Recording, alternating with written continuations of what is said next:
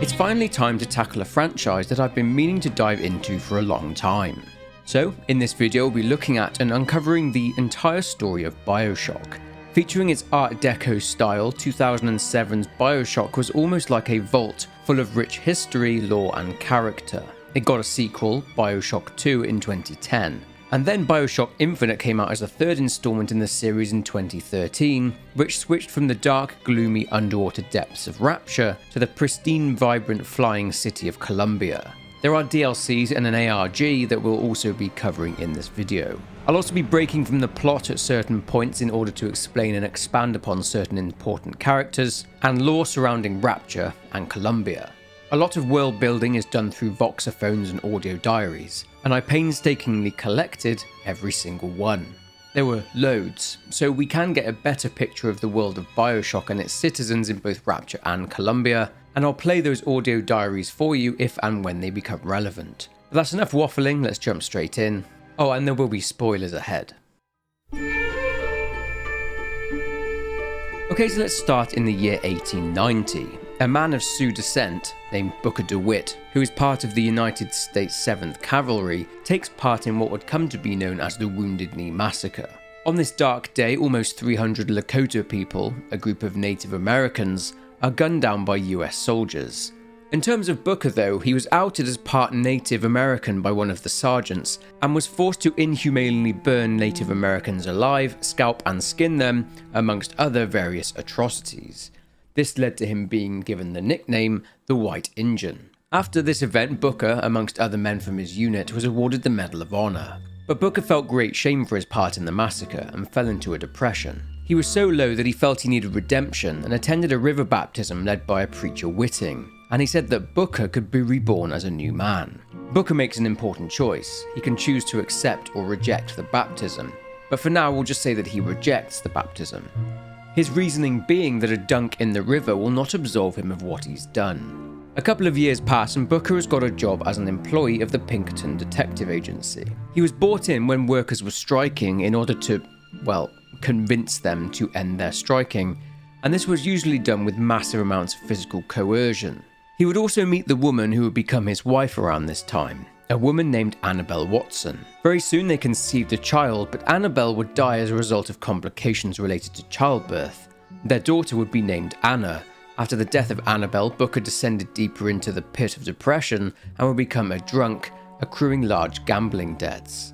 It got to the point where Booker reluctantly sold his daughter in order to pay off some of his debts. He would sink even deeper and brand his hand with her initials, AD. He would then become a private investigator. This is where Bioshock Infinite begins. In 1912, Booker has accepted a job and is on a rowboat being taken somewhere. The two people taking him there, a man and woman, are arguing about the necessity of a thought experiment. The woman hands Booker a box with his name on it, and inside are items related to his job, to bring back the girl and wipe out the debt. Basically, he needs to get a woman called Elizabeth and take her back to New York, and as mentioned, his debt will be erased. After being dropped off at this lighthouse in the middle of the ocean, Booker makes his way up and finds some pretty concerning stuff there. A man sits on a chair with a sack over his head, and a message pinned to the man reads, "Don't disappoint us." Ringing 3 bells in the correct order thanks to a guide drawn on a piece of paper, a strange red light and a loud noise emanates from the lighthouse. A chair comes down and Booker takes a seat. What the hell? Go! Make yourself ready, Pilgrim. The bindings are there as a safeguard.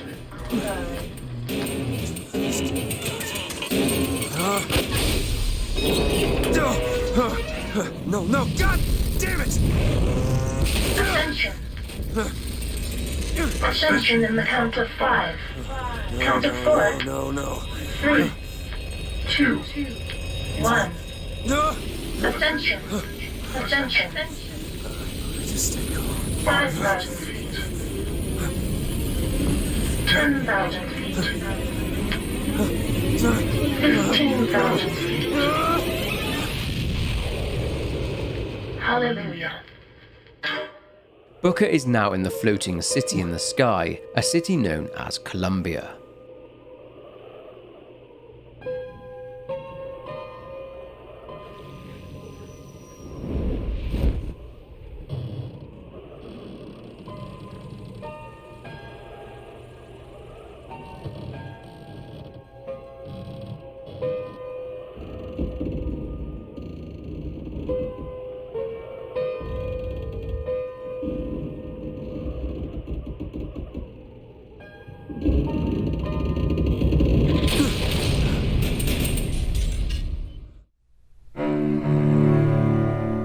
Columbia was born out of a meeting between a religious man named Zachary Hale Comstock and a quantum physicist named Rosalind Lutece. Ever since she was young, Rosalind had a keen interest in physics and was captivated at the thought that multiple realities could exist.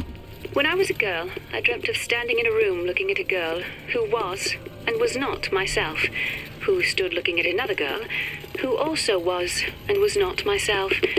My mother took this for a nightmare. I saw it as the beginning of a career in physics.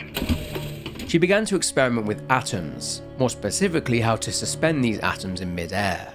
I had trapped the atom in mid-air. Colleagues called my Lutece field quantum levitation, but in fact it was nothing of the sort. Magicians levitate. My atom simply failed to fall. If an atom could be suspended indefinitely, well, why not an apple? If an apple, why not a city? Sometime prior to Rosalind's discovery, Comstock had had a premonition of a floating city. And then the Archangel showed a vision. A city, lighter than air. I asked her, "Why do you show this to me, Archangel? I'm not a strong man. I'm not a righteous man. I am not a holy man." And she told me the most remarkable thing.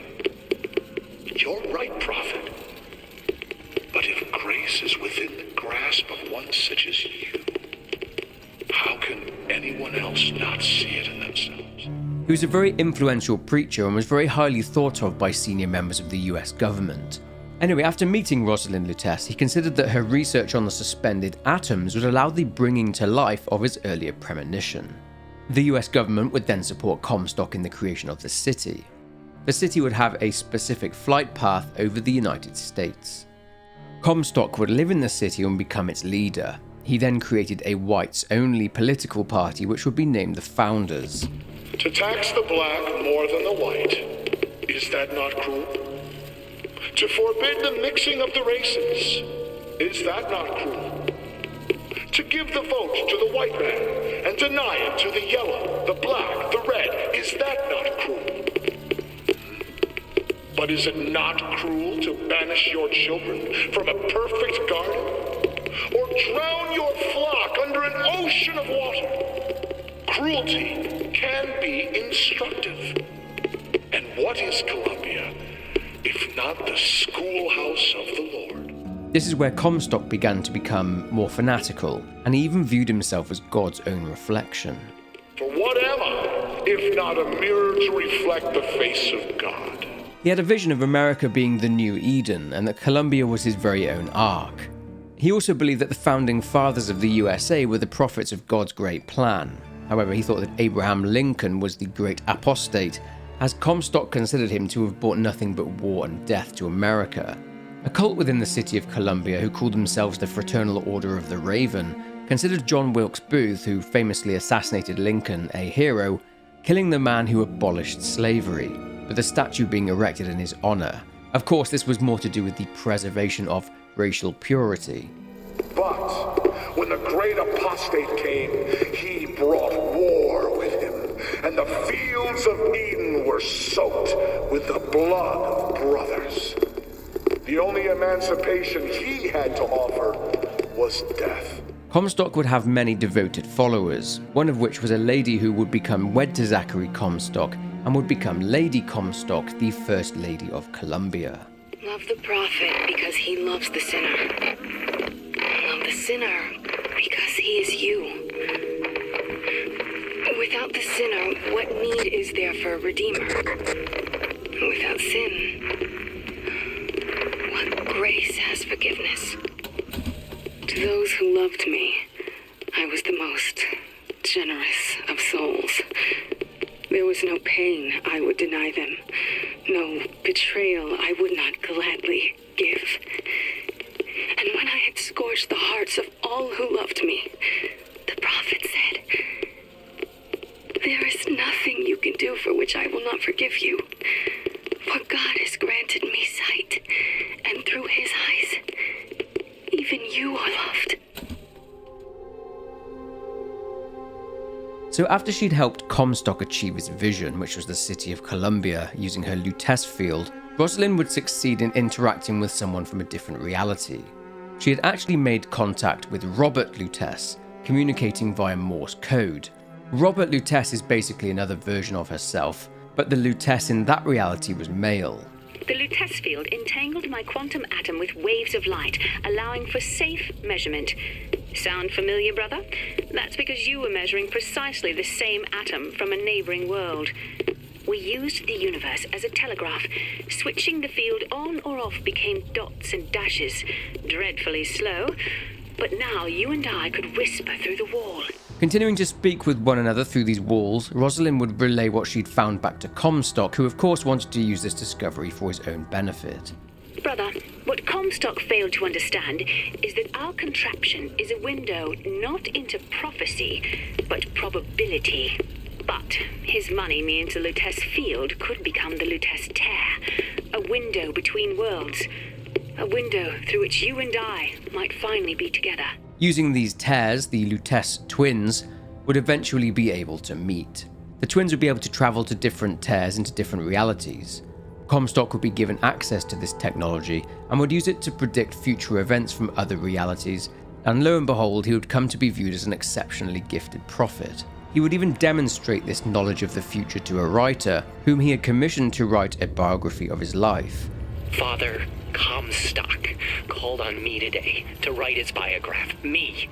The man pays for exactly 100 pages in advance. Now, I'm half a Jew when I smell silver, so I say, Father, your flock would pay for 1,000. You know, why settle for less? And then the prophet looks to me and says, 100 will suffice, as I know how it ends. But there was a problem. Comstock, upon repeated use of the Lutece device, had not only been rendered sterile, but had also aged rapidly. Comstock seems to have been made sterile by simple exposure to our contraption. A theory. Just as sexual reproduction can de-emphasize the traits of each parent, so goes the effect of multiple realities on our own. Your traits dissipate until they become unrecognizable or cease to exist. In 1901, something very significant happened in the short history of Colombia. The Boxer Rebellion took place. The Boxers were a nickname given to Chinese nationalists by Westerners due to their fighting style being similar to boxing. The Boxers started attacking foreigners inside China in defiance of imperialism. The USA got involved in the conflict, and Comstock, since Colombia had its own army, ordered troops into Beijing. This was not ordered by the US government, and Comstock was acting on his own. One of the soldiers Comstock sent in was Cornelius Slate, who led 30 men to their deaths. Beijing was then bombed by Colombia's airships, resulting in the deaths of many Chinese civilians. Colombia was to return to the US, and Comstock, not wanting to give up Colombia, declared the city in the clouds independent and seceded from the US. Comstock would attempt to rewrite history by having a memorial to Colombia's crushing of the Boxer Rebellion erected in the Hall of Heroes, and he would portray himself as having led the troops to victory. The Archangel tells me that Columbia will only survive so long as my line sits the throne. Yet Lady Comstock produces no child. I have done what a man can do, yet there is no child. I've asked Lutece about the matter, but even she refuses to help. So it seems that old Comstock needed an heir to carry on his legacy, but of course he was sterile. Eventually the Lutece twins would concede and give in to Comstock's constant demand for a daughter. They brought back a baby girl through one of these tears, and this girl would be named Elizabeth Comstock, and she would be groomed to one day rule over Colombia after Comstock's death. Elizabeth, upon her arrival in the city, was presented as some sort of miracle baby to the citizens of Colombia, with it revealed that the baby had grown inside of Lady Comstock's womb for only 7 days, and Elizabeth was considered to be the Lamb of Colombia. It is one thing to imagine one's future, and another to see it. I have seen the seeds of fire that will prepare the Sodom below for the coming of the Lord. But Elizabeth shall sow those seeds, not I. I will fall before the job is done. However, Lady Comstock was not happy. She thought that Comstock had gotten Rosalind Lutece pregnant, so she confronted her. Lady Comstock seems to believe the child is a result of some errant act of carnality between myself and her beloved prophet. I told the poor woman the truth, that the child was a product of our little contraption, but I think she found that less believable than her delusion. Lutece says the bastard is a creation not of her womb, but of some unholy science. I do not know which is true. The child is no more divine than I. What says that from my husband's prophecy? He begs my silence, but I can only offer him forgiveness. But with repentance need come truth. I can suffer his lies no longer. According to her voice recordings, Lady Comstock had become disturbed by Comstock and his getting a little bit too tyrannical towards those who opposed him. Tonight, the prophet moved against his political enemies. He preaches mercy, but 40 souls lie tonight dead in unmarked graves. If a man was ever unworthy of grace, it would be my husband. But when I was beyond redemption, he offered it anyway. How can I deny forgiveness to one who with love granted it to me? With 2 years having passed and her unable to keep the secret that the whole heir of Comstock thing was a big fat lie, Lady Comstock threatened to tell the people of Columbia the truth. So, Comstock killed her. One of the scullery maids at Comstock House named Daisy Fitzroy was then framed for the murder of the First Lady. They argued something fierce at night, Lady Comstock and the prophet. Could never make out what it was about from my bunk, though. After the worst, I seen she ain't left for morning prayer. So I crept upstairs to check in on her. And like a fool, I lingered. Scullery maid was what they called me when I walked into Comstock House. Murderer was what they shouted when I ran out. But we'll get on to what happened to Daisy Fitzroy shortly. The city then mourned the loss of their First Lady, and a tomb was created for her, with her tomb being open for public viewing in the rich part of the city, which was a district named Emporia. Elizabeth, meanwhile, as a child, would herself be able to open tears, much like the Lutece device was able to, and these tears would start appearing all over the city, much to the utter bewilderment of Columbia's citizens. Rosalind Lutece was naturally very intrigued by this. What makes the girl different? I suspect it has less to do with what she is, and rather more with what she is not. A small part of her remains from where she came.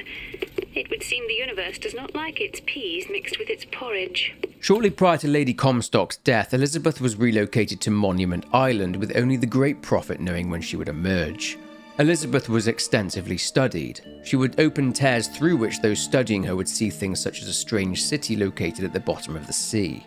A wealthy industrialist, Jeremiah Fink, would also be able to witness the research in this city through these tears, which was being carried out by a Korean medical researcher decades into the future, but more on that later. Through collaboration with this researcher, Jeremiah Fink would create a strong protector for Elizabeth, which would be known as Songbird. Problem was that the bond between the two wouldn't work. That was until Songbird crashed into Monument Tower, and this disconnected its oxygen supply. Elizabeth reconnected the supply, and this formed a trust bond, and Songbird would protect her. Whilst Elizabeth grew up, she would be monitored constantly, but she wasn't aware of this at all.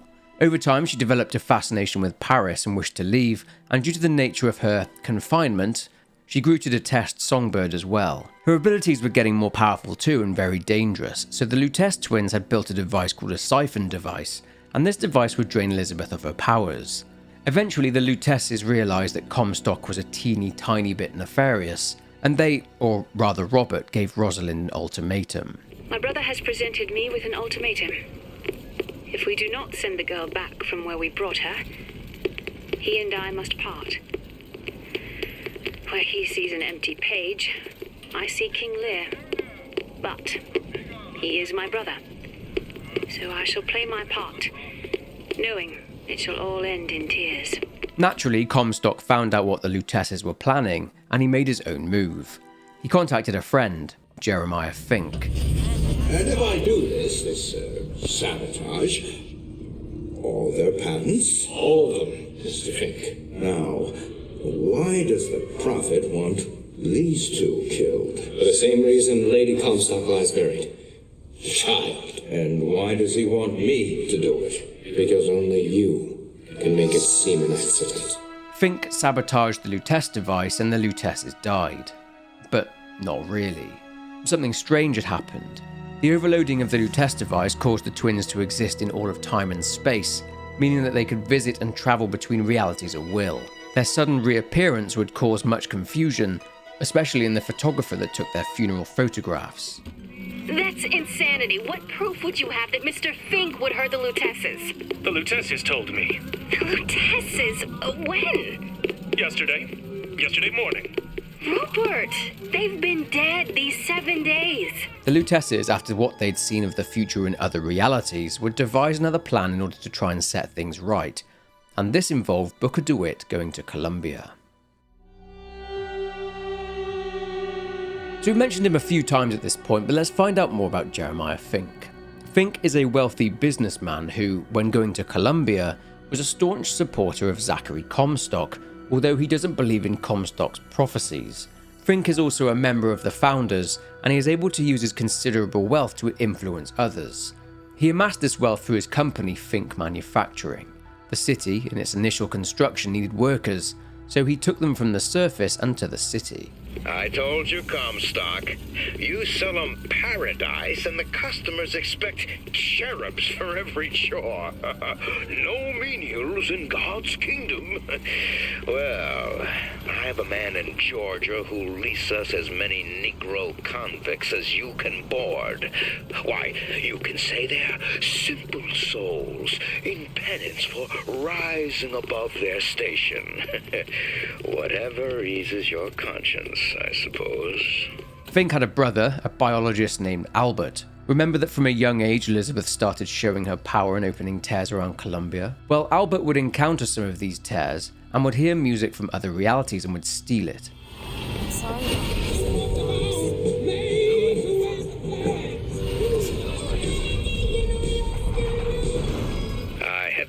You a fool, dear brother. When you told me that you heard wonderful music trumpeting from holes in the thin air, I began to doubt your mental integrity. But not only have you made your fortune from these doodads, you have lit the path for me as well. Fink, as explained earlier, would use the tears not only to collaborate and create the Songbird, but also to discover new technologies and sciences. He'd use his borrowed inventions to make his company even more successful, and himself even more rich. He created things called vigors, and these were essentially tonics that gave the consumer unique abilities, such as creating and throwing fire or electricity. But back to Fink. After he had carried out the sabotage on the Lutece device, his greed grew and he began to exploit his workers. He'd pay them in Fink tokens, a currency which he controlled by only being valid tender in his own stores. He put up propaganda around the industrial district, of which he was the mayor, naturally, and he'd named this district Finkton.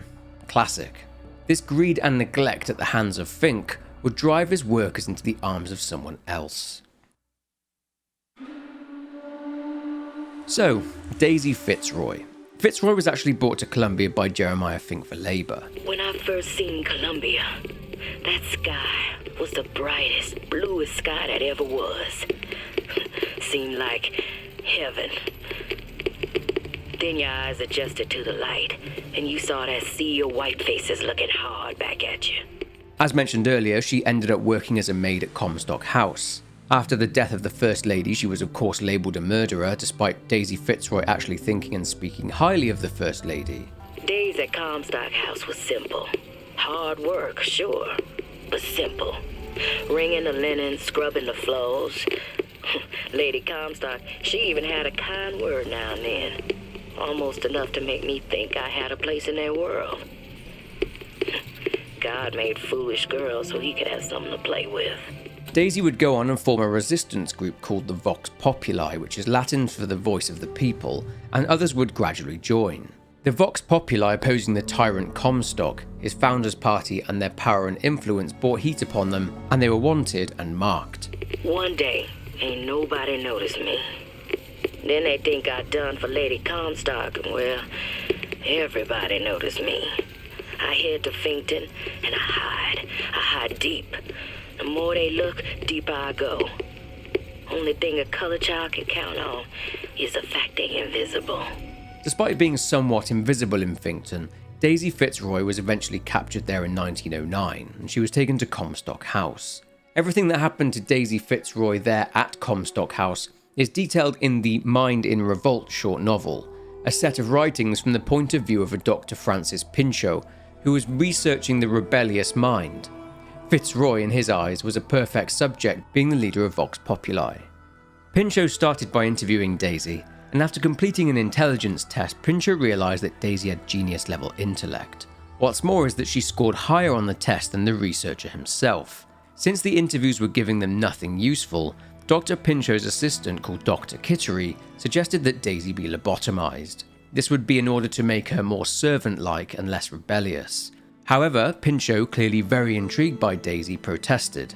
He was ultimately powerless, and Daisy's lobotomy was to go ahead as planned. He writes in his journal that Daisy had told him of a plan to escape, and that she had asked for his help in doing so. So Pinchot gave her his keys and some money. However, Daisy showed no mercy to him and shot him, making her escape.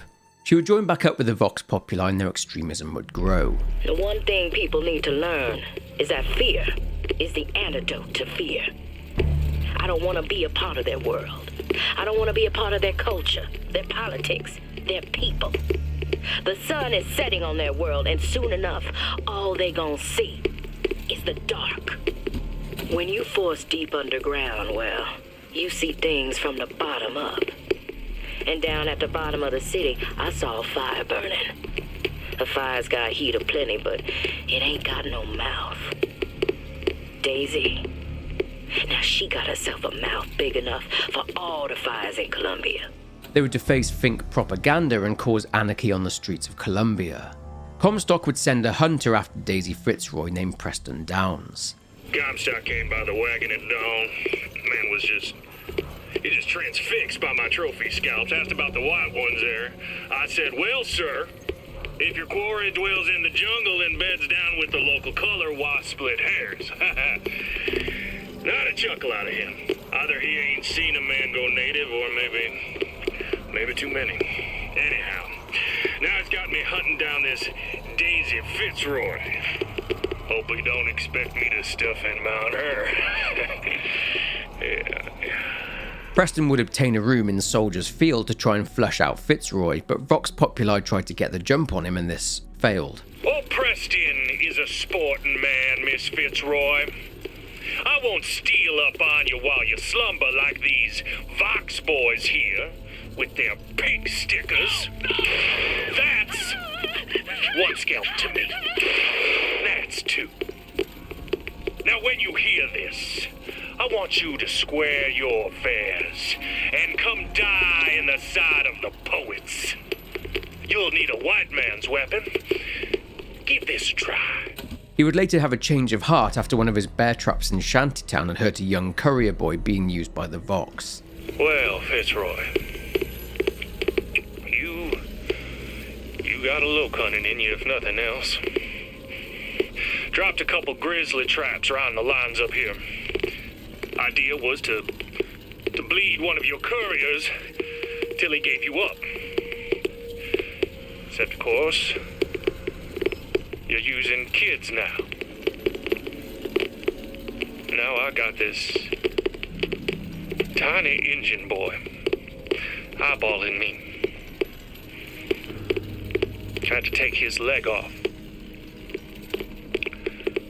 Damn thing's just lying here between us. I sure wish he'd cry or something. But I think that's a good amount of information on where we're at and the goings on in the city of Columbia, so let's get back to where we were.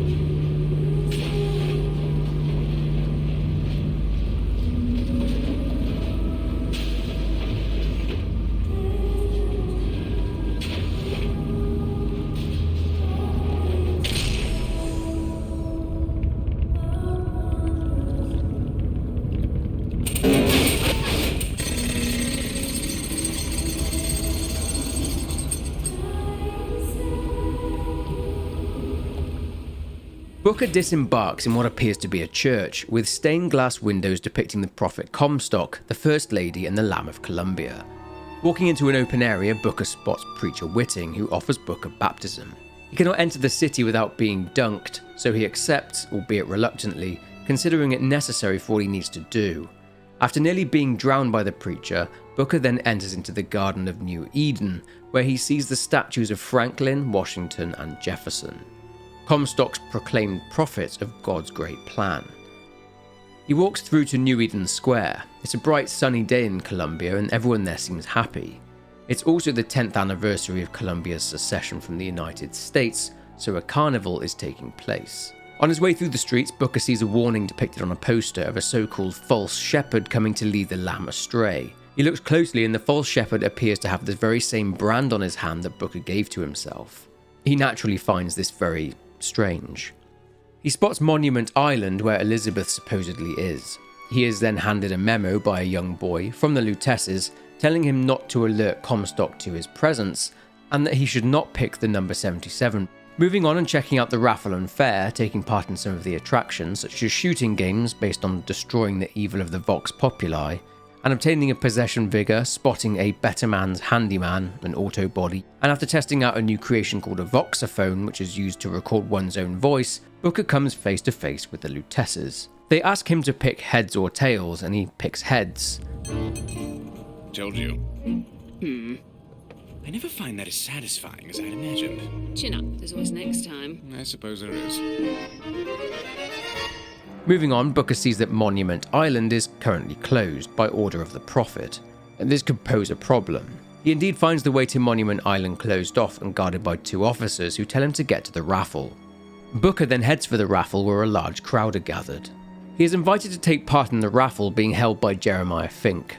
He picks the number 77 ball, which, remember, is something that the Luteces foreshadowed in their memo. Fink then has an interracial couple wheeled out to the delight of the all-white crowd, and Booker is invited to throw the ball at the couple. He can choose to do so or to throw it at Fink. His choice ultimately does not matter in this moment because he is stopped by a guard as they've noticed the uncanny similarity in the mark on Booker's hand to the prophecy of the false shepherd due to the initials AD. It's him! Now, where'd you get that brand, boy? Don't you know that makes you the backstabbing snake in the grass false shepherd? And we ain't letting no false shepherd into our flock. Show 'em what we got planned, boys!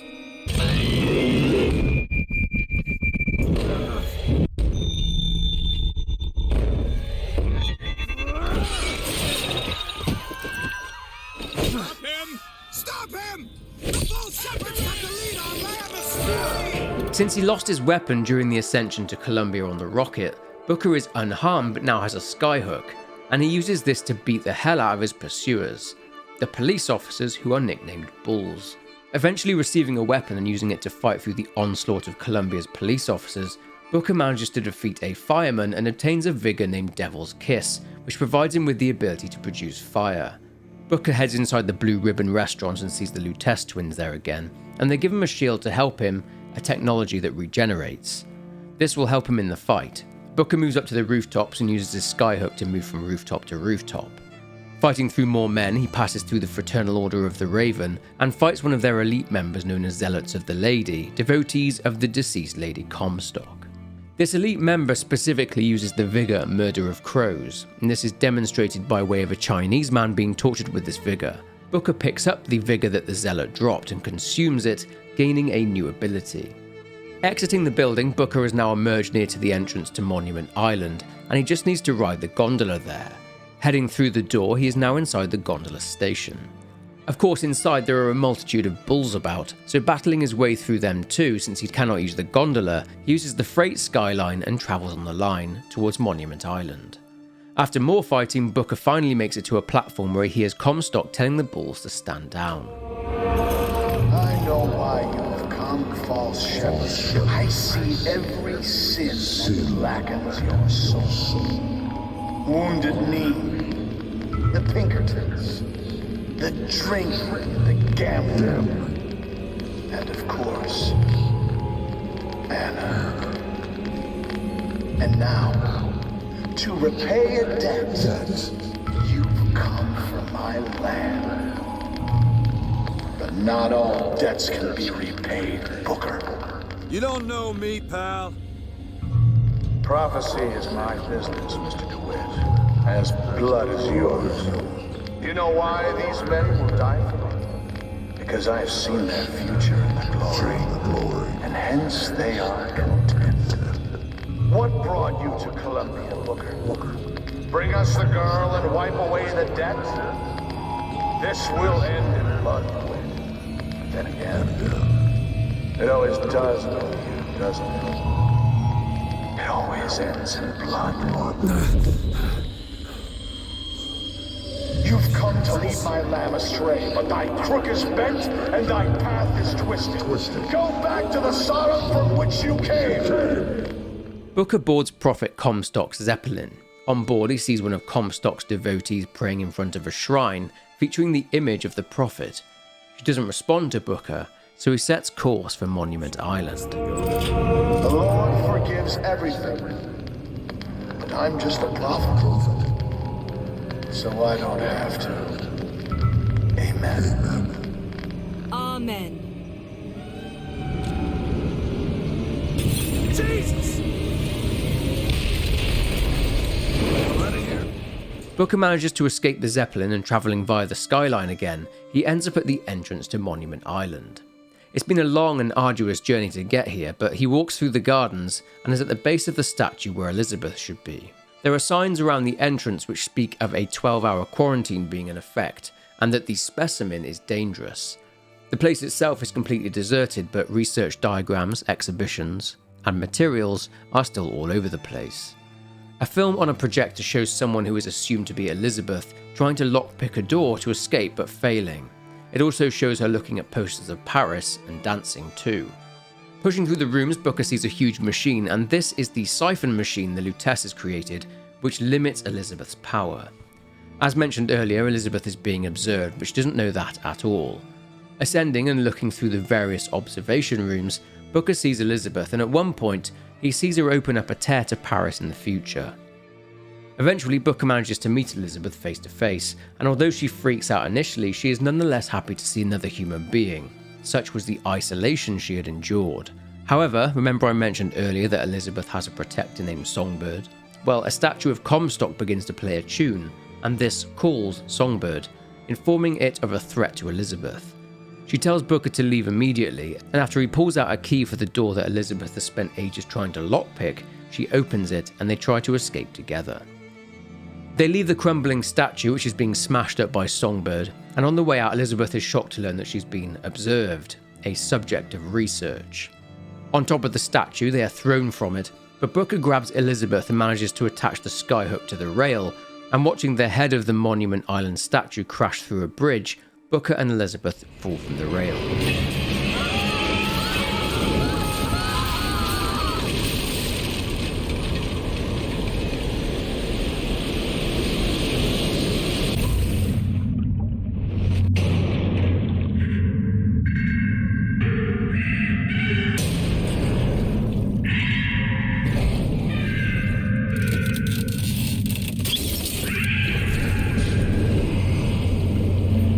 On the shore of a place called Battleship Bay, Booker comes to and sees Elizabeth knelt over him. He calls out the name Anna. Elizabeth then hears music and runs off. Booker passes out again, and after coming to, he walks across the pier and catches up with her as she's having a dance. Booker then spots the First Lady airship and figures that this is their best chance of escaping the city. They come across the Lutece twins, who are offering Elizabeth a brooch, either a bird design or a cage design. Booker picks one out for her and she puts it on, and they continue, stopping on the way to look at the destroyed Monument Island Tower, something which causes the citizens there a lot of distress, since that is where the Lamb of Columbia was. They need to be careful now as the police are looking for Booker, so they make their way to the arcade. At the earlier raffle, if Booker chose to throw the ball at Fink, then the couple Fink wheeled out will be here and will give Booker some gear to help him out. If Booker threw the ball at the couple, then Fink's assistant, Mr. Flambeau, will be there instead. In the arcade, a contraption is being shown off called the Motorized Patriot, in the likeness of George Washington, who, remember, they see as one of the prophets of God's great plan. Anyway, at one of the turnstiles, a woman speaks with Elizabeth. She says that she knows who she is, mistakenly referring to her as Annabelle. The situation gets intense though, as when going to obtain 2 tickets to travel via the gondola, the man behind the counter is shifty, on the phone, and ignoring Booker. Booker can either wait and get stabbed through the hand in the process, or he can pull a gun on the man, forcing him to hand over the tickets. This leads everyone there in the room to attack Booker. He defends himself, and Elizabeth, in horror at the fact that Booker just killed everyone there, runs off. From an audio diary recorded by the woman who knew Elizabeth, named Esther, it seems that they had been waiting for this to happen because, of course, Comstock had prophesied this happening. This is the moment we trained for. The false shepherd is here. The day was not exact, but the prophet's sight proves out again. The specimen must be taken alive. If she dies, I suspect they will give us to the bird, and whatever pieces it leaves behind will bear no names. That was cigarette number 6. This waiting is insufferable. Catching up with Elizabeth, who is about to take off in the gondola, Booker boards it and pulls the lever, taking them up. I can't believe you did that. They're all dead. You killed those people. Elizabeth. You're a monster. What did you think was going to happen? What? Do you understand the expense people went through to keep you locked up in that tower? You think people like that are just going to let you walk away? You are an investment, and you will not be safe until you are far away from here. What do they want from me? I don't know. That's the last time anyone gets the drop on me.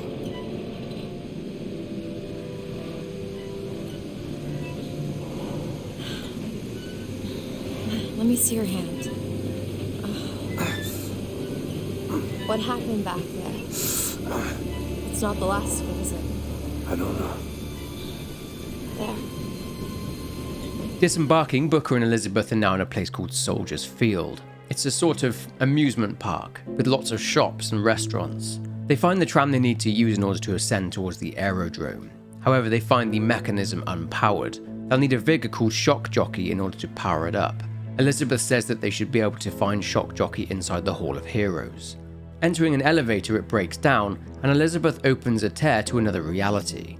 But Songbird appears, and Elizabeth has to shut the tear quickly. After more fights, they use their skyhooks and ascend to the Hall of Heroes.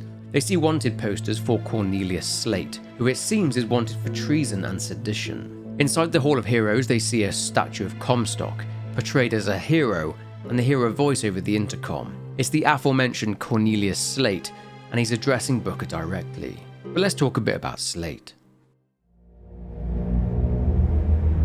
So the reason Slate knows Booker is that he served with him in the 7th, so therefore he also took part in the Battle of Wounded Knee, and when Booker and Elizabeth hear him in the Hall of Heroes, he still refers to Booker by his rank, Corporal.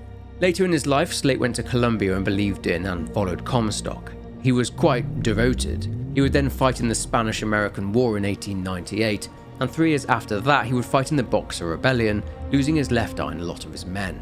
30 to be exact. Back in the city of Columbia though, Slate would begin to grow disillusioned. Inside the Hall of Heroes, Comstock was portraying himself as a war hero, when he was nothing of the sort. Slate got angry and grew to hate Comstock due to stolen valor, as Comstock also claimed to have fought in the Battle of Wounded Knee. But Slate would confront Comstock. I served 20 years of soldiering, and every heathen land I've known has less peopled for my passing. I hated no special enemy. Until now. Comstock.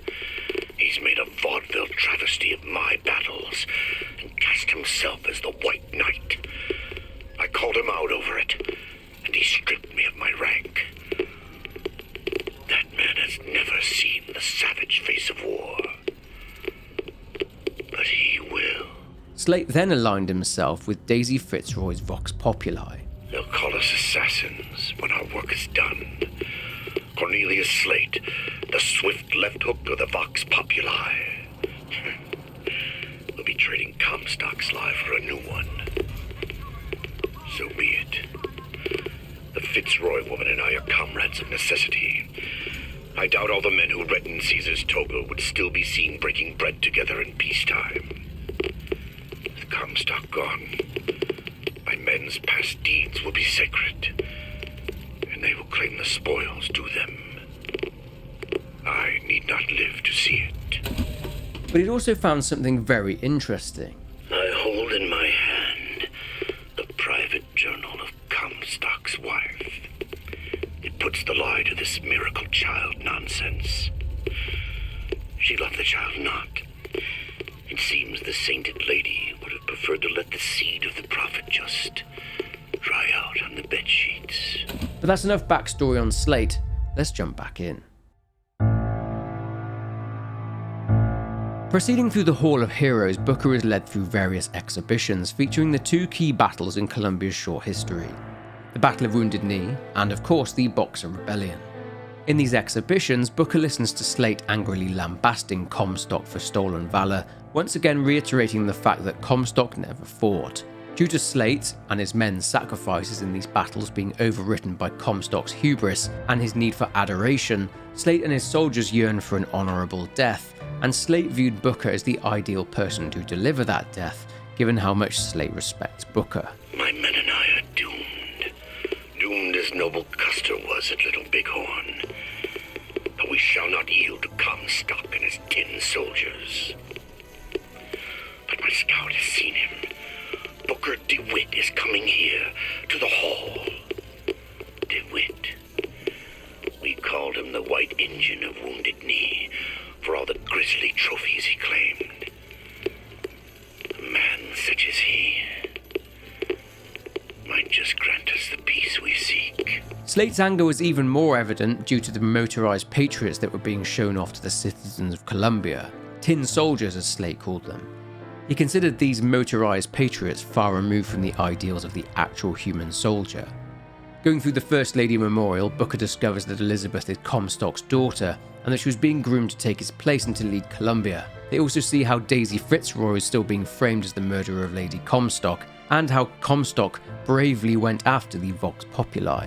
This journey through the Hall of Heroes ends in Booker and Elizabeth discovering all of these shock jockey vigors that are either gone or destroyed. Essentially, Slate had been abusing these vigors, and they've made him rather irrational. He calls on his men to fight Booker, again, in pursuit of an honourable death in battle. Taking out all of Slate's men, Booker confronts the old man and he's unable to fight anymore. He begs Booker to kill him. Now Booker has a choice. He can either not shoot Slate, or he can give the man what he wants and shoot him. An honourable death by the hand of a man that he respects. Choosing what to do, Booker then takes the shock jockey vigor and can now power up various contraptions and of course use it to shock enemies. More fighting ensues, but Booker and Elizabeth make it back down to Soldiers Field, clear out loads more men, and power up the tram. After waiting a while for the tram to arrive, they board it and travel upwards to the aerodrome. On the way up, Booker tells Elizabeth about his motives for helping her, that he's clearing a debt. They then board the aerodrome. You alright? I want to see Paris. I want to see everything. It's up to you now. There's no one... Wait, what is that? 40 north by 74 west. That's not Paris, that's New York. How did you know that? One thing I had in that tower was time, Mr. DeWitt. Time to study things like geography. I owed money. And there's a fellow who... He offered to wipe away my debt in exchange for you. Come on. Everything's gonna be okay. Will you just turn around and talk to me and we can...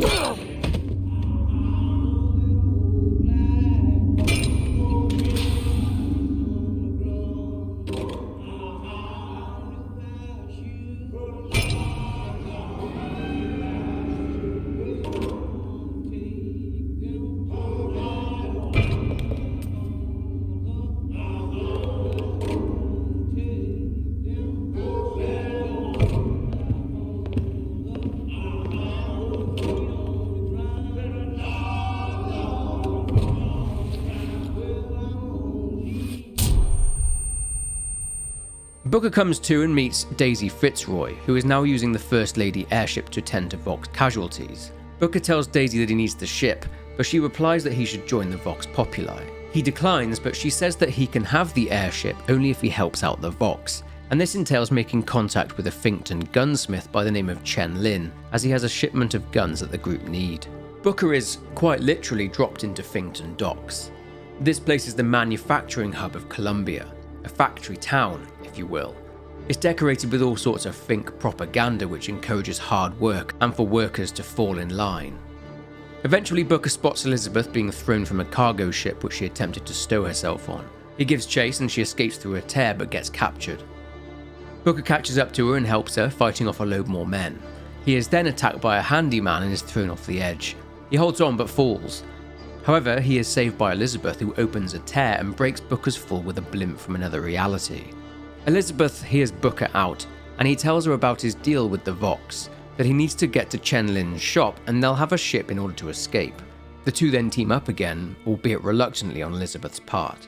They see that the entrance to Finkton proper is closed, as they don't need any workers for that particular day, so Booker and Elizabeth descend in search of the service elevator. As a small side note, it appears that Chen Lin is wanted by the authorities for his connections to Daisy Fitzroy and by extension, the Vox. After another firefight, they get to the elevator and they descend. Listening to more Fink propaganda in regard to work ethic, they then see an example of Fink's love for himself. A huge gold statue sits in Finkton proper. Now where they need to be, they search out and find Chen Lin's shop, located in the Plaza of Zeal. They do not find Chen Lin there, but they do speak with his wife. Excuse me. Man, I'm sorry to bother you. We're looking for Mr. Lin. Mr. Chen Lin? Booker. Mr. Lin, not here. He gone. Gone? They take flying squad. I pray, Gautama Buddha. Pray, give husband back. Give back to Melin. Where did they take him? Club. Everyone take to Good Time Club. Where is this club?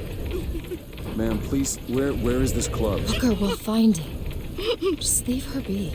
Why not Vox Populi help Chen Lin? Why not Daisy Fitzroy help Chen Lin? Who are the Vox? Cops. The kind who probably got their boot on Lin's throat asking him how well he knows Daisy Fitzroy. Isn't she the one we're working for? As a matter of fact, it is. Let's figure out where this Good Time Club is. Heading to the Good Time Club after defeating a handyman, they enter and hear Fink talking about how Booker is currently being evaluated. Fink basically wants to offer him a job as his head of security since he had his previous one killed. In the main room, Booker has to fight many enemies, and this is Fink's test.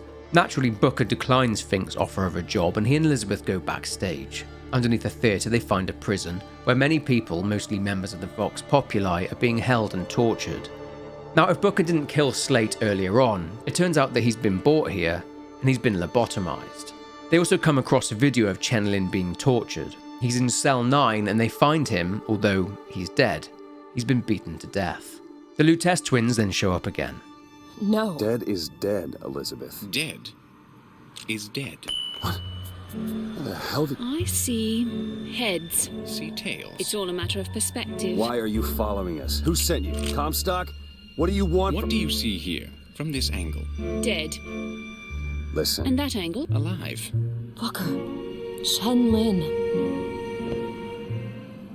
The body's gone. It was never here. It's another Columbia. A different Columbia. The same coin. A different perspective. Heads. Tails.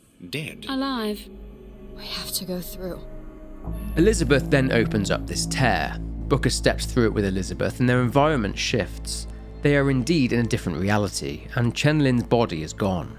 Also, there are now many Vox Populi members in cells. The recording of Chen Lin from earlier is also very different. Come on, you piece of horseshit. Tell me about Daisy. What? Schofield says cut him loose. Then bring me his tools to the lockup. And keep him clean, I guess. Why? What are you, the Columbia Gazette? The chick's wife got friends in high places. Come on. We need to settle. In this reality, Chen Lin married someone else. He married a woman whose brother is Fink's head of security. Therefore, in this reality, Chen Lin was released. Backtracking through this reality's Good Time Club, they see the guards Booker killed earlier on. They seem in pain. Their nose is bleeding. According to Elizabeth, these guards remember being dead. Back in Chen Lin's shop, the shrine from before is now a shrine to the Prophet Comstock, and not the Buddha from before. They come across Chen Lin upstairs in his workshop, and he appears to be using machinery that isn't there. Speaking to him, he can hear Booker but cannot see him. Note that he has a bloody nose. He tells Booker to wait downstairs with Mrs. Lin, and they speak with the other Mrs. Lin. Excuse me, ma'am. I'm looking for Mrs. Lin. Mrs. Lin? No, I mean a little Chinese lady. She was... Booker, this is Mrs. Lin. They took Chen's tools. What's he got without his tools? Well, your husband is a bit out of sorts. If he could work again, maybe... If he could work, he'd... Mrs. Lin, can you tell me who took your husband's tools? Goddamn police. They took them and locked them up in the impound in Shantytown. With no other choice but to head to Shantytown's police impound, they leave the shop.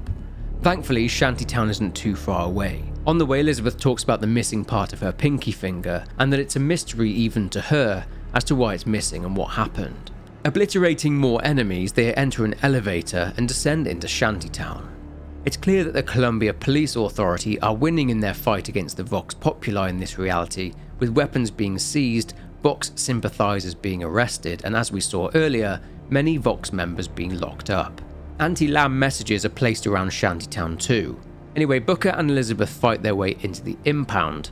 They descend and find the tools, but also another tear. Well, we sure as hell aren't going to be able to carry all this back to the shop. God, we didn't think this all the way through. What is that? It looks like a tear to another version of this room that doesn't have any tools in it. Well, if the tools aren't in there, then they must be back at the shop. Booker, if we go into this tear, I don't think there's any turning back.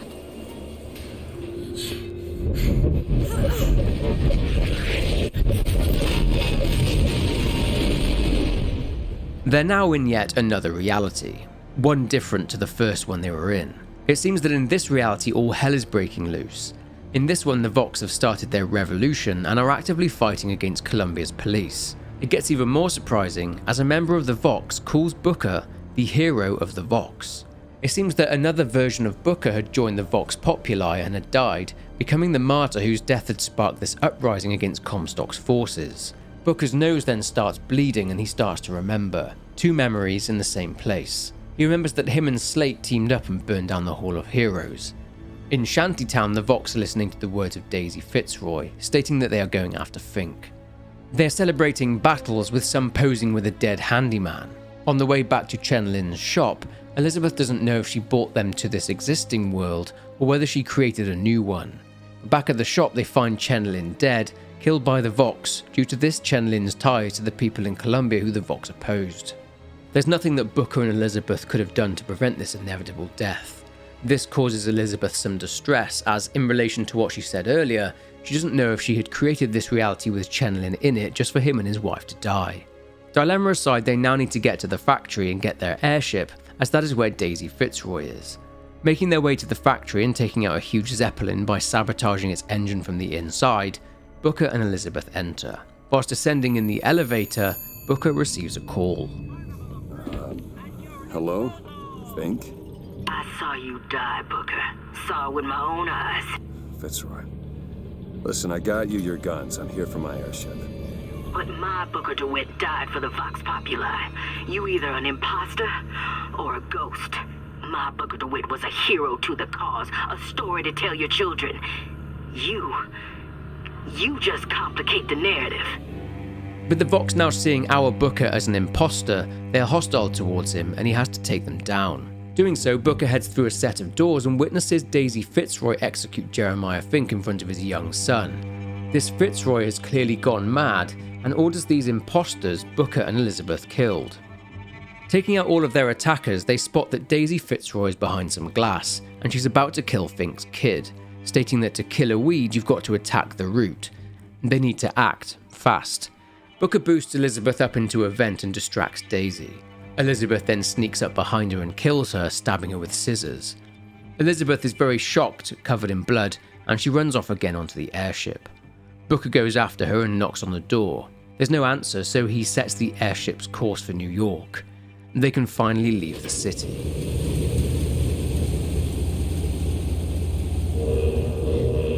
Elizabeth.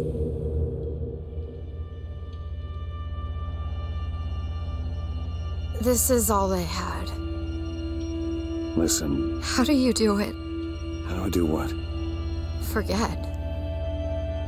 How do you wash away the things that you've done? You don't. You just learn to live with it. So the moment of truth between us. New York or Paris?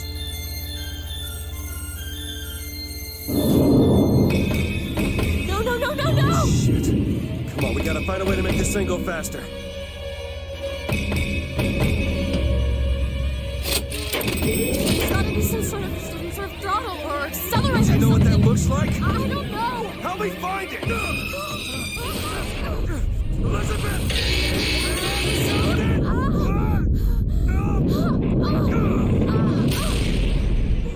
Emerging from the wreckage of the First Lady's airship, they spot the Lutece twins again. They are playing notes on a piano. They explain that there's a special instrument that will get Songbird's attention, and they need it. They will not be able to leave Columbia whilst Elizabeth's protector is still alive. Robert Lutece hands Booker a note detailing what needs to be done, and the twins just vanish. Booker and Elizabeth are now in Emporia, the wealthy district of Columbia, and the location of Comstock House. The rich people, as a result of the Vox Populi's uprising, are being evacuated.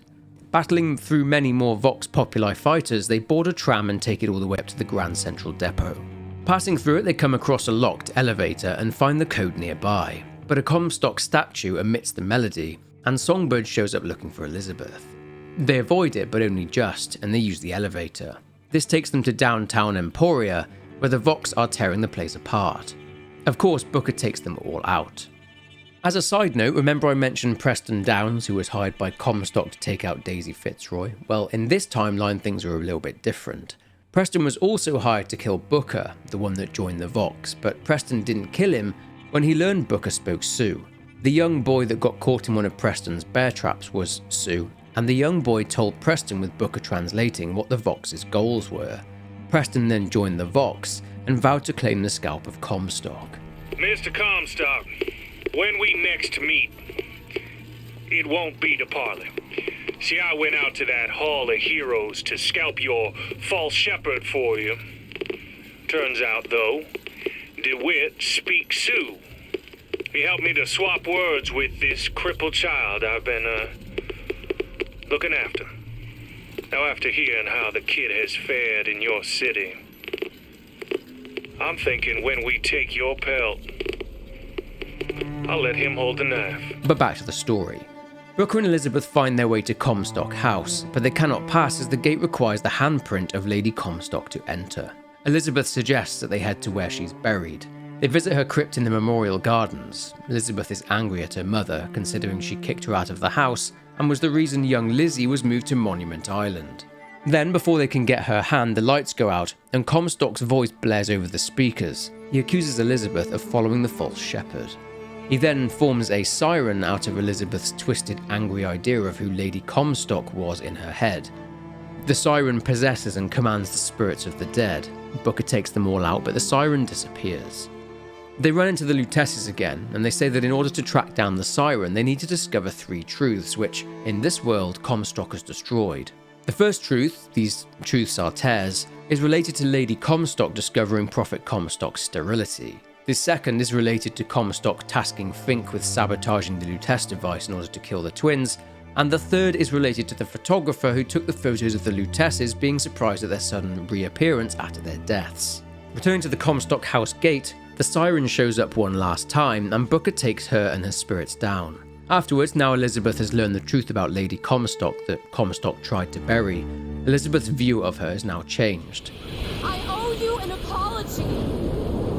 Comstock used me to bring you back, but I brought back a version of you from the reality that I had built up in my own head.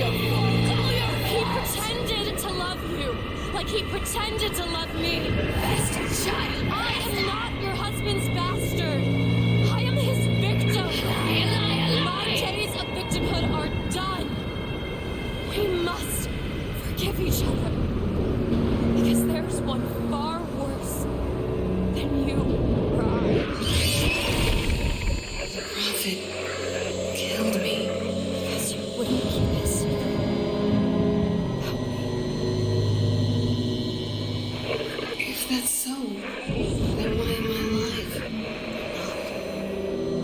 this world. Maybe this is you in another. World where you never meet him. I saved him. I don't know. Is that possible? Find out, child. Find out.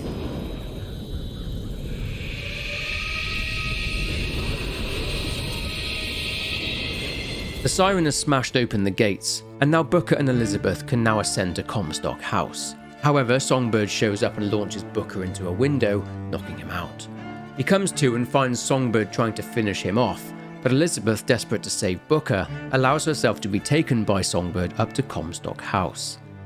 A fate that she said earlier was akin to death. Booker frantically goes after Elizabeth and walks across the bridge to Comstock House. Bizarrely, the place appears to be covered in snow, and Booker sees a tear atop some steps. He hears Elizabeth shouting at some men to take their hands off of her. Booker needs to get to her, and fast. Entering Comstock House, he sees a large statue of Elizabeth. She appears to be the leader here, Comstock's heir. Moving into a large hall, strange individuals seem to be here called lunatics, and inevitably they attack.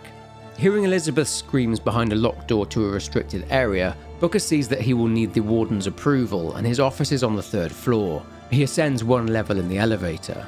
Battling through more of the lunatics, Booker makes it to the warden's office and gets the warden's authorization, unlocking the door on the ground floor.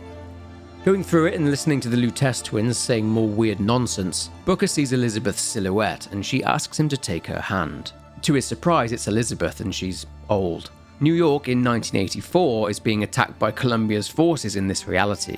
Right, let's find out exactly what has happened here for this Elizabeth to have become the very thing that she was brought to Columbia for. Remember there was a version of Booker that joined the Vox Populi and got martyred? Well, the reality we've just seen with old Elizabeth follows that Booker, who we'll call Booker 3. Just as our Booker did, who we'll call Booker 1, Booker 3 was sent to Columbia by the Luteces to retrieve Elizabeth, but he did not find her. Booker 3 left voxophones around the city. Bring us the girl and wipe away the debt. As plans go, I'd seen worse, except this girl was already gone. Monument Island's a damn ghost town. It seems like they evacuated her when they heard I was here. An old friend told me Comstock spirited her off to that fortress of his. As a one-man job, this just went from betting on the river to drawing dead. That's when he joined the Vox and teamed up with Slate. Looks like I got a friend in town after all. Slate. He's fell in with these Vox Populi. And for irregulars, I will say, they are loaded for bear. Problem is, I gotta help them with their damn revolution first. Then we take Comstock House by storm. I do that, I get the girl. They planned to attack Comstock House, but Booker was killed before that happened, and he became the martyr of that universe's Vox rebellion. Fitzroy, you win this fool war. You send this to New York. They ain't getting the girl. Whoever they are. Maybe I did right by you and the Vox, but in the end, they don't square anything. Anna, I'm sorry. Elizabeth had been taken from Monument Island to Comstock House, and little by little, Elizabeth would be brainwashed. The final stage of her transformation into Comstock's heir. Her plight is seen through various tears that are located around Comstock House. Just take me back to my tower. Please, please. Just send me back to my tower. It's too late for that now, child. Your father gave you a lovely home, and you chose to destroy it. He's not my father. Child, would you like to pray with me? They're hurting me. Please just let me go. We're going to cure you. I'm not sick. Your spirit is. All I ever wanted is to see you live up to your potential. I'm Dr. Pettifog, Elizabeth, and I'll be taking care of you. Get away from me. Defiant, even after all this time. DeWitt just left you here. You need to give up on him, love. He will come.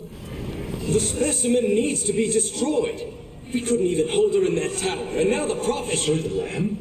His heir? If we modify the procedure, we could... It would be safer for everyone. It would seem an accident. You're not eating, love. Is something the matter? I'm not hungry. You'll need to eat sooner or later. If you hold out for DeWitt, you'll just starve to death. Come now. The child is ready. It's time. Prophet, even if we cure her, why do you think she'll give it to us? My daughter has two problems, Doctor. One is the condition that science will cure her of. The other affliction is of a spiritual nature. What affliction is that? Hope. Your surgery is tomorrow, you know. You better eat. Oh, you still expect DeWitt to burst in and rescue you, don't you? It's been 6 months. 6 months. Booker 3, of course, would never arrive as he was martyred before he could join the assault on Comstock House. A man once promised me that he would free me of my chains. But in the end, he abandoned me to serve his own needs. But in some ways, I thank him. He showed me exactly how much faith our species deserved. God put his faith in men once too. It seems that we have something in common. Disappointment. I did not always love the prophet. In truth, I ran from his embrace. I even denied that I was his. I followed a man who seemed to be everything my father was not. That man was a false shepherd. And when the wolves came for me, he was nowhere to be found. Her transformation into Comstock's heir would become complete, and she would be forced to comply with a device attached to her ensuring that compliance. She would then start to sound a lot like Comstock himself. Our minds are born festering with sin. Some are so blighted, they will never find redemption. The mind must be pulled up from the roots. My children are without blame, without fault, and without choice. For what is the value of will when the spirit is found wanting? She would brainwash the people at Comstock House and they would become the lunatics that attacked Booker. As we saw, she would then bring about Comstock's prophecy of the Founders attacking New York, something that all Bookers had also seen in their dreams. This is why the Luteces were trying to stop Comstock. They saw what Elizabeth was capable of and what Comstock would try and make her do. This is the prophecy Comstock had foreseen via looking at it through the windows into different realities. Of course, their plan was to send Elizabeth back, but Comstock, as mentioned, got wind of their plan to oppose him and tried to have them killed. But anyway, old Elizabeth, upon speaking to Booker in the future, gives him something before sending him back to 1912. The seed of the prophet shall sit the throne and drown in flame the mountains of man. Say what you will about Comstock. He was a hell of a fortune teller. Wasn't the torture that broke me. Wasn't the indoctrination. It was time. Time rots everything, Booker. Even hope. I was coming. Songbird. He always stops you. Yes, but I would find a way. No. It's too late for me. I brought you here for your sake. Yours and hers. Here.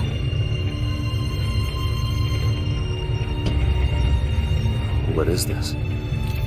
It's for her. She'll know how to read it.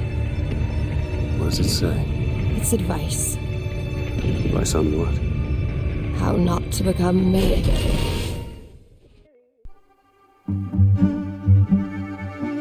With the card given to him by Elizabeth, which has instructions on how to deal with Songbird, Booker finds himself back in 1912 before Elizabeth was changed and forced to become Comstock's heir. Bursting into the room, Booker sees Elizabeth strapped to a chair surrounded by researchers, and Comstock is stood on a platform above her. Moving fast as she's in trouble, Booker shuts down 2 siphons which are blocking Elizabeth's power, and something happens.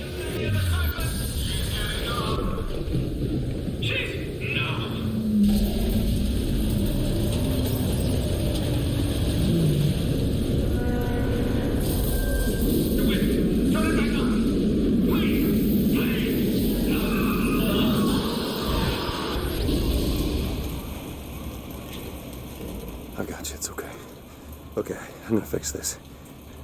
You ready? Just do it. Here.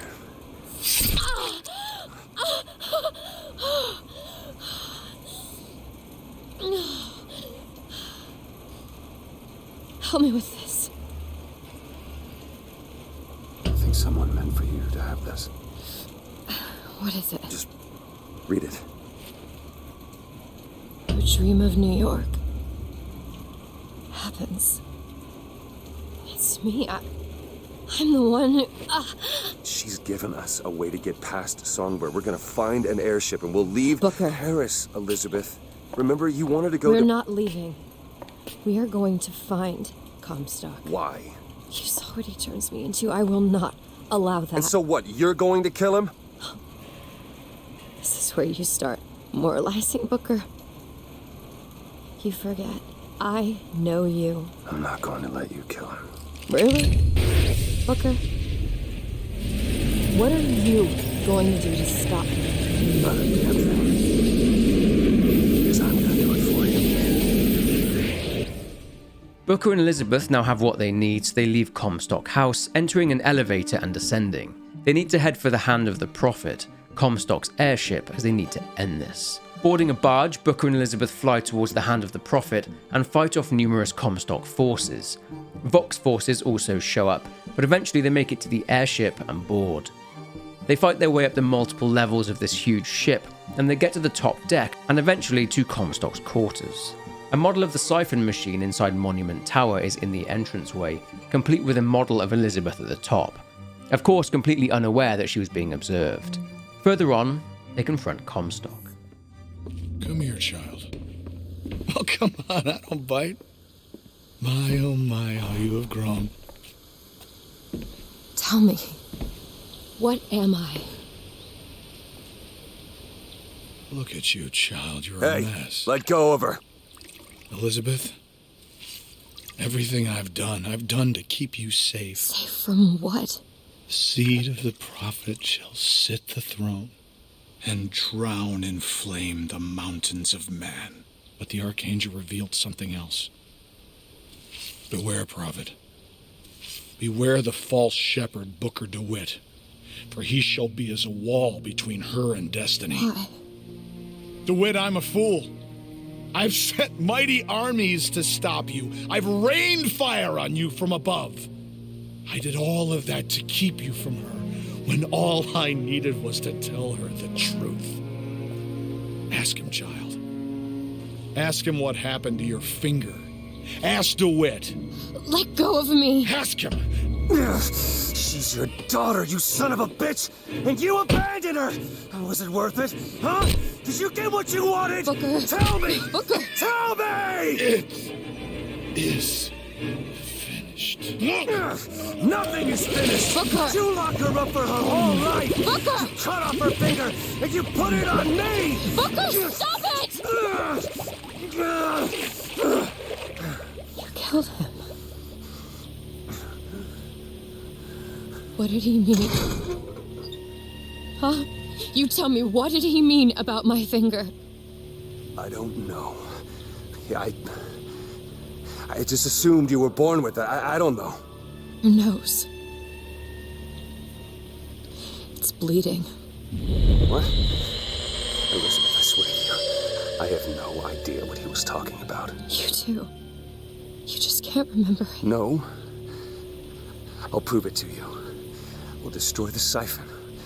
The answer's behind one of your doors. You just have to open it. Destroy the siphon? It's the entire tower, Booker. How are we gonna do that?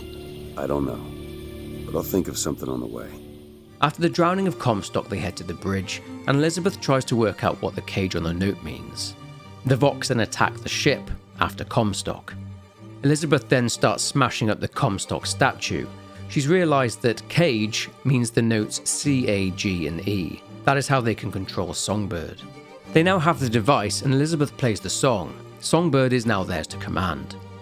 Whilst fighting the Vox on the deck of the ship, Booker and Elizabeth call out targets for Songbird to bring out of the sky. They need to protect the Zeppelin in order to make it to Monument Island and to destroy the siphon. After a long battle, the Vox ships have been destroyed, and their attack has been repelled. They make it to Monument Island. They then command Songbird to bring the entire statue down. With the siphon gone, they'll be able to find out the truth behind everything. As Elizabeth will be free to use her powers fully, the statue is brought down and Elizabeth transports them somewhere else. They're taken someplace underwater, a city. The water pressure kills Songbird whilst Elizabeth tries to comfort him. Elizabeth says this place is a doorway, and following her it looks as if something happened in the city as it's a mess. The place is apparently called Rapture. They board a bathysphere and take it out of the city, and up to the surface where they see a lone lighthouse. Approaching the door to the lighthouse, Elizabeth uses a key to open it, and they step through. There are now loads of lighthouses. What are all these lighthouses? Why are we... Who are... There are a million worlds. All different, all similar. Constants and variables. What? There's always a lighthouse. There's always a man. There's always a city.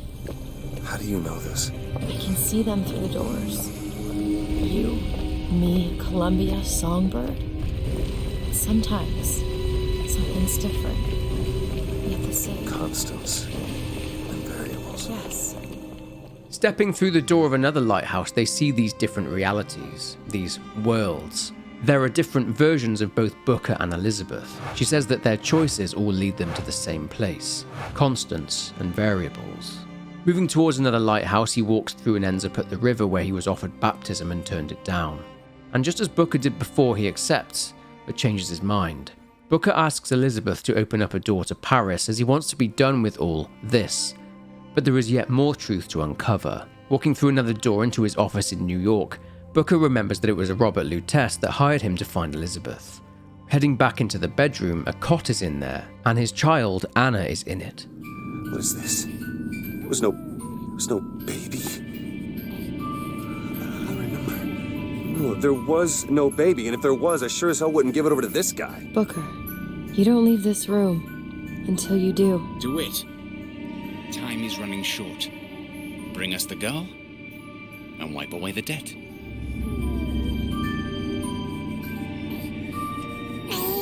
Go ahead. No.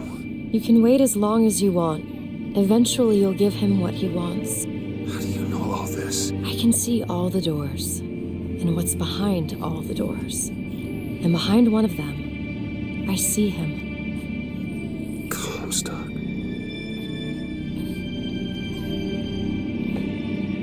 What choice do I have? The debt's paid. Mr. Comstock washes you of all your sins. Opening the door leads to the journey by boat to the lighthouse. Booker's nose starts bleeding again. Elizabeth says that Comstock is still alive in a million other worlds, and this will only truly be over when he never existed in the first place. He goes through the door. Booker sees the moment that he changed his mind about giving his daughter Anna away to clear his debt. Give her back, you son of a bitch! It's ready! No!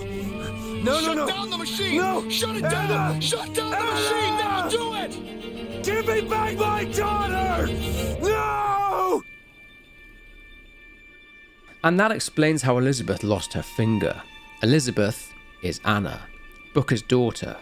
And that is how she gained her abilities, as two parts of her existed across two different realities. Booker, now back in his office, remembers being taken to the lighthouse by the Luteces. I told you it would work. We already know it works. The question is, will he?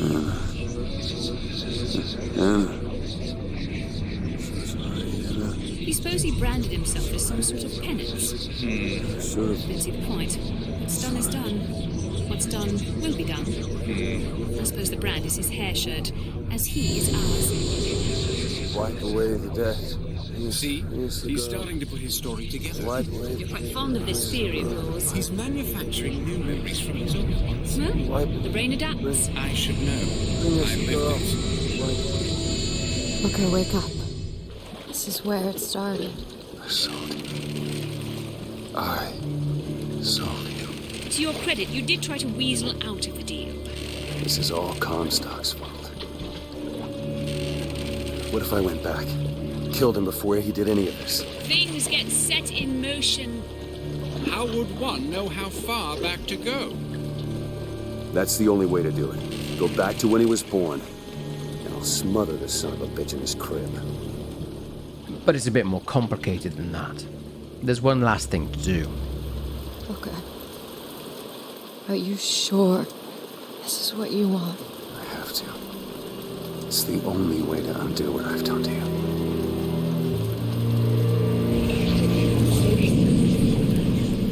Booker DeWitt, are you ready to be born again? Why are we back here?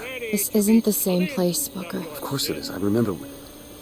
Are you ready to leave behind all that has gone before? Wipe the slate clean. Who are you? You chose to walk away, but in other oceans, you didn't. You took the baptism. You were born again as a different man.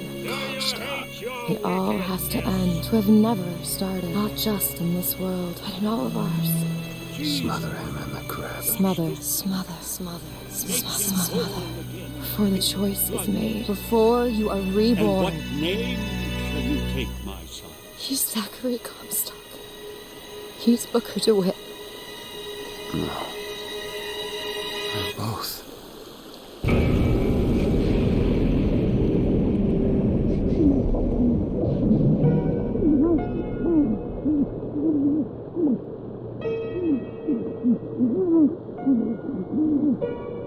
With Booker now dead, Comstock can never be. The game then ends.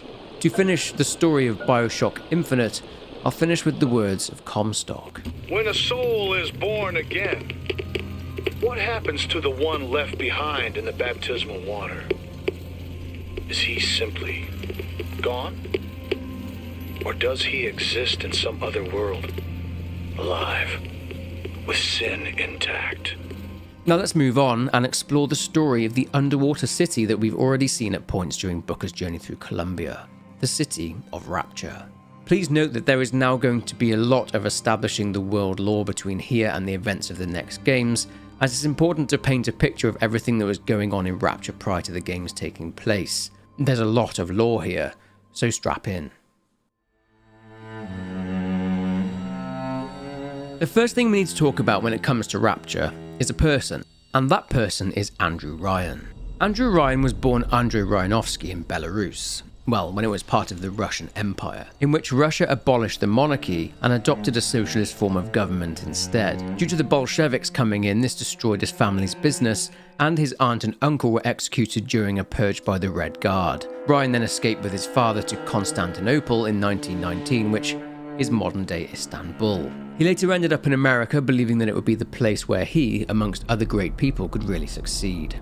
Years later, Andrew Ryan had land, and he actually got rich with a little bit of luck. He discovered oil on his property, sold it, and used the money to invest. He then created and owned Ryan Oil, and owned a large portion of the USA's resources. But he soon became disillusioned due to certain ideals becoming more mainstream in American society. He absolutely hated socialism, as he believed those that benefited as a result of the hard work of other people were, as he puts it, parasites. What is the difference between a man and a parasite? A man builds, a parasite asks, where's my share? A man creates, a parasite says, what will the neighbors think? A man invents, a parasite says, watch out, or you might tread on the toes of God. So Ryan had a vision for an underwater city with the name to be Rapture, where there were to be no gods, only man. Rapture would also be built as Ryan and many other people considered it a certainty that humanity would end up killing itself, in a similar way that Hiroshima and Nagasaki were destroyed during the Second World War. This would not affect the people of Rapture, as they would be out of harm's way. One evening, Ryan was on his steamliner, the Olympian. Andrew Ryan wakes one night while cruising the Atlantic in his steamliner, the Olympian. His sleep interrupted with a singular purpose. Here, he shouts to his crewmen as he wipes sleep from his eyes. Full stop. We begin building here. Ryan had two architects, brothers Daniel and Simon Wales, design this city, and very soon, Rapture's construction was well underway. Refitted for heavy construction, the Olympian returns with a new cargo. A state-of-the-art submersible platform, nicknamed the Sinker, ferries supplies and workers to the sea floor, fathoms below. Of course, the buildings are being fabricated above the waves. But we will lower them on a lunette ring, submerged into the structure's steel frames. So much steel, you wonder. How will we keep so large a purchase from the government? Water is buoyant. We shall not frame Rapture in steel, but in aluminium. The government jackals may suspect me of building an air force, but never a city. And then in November of 1946, Rapture was finished. To build a city at the bottom of the sea, insanity. But where else could we be free from the clutching hand of the parasites? Where else could we build an economy that they would not try to control, a society that they would not try to destroy? It was not impossible to build Rapture at the bottom of the sea. It was impossible to build it anywhere else. He would populate the city with the world's best people, as Ryan put it, the world's best and brightest minds. This was a phenomenon referred to on the surface as the vanishing, as all these people had just simply disappeared from Earth. Of course, they'd ended up in Rapture. Over the next 12 years, Rapture would thrive. Economically, it was incredible, driven by the economic ideals of Ryan's term, the Great Chain. I believe in no God, no invisible man in the sky. But there is something more powerful than each of us, a combination of our efforts, a great chain of industry that unites us. But it is only when we struggle in our own interest that the chain pulls society in the right direction. The chain is too powerful and too mysterious for any government to guide. Any man who tells you different either has his hand in your pocket or a pistol to your neck. Businesses were plentiful, offering different services to the citizens of Rapture, such as dental services, home security, toys, fruit, department stores, and many, many more. It had great nightlife and art and entertainment too. But this all changed with the discovery of something called Adam. Let me first introduce you to Bridget Tenenbaum. She grew up in Minsk and is Jewish, with a German father. As she was Jewish, during the Nazi occupation, she was sent to Auschwitz. I was at German prison camp, only 16 years old when I realized I have love for science. German doctor, he make experiment. Sometimes he makes scientific error. I tell him of this error, and this make him angry. But then he asks, how can a child know such a thing? I tell him sometimes I just know. He screams at me, then why tell me? Well, I said, if you are going to do such things, at least you should do them properly.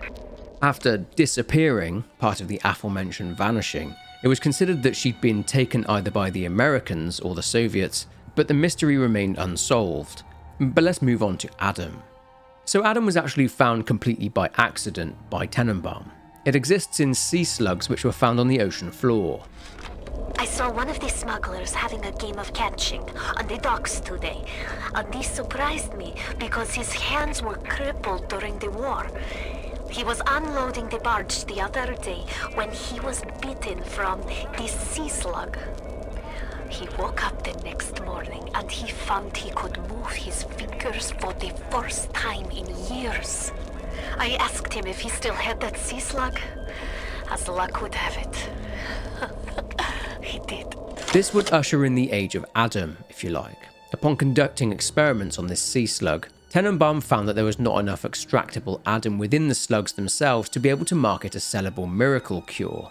She wanted to research further but needed funding. The thing is, many of the labs in Rapture turned her away as she was viewed as a crackpot. Bridget Tenenbaum then met with a wealthy and successful, albeit very shady man named Frank Fontaine. As the respectable labs have all turned me away, I have turned to Fontaine's smugglers in Port Neptune for supplies.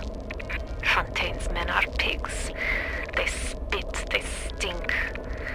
But they deliver, and they don't ask questions. They're all terrified of Fontaine. He reminds me a bit of the Germans. So efficient. It wouldn't surprise me if he were soon running things down here. Spent the morning jawing with that Kraut scientist. She's damaged goods, all right. just like all those chumps they scraped out of them prison camps. But she's no crackpot. She's gonna make me the kind of scratch that'll have Ryan look like he's running a paper route. She just needs some supplies to get the ball rolling and a friend to watch her back. Bankrolled by Fontaine through more research, she found that these sea slugs, when implanted into the stomach of a host, produced a lot more Adam. However, she would come to a shocking conclusion. I know why it has to be children, but why just girls? This I cannot determine why, but I know it is so. But Fontaine had a solution. The augmentation procedure is a success. The slugs alone could not provide enough Adam for serious work, but combined with the hosts, now we have something. The slug is embedded in the lining of the host's stomach, and after the host feeds, we induce regurgitation. And then we have 20-30 times yield of usable Adam. The problem now is the shortage of hosts. Fontaine says patience, Tannenbaum. Soon, the first home for little sisters will open, and that problem will be solved. He opened a number of orphanages called Little Sisters Orphanages, and they were located across Rapture. He also set up a business in relation to Adam, calling it Fontaine Futuristics.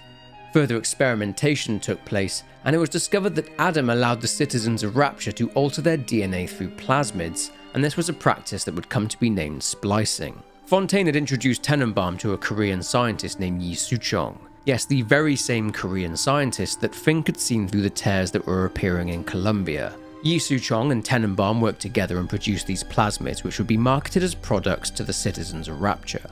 Suchong would later discover that Jeremiah Fink had stolen his research on plasmids, and he discovered that Fink had developed a drinkable version that he'd named Vigors. Suchong observed strangest of coincidences. On other side of a window, man in strange hat experimenting on Suchong's own creation. On plasmid. Man name of Fink. Outrage! Theft of intellectual property! But man name of Fink is no fool. Through addition of oxidizing agent, turns plasmid ingestible through stomach lining. Mr. Ryan very impressed with Suchong's initiative. Theft of intellectual property. Two-way street. Suchong had proposed a drinkable version of plasmids, but this was rejected by Fontaine. Suchong, what the hell were you thinking? Drinkable plasmids? We're burning through 10 times the amount of Adam compared to the injectables. And if you fail to notice, them sea slugs ain't exactly growing on trees. Switch back to the injectables and let the eggheads in marketing worry about selling it to the chumps. But in Rapture, the DNA-altering properties of Adam allowed the citizens of Rapture to create fire and use telekinesis to pick up objects and to use electricity to power certain things. In order to provide power for these plasmids, another substance was created by refining Adam, and this substance was called Eve, characterized by its blue color. There were also products called gene tonics, which introduced modified stem cells into the body, allowing for certain enhancements, changes, and abilities. My husband is such a perfect idiot. Throws away all his spending money on gene tonics to affect a look of physical fitness. So he'll have an excuse to sit on his rear all day listening to radio serials. Stephen, I tell him, you want to be fit? Come swim laps with me, the old-fashioned way. It's your mind that's atrophying. Maybe I'll start sneaking some brain boost into his daily regimen. Other companies would follow suit and create their own products, but the two biggest were Fontaine Futuristics and Ryan Industries. Andrew Ryan faced calls to regulate the plasmid business, but this went against his vision for Rapture and the reason he created it in the first place. There has been tremendous pressure to regulate this plasmid business. There have been side effects, blindness, insanity, death. But what use is our ideology if it is not tested? The market does not respond like an infant, shrieking at the first sign of displeasure. The market is patient, and we must be too. Let's divert for a second and talk some more about Frank Fontaine. So as explained, Frank Fontaine bankrolled and supported Bridget Tenenbaum's research into Adam, but where did he come from? And how did he come to be in Rapture? Well, the Frank Fontaine as we know him is actually an imposter. Frank Fontaine is actually a man who is called Frank Gorland, and that isn't even his real last name. He has a long history of being investigated by the FBI whilst living on the surface in relation to his illegal bookmaking operations. He went on conning people, and one day, whilst working in a bar, Frank was cornered by an FBI agent named Voss, who threatened to do an investigation into him unless he obtained information for him. The information he wanted was info on Andrew Ryan's project, which of course was the construction of Rapture. Long story short, Frank and one of his mates, Reggie, interrogated someone and they found out about the real Frank Fontaine, a smuggler who was the owner of Fontaine Fisheries, a front for smuggling operations. Frank Gorland arranged to meet with Frank Fontaine. Gorland told Fontaine that Agent Voss was planning to frame him for smuggling, and Gorland somehow arranged to buy Frank Fontaine's fleet so that Fontaine could move to Cuba and retire. But of course, Gorland didn't have this money at all, so he later killed Fontaine, got rid of his body and took on the identity of Frank Fontaine.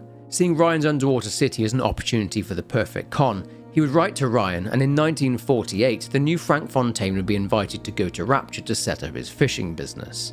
Ryan sent his chief of security, Sullivan, and Fontaine brought his mate Reggie and his first mate Peach Wilkins down to the city with him. It didn't take long for Fontaine to set up a smuggling ring where he would smuggle high-demand items into Rapture. I've never known a problem can't be solved with the right kind of party. Met a man named Frankie Fontaine at my shindig last night. Old Frankie's gonna help me get my contraband kitties down here. And he brought something new to the party as well. Something positively scandalous.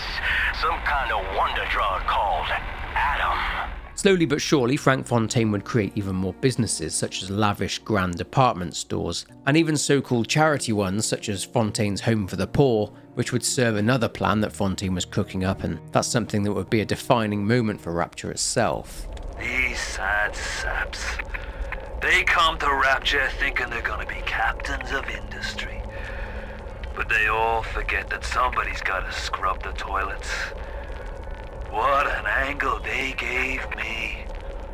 I hand these mugs a cot and a bowl of soup, and they give me their lives. Who needs an army when I got Fontaine's Home for the Poor? Rapture's changing, but Ryan can't see the wolves in the woods. This Fontaine fellow, he's a crook and a proper tea leaf, but he's got the Adam, and that makes him the governor.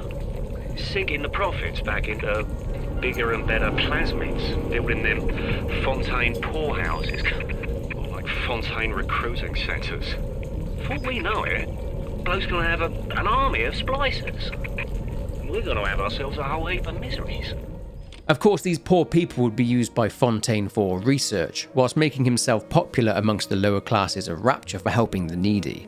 Ryan was oblivious to what Fontaine was doing, as, on the outside at least, it looked like Fontaine was doing the very thing Ryan built Rapture for man to rise up.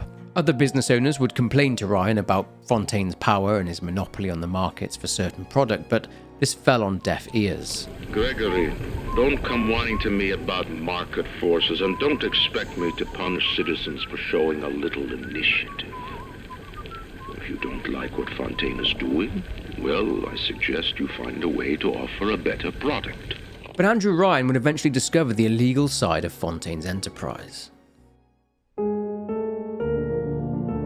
So Ryan would eventually discover what Fontaine was up to, although he was more concerned about people on the surface finding out about the location of the city because of the smuggling operation. Something must be done about Fontaine. While I was buying buildings and fish futures, he was cornering the market on genotypes and nucleotide sequences. Rapture is transforming before my eyes. The great chain is pulling away from me. Perhaps it's time to give it a tug. So Ryan had his chief of security, Sullivan, put a stop to the smuggling ring, and Sullivan would brutally interrogate people in order to try and achieve this. Mr. Ryan asked me personally to make this clear to you. You give us Fontaine and this whole filthy ring of his, and you'll be knocking back pints up at the Friday McDonald's. But if you prefer to play the mule, we'll treat you like a mule. Give him a taste, Patrick. What's that? Change of heart, Timmy? Timmy! Ready to talk now? Go on, Sullivan. Go on and do your duty.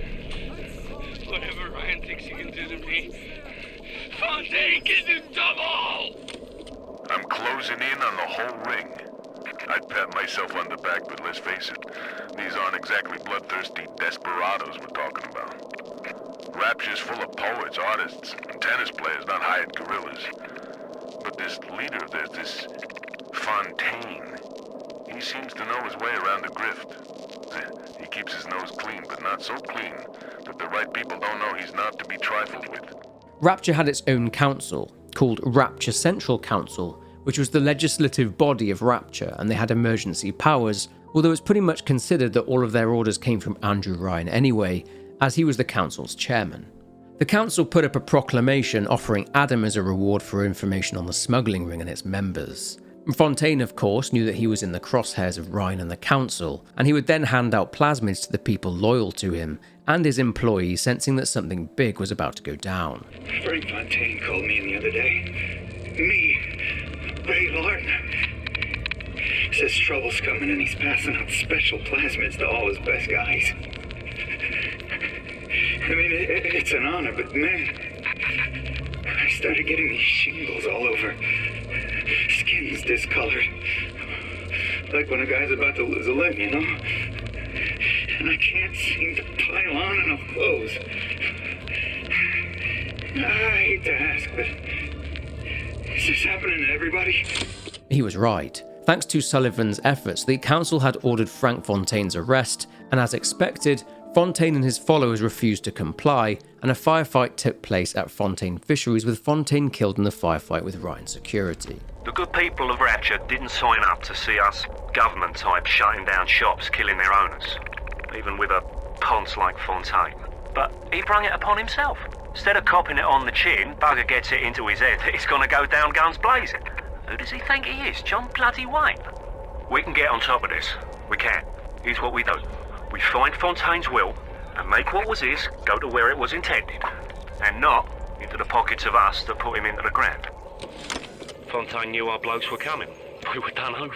Them splicers come screaming out the woodwork, burping fire, spitting ice. Demons out of the Bible they were. I've never seen nothing like it. It wasn't a business he was building. It was an army. In the end, this culminated in all of Fontaine's businesses and assets being seized by Ryan's security. Then Ryan, in a departure from his initial motives for creating Rapture, nationalised Fontaine Futuristics. This irked some people, some of them even being on the council. Ryan nationalised Fontaine Futuristics. He owns it now, lock, stock and barrel. For the good of the city, he says. He'll break it up in due time, he says. I've resigned from the council and lodged me letter of protest, but that's just pissing in the wind. It'll be war, I say, unless somebody stops Ryan, and right fast. The general consensus at this point was that Rapture was heading for civil war. Over the next 2 months, all of Fontaine's employees and co-conspirators were placed inside of Fontaine's department store, and the building was converted into a prison, isolated from the rest of Rapture, being sunk 5,000 fathoms below the city. Soon after the death of Fontaine, a new and influential person would rise up and represent the voice of the downtrodden in Rapture.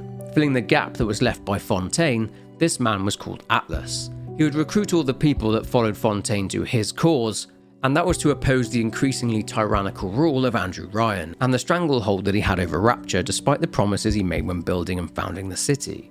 He would set up shop in a place called Hestia Chambers, located in a district of Rapture called Apollo Square, and his people would arm themselves for the coming unrest. Ryan, of course, saw Atlas as a threat, and had him, along with some of his followers, arrested and thrown into Fontaine's sunken department store to be imprisoned along with angry splicers. But most of these splicers soon fell under the control of Atlas. This fella Atlas has been making the rounds down here, trying to bring some kind of order to this pit. All the splicers think the man walks on water, but something about him smells stink to me. Reminds me a bit of my former employer, Frank Fontaine. Always talking about how he was going to lift Rapture right out of the old man's wallet. No fuss, no muss. See where that got him. I never thought anyone would be able to bring all these degenerate splice heads into line. I gotta hand it to Atlas. After Ryan locked us up in this pit, I thought that was it. Just a long, final dive into the abyss. But he's given us hope. Or what passes for it down in Rapture. When a person's got nothing, hope's about the kindest thing you can give her. Or the cruelest. But at the same time Atlas and his men were gearing up for war, so were Ryan's men. This was of great concern to the people close to Ryan, who just wanted peace. I begged Mr. Ryan to hand Fontaine's heuristics over to Atlas's boys as a peace offering, but the stupid sod won't listen to reason. Instead, he's just splicing his mob up, giving them more and tougher plasmids. There's an arms race on here in Rapture, but it's not about who can build the best guns and the biggest bombs. It's about who can become less of a man and more of a monster. As well as Fontaine Futuristics and the Little Sisters Orphanage, prior to his death, Fontaine had also set up the Little Wonders Educational Facility. This was a facility that trained children, young girls, who were taken from the orphanage to become Little Sisters. They would of course be able to produce large amounts of Adam, great for business. After Fontaine's death, Ryan discovered the true purpose of the orphanages and he shut them down, appalled by the barbarity of the process of using young children as Adam factories, but nonetheless, he saw it as necessary given the incredibly high demand for this substance due to the power it gave the citizens of Rapture. With its popularity soaring, a dilemma would emerge through the use of Adam, because it had certain side effects. Adam acts like a benign cancer, destroying native cells and replacing them with unstable stem versions. While this very instability is what gives it its amazing properties, it is also what causes the cosmetic and mental damage. You need more and more Adam just to keep back the tide. From a medical standpoint, this is catastrophic. From a business standpoint, well, Fontaine sees the possibilities. It was akin to a drug, extremely addictive. It would even allow people to see ghostly echoes of previous conversations. Seems like some poor blighters have started seeing ghosts. Ghosts? Ryan tells me it's a side effect of this plasmid business. One poor sod's memory is getting passed on to another through genetic sampling. Leaks, lunatics, rebellion, and now bleeding ghosts. Ain't life in Rapture grand? Demand for it went through the roof, and Adam-addicted people would be referred to as splicers. But the demand for Adam would spike even more, due to the citizens of Rapture gearing up for a conflict that they felt was coming very soon. These Little Sisters were now to be sent out into Rapture and start collecting Adam from dead bodies via syringes. Naturally, the public wouldn't be happy about this, disgusted in fact, so Ryan marketed them. People could buy plasmids and tonics from vending machines, and these vending machines would be called Gatherers' Gardens, bearing the image of innocent children.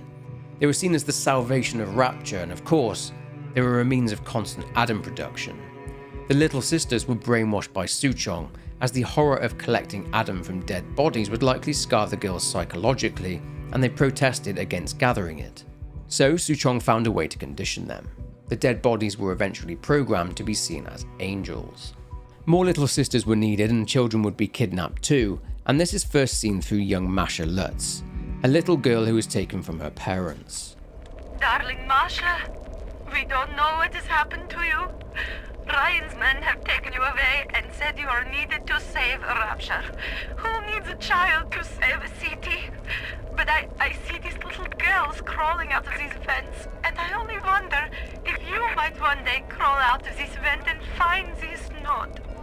We look for you, but if you find this, come to us. It's a Fighting McDonald's in room number 7. The code to our room is 7533. We miss you, our darling child. We saw our Masha today. We barely recognize her. That's her, Sam said. You're crazy, I told him. That thing? That is our Masha? But he was right. She was drawing blood out of a corpse by Fontaine Fisheries. And then when she was done, she walked off hand in hand with one of those awful golems. Masha! But the process of gathering Adam meant that these little sisters were a target and required protectors that would defend them ferociously. This leads us on to the lumbering golems that Mariska Lutz just mentioned, which are called Big Daddies. Now, they wouldn't actually be called Big Daddies until much later, but Suchong created the Big Daddies in order for maintenance work to be carried out. They are equipped with heavy diving suits due to their work, and as a result they lumber around and you can normally hear them before you see them. There were two main types used for different purposes. There were Rosies, which carried rivet guns used to secure any loose panels and windows that were leaking, and there were also Bouncers, and these had a drill attached to their arm to drill rocks for minerals. Anyway, these Big Daddies were ideal candidates for what Suchong dubbed the Protector Program. Oh, a terrible thing. Japanese kill every man in my city, except for Suchong. Suchong have opium. Very good opium. This war, terrible thing too, but not for Suchong. Everyone's scared now. Everyone needs Adam. More than little sisters can make. Good news is war makes lots of corpses. Suchong knows a way to recycle Adam from corpses, but can't send a little sister out to street unprotected. Suchong must think on this. Suchong then presented the concept of turning Big Daddies into these protectors to Andrew Ryan, but of course, he was concerned about cost. Fontaine, scary son of a bitch. But Ryan, cheap son of a bitch. You can no reuse protector suit. Take a man, graft the skin and organs straight in the suit. Otherwise, the suit not work. Ryan say Big Daddy too expensive. Ryan can go suck an egg. The recruits for the Big Daddies came in the form of prisoners, most of them having been incarcerated in Persephone, a place which featured a gulag and a penal colony. As was mentioned, turning someone into a Big Daddy was a one-way ticket, so to speak. There was no reset button to wipe their conditioning. They were programmed to protect and nothing else. On my walk today, I had my first encounter with a pair of them. He, a lumbering palooka in a foul-smelling diving suit, and she, an unwashed moppet in a filthy pink smock. Her pallor was off, green and morbid. There was a rather unpleasant aspect to her demeanor, as if she were in an altogether different place than the rest of us. I understand the need for such creatures. I just wish they could make them more presentable. Big Daddies had a certain smell which was appealing to the little sisters. Big Daddy make a terrible stink. Very smelly. Maybe something can be done. But the little sisters seem to like the odor. Now we have to find the recruits.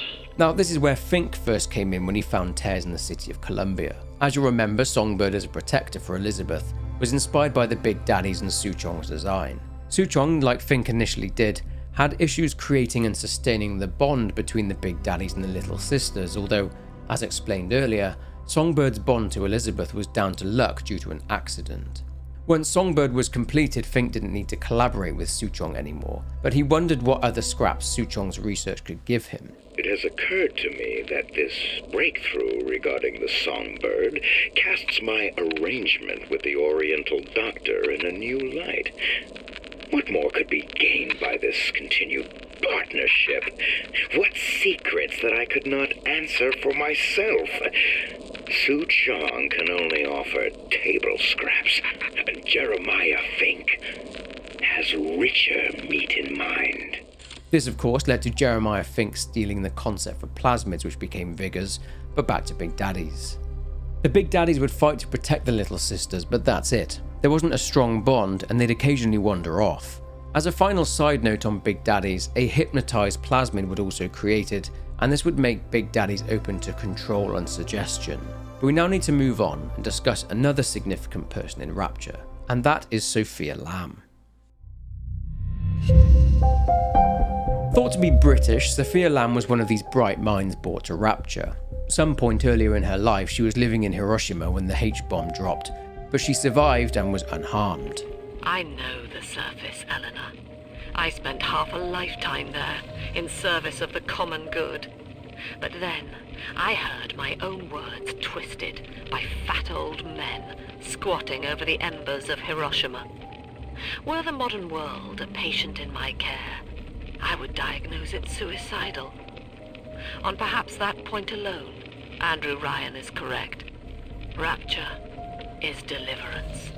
Accepting Andrew Ryan's offer for her to go to Rapture, she accepted and arrived along with her young daughter Eleanor. Sophia was an altruist, meaning that she valued other people above herself. Lamb by trade was a psychiatrist, and when she arrived in the city, she offered free therapy sessions. I'm told that the people grow tense and isolated in the absence of the sun. Now they clamor for a psychiatrist. Do they miss the state censor, I wonder? Wartime seizure of private assets? Or the checkup police vanishing them in the night? Regardless, this Lamb woman is said to be the foremost practitioner in her field. Fine. If she can quiet the rattling of the great chain's weakest links, I will leave her to it. She also let herself purposely lose at poker to help other less fortunate people obtain wealth. You must learn to play poker, Eleanor. Like anyone, I am flawed and have a fierce genetic bias towards competition. But each Saturday, I read the other players, and I pick a man who will benefit the most from victory. By the final hand, I ensure that he takes home my entire stake, and that of the others. I win nothing but the feeling of conquest over myself, and the wealth of my competitors is slowly reshuffled according to their need. Eleanor, however, would be raised in isolation. It seems that Sophia had her own vision for how she saw Rapture. She wanted to raise Eleanor so that she lived by her own altruistic outlook. So she kept her away from other children, and young Eleanor was educated, with it being revealed that she had a genius-level intellect. She taught herself how to take apart and fix electronics too. Hello, Mr. Diary. Want to play? Actually, I'm quite busy right now, Miss Eleanor. Maybe later. Well, all right. But do you mind if I take you apart while I wait? I promise I'll put you back together. Wait! You can't do that! No! Wait! Eleanor! She was quite rebellious, however, and she would sneak out and make friends. Her initial view of other children was directly as a result of what her mother had led her to believe. In ethical psychiatry, we must account for... Eleanor Lamb speaking.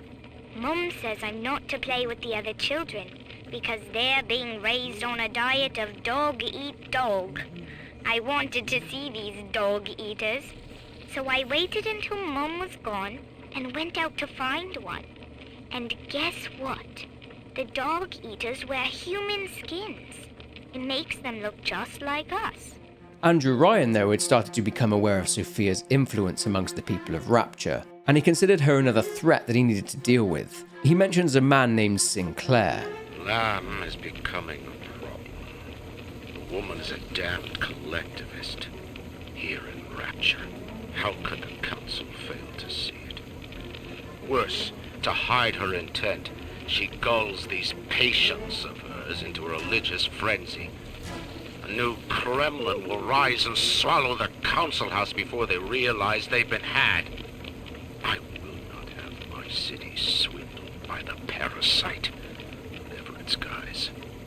It is time, I think, to call Sinclair. Ryan started to view Lamb as a communist. He had a series of public debates arranged between himself and Sophia, but this backfired on Ryan as more people started to fall onto the side of Lamb. White is not black, Dr. Lamb. Down is not up, and straw is not gold. Look around you. Rapture is no miracle. It is a product of reason. Impossible unless 1 and 1 are 2, and A equates to A. And yet, alone, each man is a prisoner to bias, dream, delusion, or the pain of a phantom limb. To one man, they are as real as rain. Reality is consensus, and the people are losing faith. Take a walk, Andrew. It is raining in Rapture, and you have simply chosen not to notice.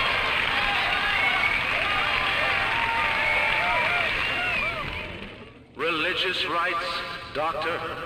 You're free to kneel before whatever tribal fetish you favor in the comfort of your own home. But in Rapture, liberty is our only law. A man's only duty is to himself. To imply otherwise, therefore, is criminal. Ask yourself, Andrew, what is your great chain of progress but a faith? The chain is a symbol for an irrational force guiding us towards ascension. No less mystic than the crucifixes you seize and burn. She established a place called Dionysus Park. The place was created as a response to Andrew Ryan censoring artists when their creations fell outside of Ryan's own idea of what he wanted Rapture to be. Dr. Lamb's trying to take the city by sponsoring the artsy types here. Big thinkers to speak out against Ryan in their work. And all of it is right here in the park galleries. Open to the public. Lamb ain't even charging for it. And in Rapture, that's just brazen. Like some kind of naturist camp where everybody wears pulp hats and nothing else. It won't be long before Ryan's cronies can move in. And I can finally stop holding my breath. It got to the point that one of Andrew Ryan's staunchest allies, Sander Cohen, a very eccentric artist, would himself find refuge in Dionysus Park. Many of the people who followed Sofia Lamb then created a religion of sorts, calling themselves the Rapture family, and Sofia's book, titled Unity and Metamorphosis, was seen as their Bible, if you like, with the blue butterfly being that symbol of metamorphosis. The blue morpho bounces off the glass as I watch. I fold these paper effigies as secret badges for the faithful. The morpho caterpillar doesn't spin a cocoon. It just grows armor on the inside before the change. It is us. To wear a butterfly is to support Dr. Lamb and the family. Before long, Rapture will split wide and take wing. Imago is coming. One of Sofia Lamb's lieutenants was Simon Wales, who remember was one of the architects of Rapture along with his brother Daniel, who now goes by the name Father Simon Wales. After Rapture started springing leaks, their reputation was damaged and no one would hire them. Simon got indoctrinated by Sofia Lamb after he went to her for counselling because he was struggling to come to terms with his business failing. Simon Wales was the one who ended up turning the words of Sofia Lamb into a cult-like religion. Been hearing rumors. Sounds like somebody named Wales is starting up worship services down in Siren Alley, believe it or not. All faiths and creeds welcome, they says. They got big promises, salvation, immortality, a way out of here. I don't care how crazy it sounds. A way out of Rapture's music to my ears. Next Sunday morning, I'll be there. Blast it, Simon. So Rapture leaks. Crying about it's only going to add to the surplus of moisture, innit? Nothing's to say it's our design. But Simon goes to see Dr. Lamb anyway, beset by guilt, because we can't find another contract. Then he comes out the other side, saying he's always wanted to take the orders. He's Father Simon Wales now. If I ever see that Sofia Lamb in the street, I'm gonna give her the back of me feckin' hand, and a nut on the head besides. Anyway, as for Ryan, he would make his move in order to have Sofia Lamb dealt with. To look at how Ryan dealt with Sofia Lamb, we need to meet another person in Rapture, and that person is a man named Augustus Sinclair. The previously mentioned Persephone penal colony was built by Augustus Sinclair. The prisoners themselves would be provided to Ryan Industries and to Fontaine Futuristics for plasmid testing, and Sinclair would be paid. Anyone in the plasmid business ultimately requires the use of human test subjects. It's our dirty little secret. And to be frank, Rapture doesn't really want to know, provided the end product is sound. Volunteers were scarce, even as the economy buckled. A man named Sinclair approached us with a seemingly limitless supply. He rented them to us, bound and sedated. No questions asked. He had a good thing going in that prisoners who could afford it would pay him for comfier cells, beds, and preferential treatment. He built many businesses, including accommodations such as the Sinclair Deluxe Hotel, and he produced products such as Rejuvena, a skin-tightening tonic. Ryan didn't much like Augustus Sinclair, but found him useful as a contact for his ability to deal with things or people that Ryan did not like. You see, there's another man named Stanley Poole. He's a reporter for the Rapture Tribune, and someone that Sinclair was bribing so that Poole would portray Sinclair in a positive light. He wanted Poole to infiltrate the Lamb cult, the Rapture family. I wish I could publish this stuff. It's newsman pay dirt. Sinclair says Ryan's making a move against Sofia Lamb, and they want to cut me in on the action. They're building a case that Lamb's a closet pinko, sort of an undercover thing. So I cozy up to this guy Wales, who works for Lamb, making like I want to join up. Then I find out whether he grew his beard for Jesus or Karl Marx. Well, I'm in. Yep, yours truly is the newest member of the Rapture family. I fed Wales a line about how the Tribune was stopping me from telling the people what's what, and without a word, he hands me an invite to this artist retreat here at the park. Lamb bought my Frustrated Novelist Act. She's even sponsoring me to ink it while I'm here, except my story's all about her, and I don't think she's gonna like the way it ends. During his search for evidence, though, Poole became worried. So, Ryan's goons are sweating me to prove this place is a closet commune. But I need time. Lamb's kid keeps staring me down like she knows that I'm a phony. I keep thinking of Johnny Topside, though. It took real guts to find Rapture like he did. It makes it easier not to crack if I sort of imagine that I'm him. It's a good thing I can't tell Lamb that, though. She'd probably say I got a secret need to fall into his arms and make a wild whoopee or something. Poole eventually did find evidence against Lamb in terms of her influence, enough for her to be arrested and thrown into the penal colony. Sinclair thought that he could use Sofia Lamb in order to make the inmates in the colony more compliant. Sofia would also be forced to send people who followed her for experimentation. Things aren't so rosy for Lamb's little collective farm down here, no matter how much influence she's got with the inmates. She keeps feeding Ryan more and more of her people for the Big Daddy program, in order to keep the rest of her flock alive. I think she's getting desperate. I ought to have Weir double the orderlies on all the major junctions. But Sinclair underestimated Lamb's ability to grow her influence, and Sinclair was ejected from the colony. This leads us on to the creation of the Vita Chamber. Sinclair Solutions would work together with Suchong on behalf of Ryan Industries. They created a chamber which was capable of reviving a dead person, but these Vita Chambers would be tuned only to Andrew Ryan's genetic frequency. Suchong, throughout creation of this device, would be unconvinced of its ability to do so. Initial deployment, Vita Chamber. Client Ryan Industries, Stage 1, each complete. Sinclair and Alexander tried to explain the science to me, but Suchong does not believe them. They keep saying plasmid reconstruction this and quantum entanglement that, and then poof, dead people come back to life. Bullshit! Of course, Ryan will only allow it to be tuned to his genetic frequencies for the testing.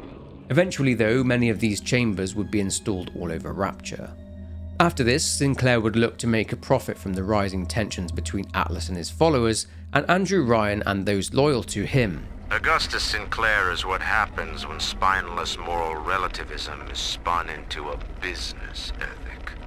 Man has a dirty finger in each and every pie. But I admit his little firm has its uses.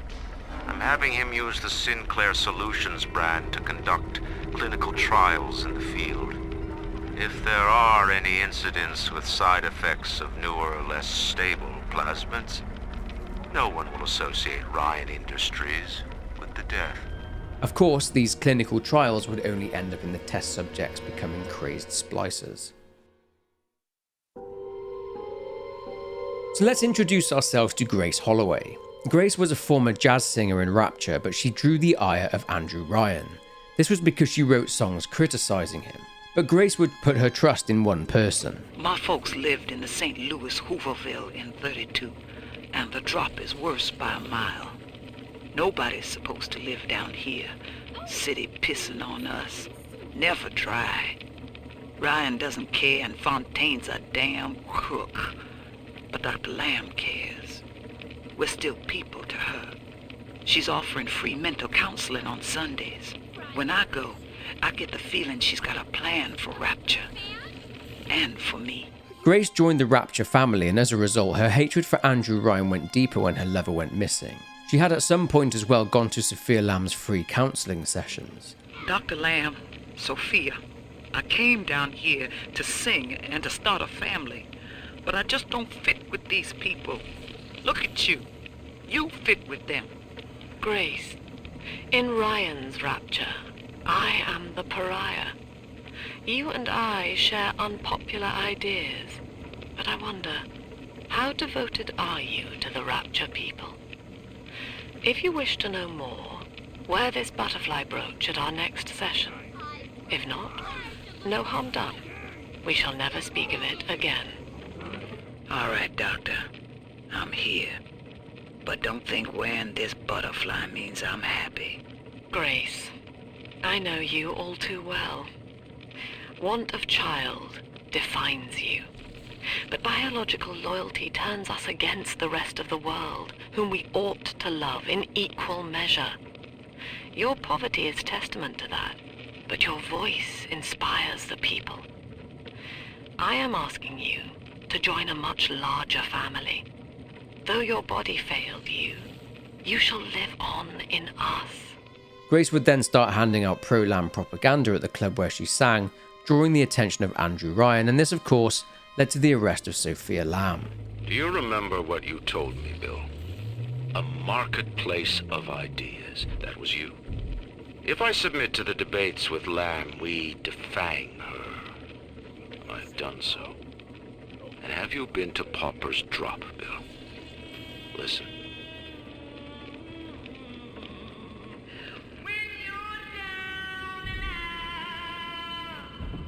Between each song, these Oblomovs hand out her manifesto. Her face adorns every wall. Saint Lamb. You made her, McDonough. And now, you will convince the council to sponsor her silence. Grace couldn't have her own children, but prior to her being taken away, Sophia presented Grace with a gift. I know it's wrong to feel so fine right now, but I can't seem to quit this grin. Dr. Lamb came to tell me that Ryan's finally gonna lock her up. It's gonna gut the believers, and I should feel the same. But Sophia remembered that I was barren, and she asked me to take care of her baby while she's gone. Baby Eleanor Lamb. Gorgeous, clever little girl. I have a child now, and it's gonna put the whole world all right. Grace and Eleanor would then live at the Sinclair Deluxe. After Sophia was arrested, Dionysus Park was left in the charge of Stanley Poole. He stole funds from the park itself and hosted grand parties. Eleanor Lamb, already dubious of Stanley, had become convinced that he was up to no good. One day though, Eleanor told Stanley that she knew what he was up to. Since she was threatening to tell the Rapture family about what he was doing, Stanley sold Eleanor to the Little Sisters orphanage as an attempt to keep his cover and lifestyle intact. Empty house. Only an echo to my name. Eleanor. Baby, where are you? I turned my back and someone took you. It happened so quick. I'm not even a half mama to you, girl. I couldn't protect you. This poster of Dr. Lamb in my room is staring me down like it knows I'm ashamed. I've always been loyal to your real mother, Eleanor. Always trusted her with my secrets. But I lost you. What will the doctor think of me now? Our hope was to bond a little sister to a single protector, so she had to be expendable in case of error. As we were fabricating a father bond, we couldn't really afford to have the girl's parents asking around. So, Fontaine's orphanages provided, and the procedure was an unprecedented success. If I had only known who the child was, Eleanor, I'm so sorry. Okay, so that's a lot of the world lore established. There's more, but that's most of the relevant and necessary background covered. We can now get into Bioshock Infinite's DLC story. Alright, so remember how I said that all the Comstocks were dead because of the drowning of Booker DeWitt? Well, it turns out that there's one more. So in another timeline, Booker gave away Anna to the Luteces as usual. However, in the struggle, Anna is beheaded by the tear closing in on her neck. Comstock, racked with guilt, had the Luteces send him somewhere else. So they sent him to Rapture in 1949, where he reverts back to Booker DeWitt and becomes a private investigator in Andrew Ryan's city. He was able to do this because Rapture and Columbia are on both sides of the same coin, so to speak, and exist in totally different dimensions. He went somewhere where Anna couldn't even exist. This is shown through the Sea of Doors. Going from here to here, Elizabeth shows Booker two sides of that coin. In the realities that Columbia exists, Rapture does not, so that's why he wasn't affected.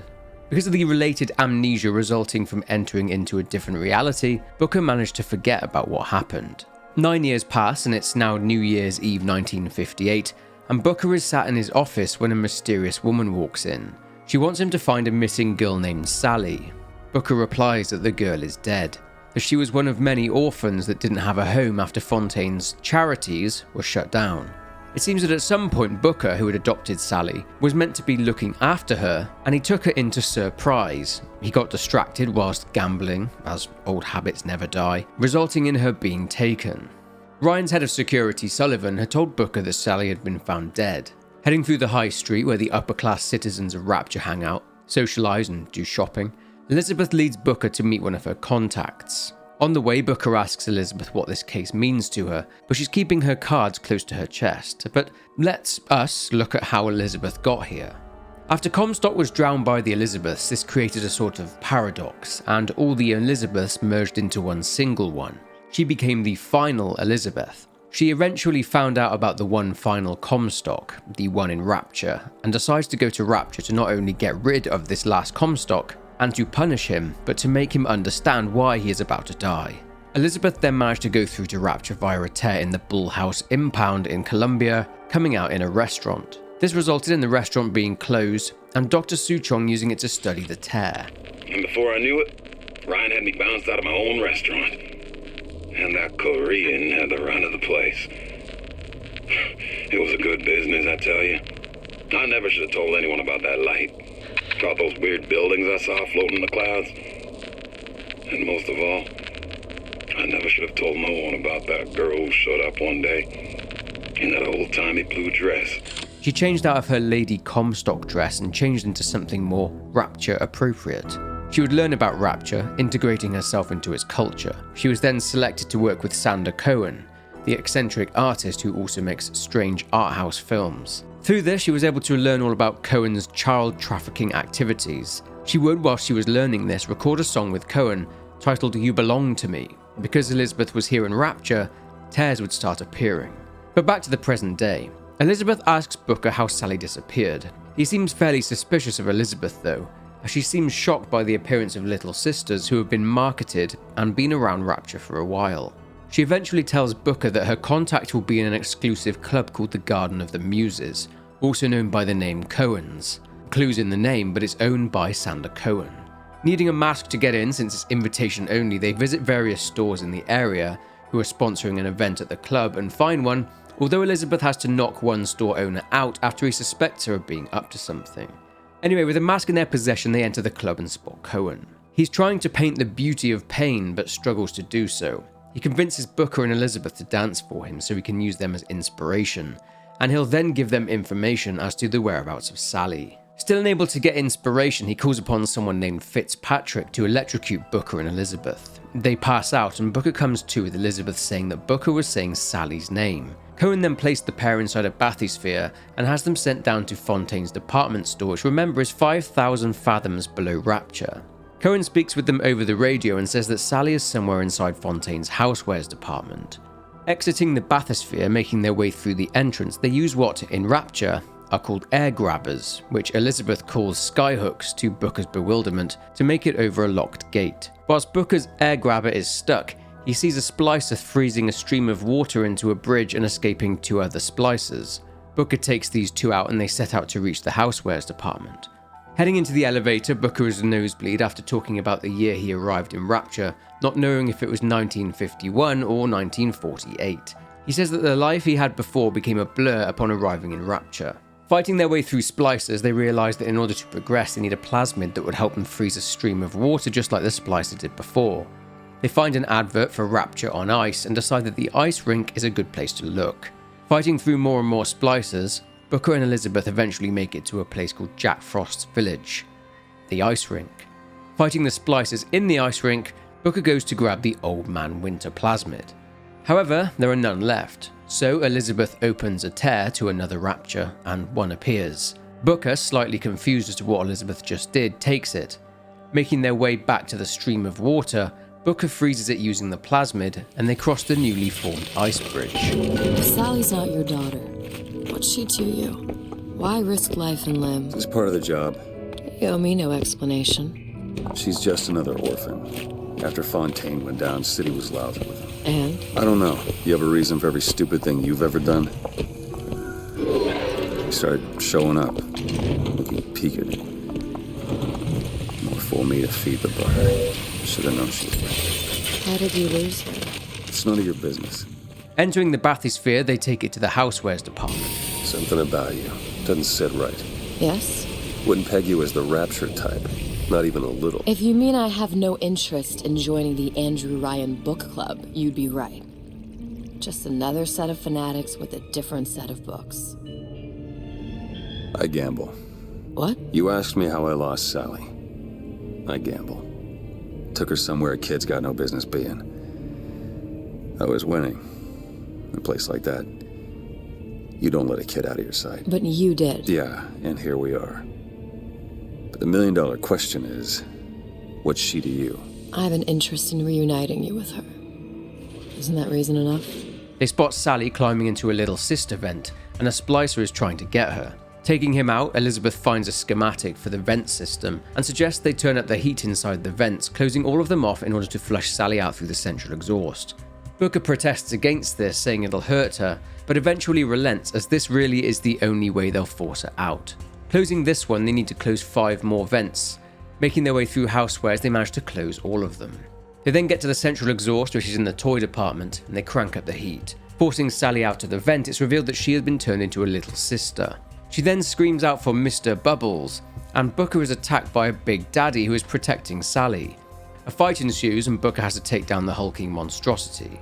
Going back to the vent and trying to grab Sally, Booker attempts to coax her out of the vent using the head of her doll Sarah. Booker then grabs her, desperately trying to pull her out. Booker then remembers what happened while he was Comstock, and how Anna died whilst he was pulling her into Columbia. She wasn't yours, Comstock. No. I wasn't. No. Yet you had to have me, didn't you? No, this isn't right.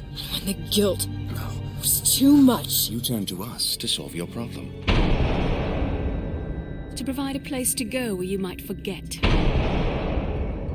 Where there never was an Anna in the first place. Comstock was never one to own up to his errors, was he, brother? Never comfortable with the choices he made. Always seeking someone else's life to claim as his own.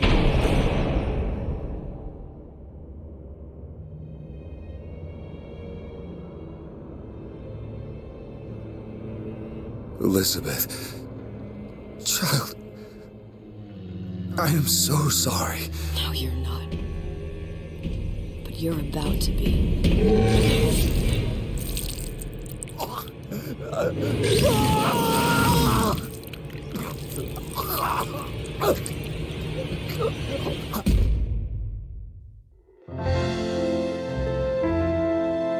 Elizabeth is seemingly in Paris. It's a beautiful day and everyone seems to know her. She spots Sally with a balloon, but the balloon flies away and Sally goes after it. Did Elizabeth save Sally and take her to Paris? It seems not, as the surroundings quickly change and a darkness descends upon the area, like something out of a nightmare. And Elizabeth chases Sally through the now ominous-looking streets. She comes to the entrance to DeWitt Investigations and the balloon is on the ground. She turns around and little sister Sally is there.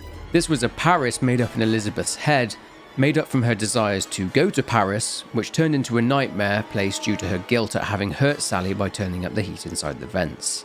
The nightmare then ends. Waking up in the department store after the fight with the Big Daddy and after her nightmare, Elizabeth spots two men.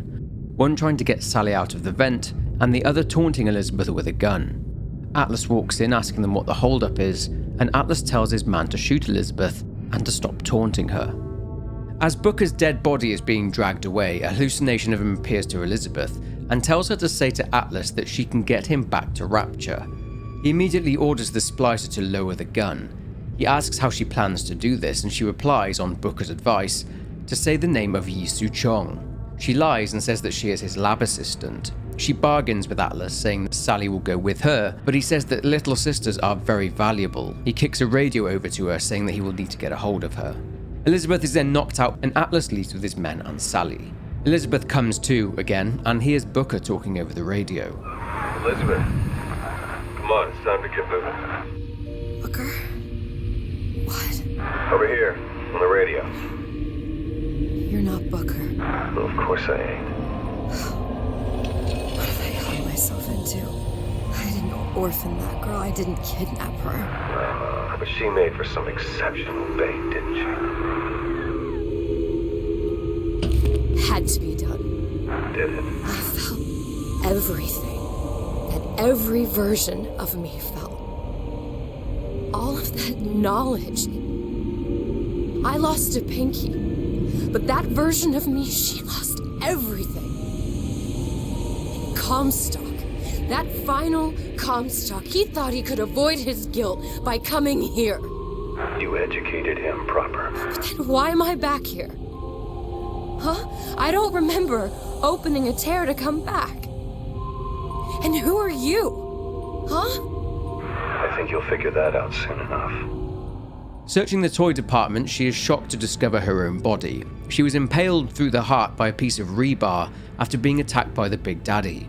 Elizabeth's nose then starts bleeding. The tip of her pinky is no longer missing either.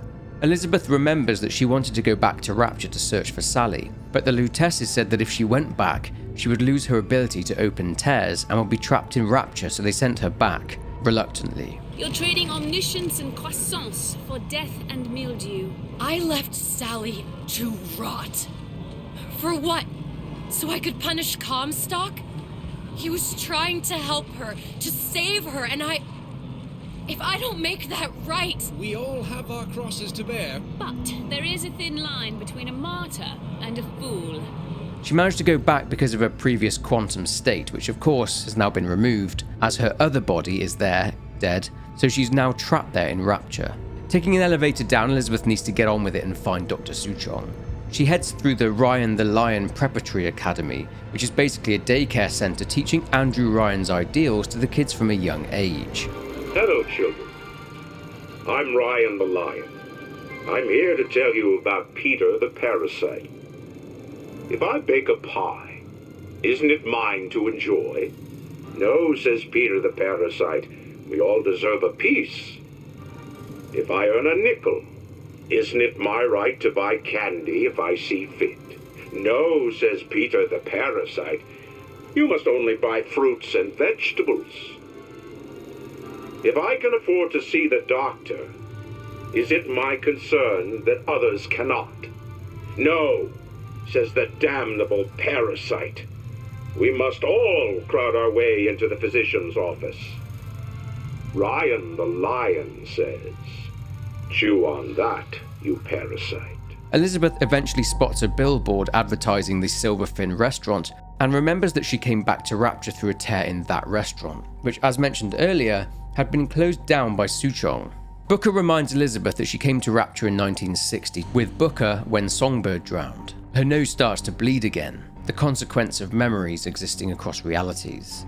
Making her way to the Silverfin restaurant, Elizabeth spots the Big Daddy that killed Booker, along with the other version of her. This shows that the protective bond isn't that strong, as the Big Daddy has wandered off, having left Sally alone in the vent.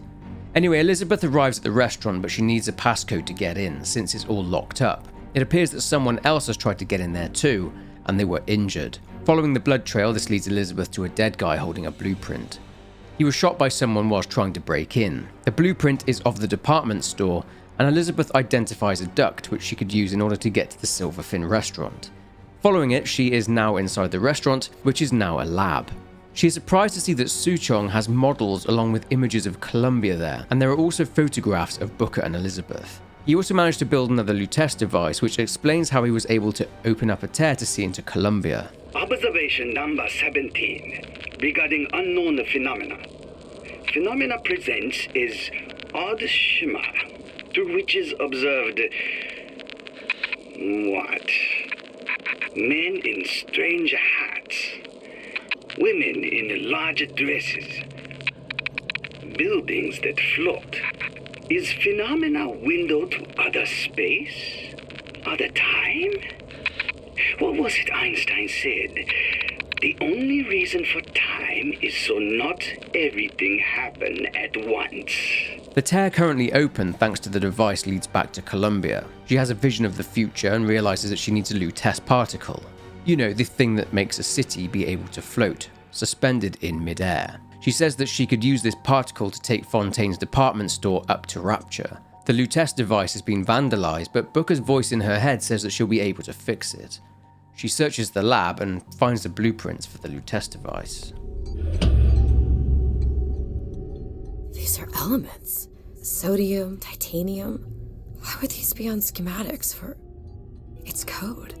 A Visionaire cipher. If we assume hydrogen is A, and iron, the 26th element, is C... You always used to need a code key. It's right here. Never underestimate the fallibility of the egomaniac. Looks like a punch list for things Suchong needs to fix the machine. A cold cathode tube, a carbon dioxide scrubber, and a heatsink. Any of the vending machines should have the cathode tube. And we can look for a CO2 scrubber in the bathysphere showroom. A lot of models should have them. A heatsink. That's... Where in a department store are we gonna find... Keep your cool with Old Man Winter. That'll work. Getting to work, Elizabeth leaves the lab and sets out to find the 3 items she needs in order to repair the device. Suchong traps Elizabeth and accuses her of vandalism, but calms down when she tells him that she plans to fix the device. He lets her go, and tracking down a vending machine, Elizabeth gets the first part, the cathode tube.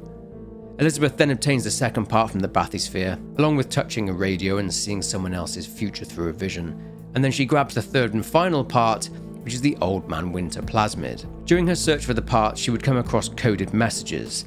The first mentions something called the ace in the hole being complete. The second mentions a failed attempt to retrieve this ace in the hole from Suchong. The third mentions Tenenbaum, who seems to have disappeared along with the little sisters, indicating that she knows about this ace in the hole. And the fourth and final transmission mentions that Ryan knows something is up, and that he's going to send men down to the department store, and that Atlas needs to prepare for a siege. Making her way back to the Lutece device at the restaurant, Elizabeth installs the parts she obtained, and cools the transformer down using the Old Man Winter plasmid.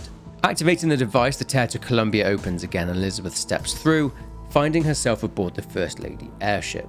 She is on board before she and Booker reached it during their time in Columbia, as the dress and corset Elizabeth changed into is still in there. Taking an elevator up to the top of the airship, Elizabeth grabs the Lutece particle. Heading back down and wanting to head back to Rapture, Suchong refuses to let her back through until she obtains a lock of hair from Jeremiah Fink's secret lab. When she has it, then Suchong will let her back through the tear.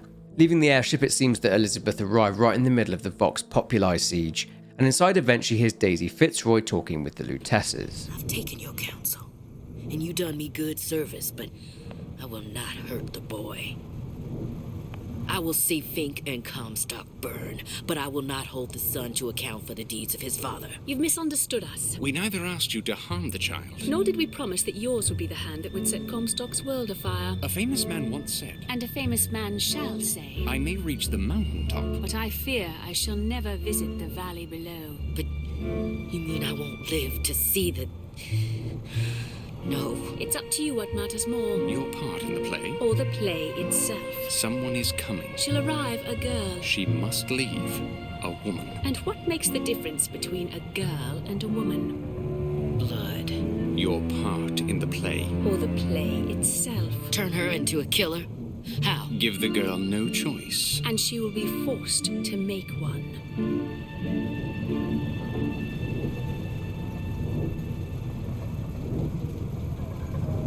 seems that Daisy Fitzroy wasn't crazed after all, she was just following the plan. Eventually, after sneaking around or fighting whoever it is that's in her way, Elizabeth eventually makes it to Fink's secret laboratory, which is hidden by a giant clock mechanism. Entering doors by unlocking them with the clock key, Elizabeth finds all sorts of notes on Fink's inventions, some of which he may have stolen. On the way down to the lab, Elizabeth sees the other Booker and Elizabeth. Once inside the lab, Elizabeth discovers how Songbird had been made. Fink's experiments on creating and trying to imprint Songbird with the protection bond are here to see, with him even having tried to use different animals. That wasn't until Fink found out how the Big Daddies had a human subject inside the suit.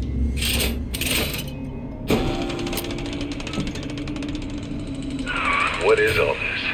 Imprinting. That's a wire mother. If you separate a gorilla from its real mother, it will imprint on almost anything.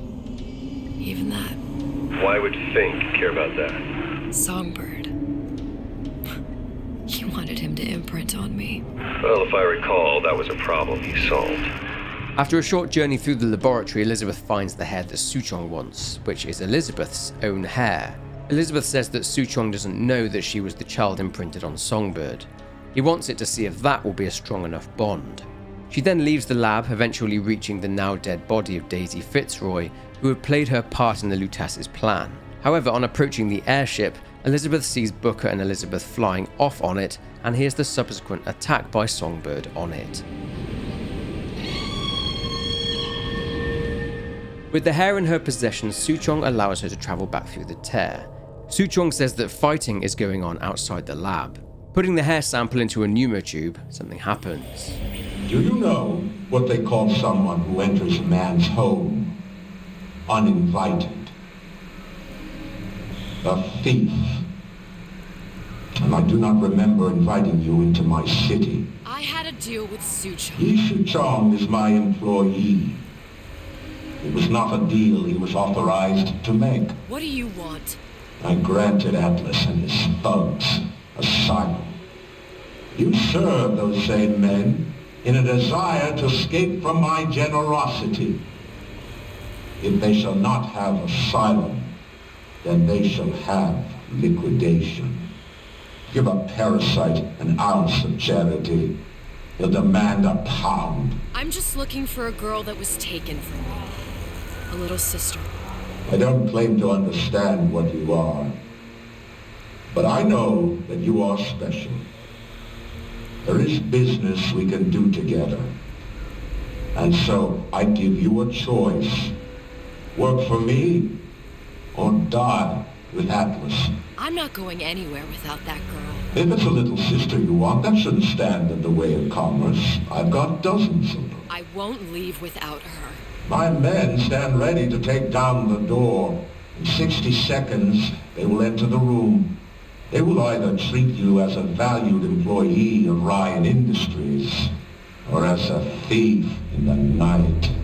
Elizabeth fights off Ryan's men. It seems that the coded message about Atlas needing to prepare for a siege was very good information. It also explains why Atlas is so desperate to get back to Rapture.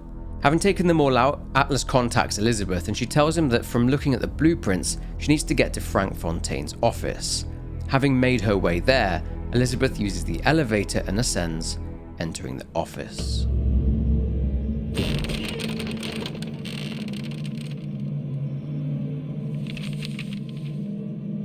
There. All the load-bearing columns come into this room and they meet there. I just need to place the particle in that junction, activate it, and the whole structure should rise.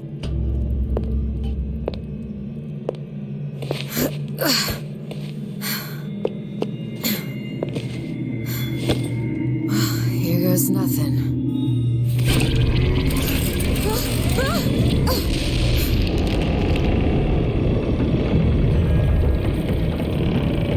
It's working! Atlas, you feel that? You have your prison break. Now bring me the girl.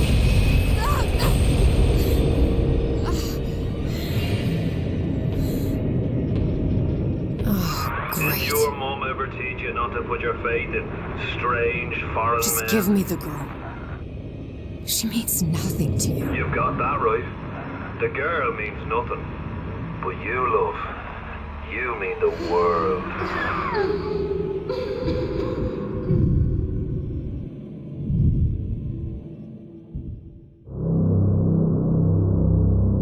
Whilst Elizabeth is passed out, Atlas and his followers got back to Rapture and carried out their revolution. The Civil War was about to begin. They had a choice of targets, all depending on when they were able to get out of Fontaine's sunken department store. Thanks to Elizabeth and the Lutece particle, that time would eventually come. Andrew Ryan, meanwhile, will be giving his New Year's address. Good evening, my friends. I hope you are enjoying your New Year's Eve celebration. It has been a year of trials for us all. Tonight, I wish to remind each of you that Rapture is your city. It was your strength of will that brought you here, and with that strength, you shall rebuild. And so, Andrew Ryan offers you a toast. To Rapture, 1959. May it be our finest year. Since it was New Year's Eve 1958, Atlas's people would be able to hit the Kashmir restaurant which was hosting its New Year's masquerade ball. The people in there were caught completely unaware. People like Andrew Ryan's lover, Diane McClintock. Another New Year's, another night alone. I'm out and you're stuck in Festus, working. Imagine my surprise. I guess I'll have another drink. Here's a toast to Diane McClintock, silliest girl in Rapture. Silly enough to fall in love with Andrew Ryan. Silly enough.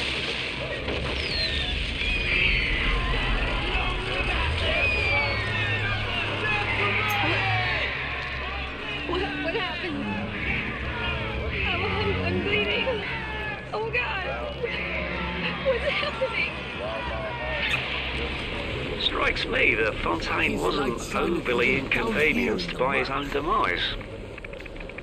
On New Year's Eve, these wretched splicers come streaming out of the poorhouses and stormed the proverbial barricades. The dead rot in the streets.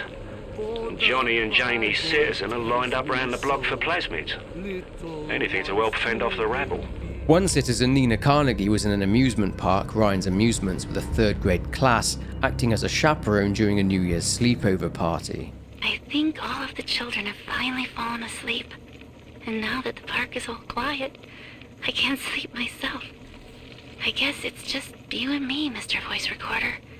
You, me, in 1959. I wonder what the new year will... What was that? Something's happened. The lights are going out. Kids, stay in your sleeping bags. It's gonna be fine. 2 weeks at my last count. 2 weeks since we were trapped in this rotten park. I haven't been eating. The children need all the supplies we've got left. Need them more than I do. I don't know what's gonna happen. I can feel myself getting weaker. The children have noticed the condition I'm in, of course. What will happen once I'm gone? I'll be all alone. Sofia Lamb had also been working on her own escape from Persephone. She overthrew Sinclair and led an uprising, eventually escaping, but she wanted to do one thing in particular: to find her daughter. Meanwhile, a big daddy known as Subject Delta was escorting his bonded little sister, who was none other than Eleanor Lamb. She was eagerly collecting Adam from corpses in the city, still reeling from the ongoing riots. All seemed fine where they were, and they passed through the Adonis, which was holding its own masquerade party. But then Delta heard the screams of Eleanor. Get the Adam! Come with us, little girl. You want some, big guy?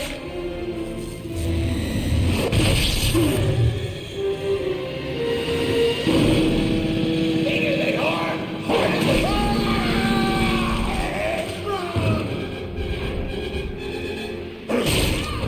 Get out of here, freak!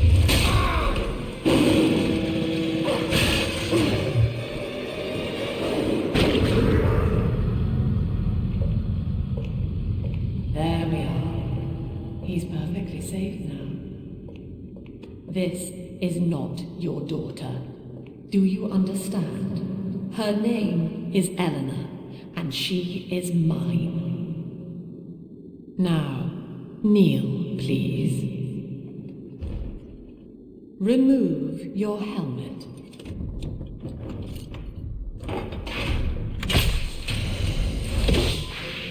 Now, take the pistol. Place it against your head.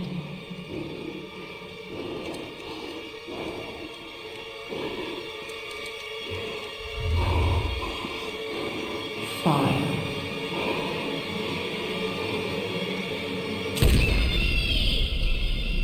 Eleanor is then taken back to Persephone by Sofia, where she would effectively avoid most of the violent conflicts that the Civil War produced. I'm told that Lamb has been seen in the streets. One of the Alpha series was killed in the incident, and his bonded sister stolen. But the Council has no time for a manhunt. Atlas swells the ranks of his marauders by the day. Regardless, Lamb's name has already faded among the people. She is no more than a ghost who has forgotten to die. Stanley Poole, on the other hand, given how he portrayed the family and Sofia Lamb, not to mention the fact that he sold her daughter, he panicked. So, Lamb broke out, and she's coming back. Wow. Okay, didn't see that coming, but okay. That is gonna be... what am I gonna do? And I've heard a lot of these people down here talking.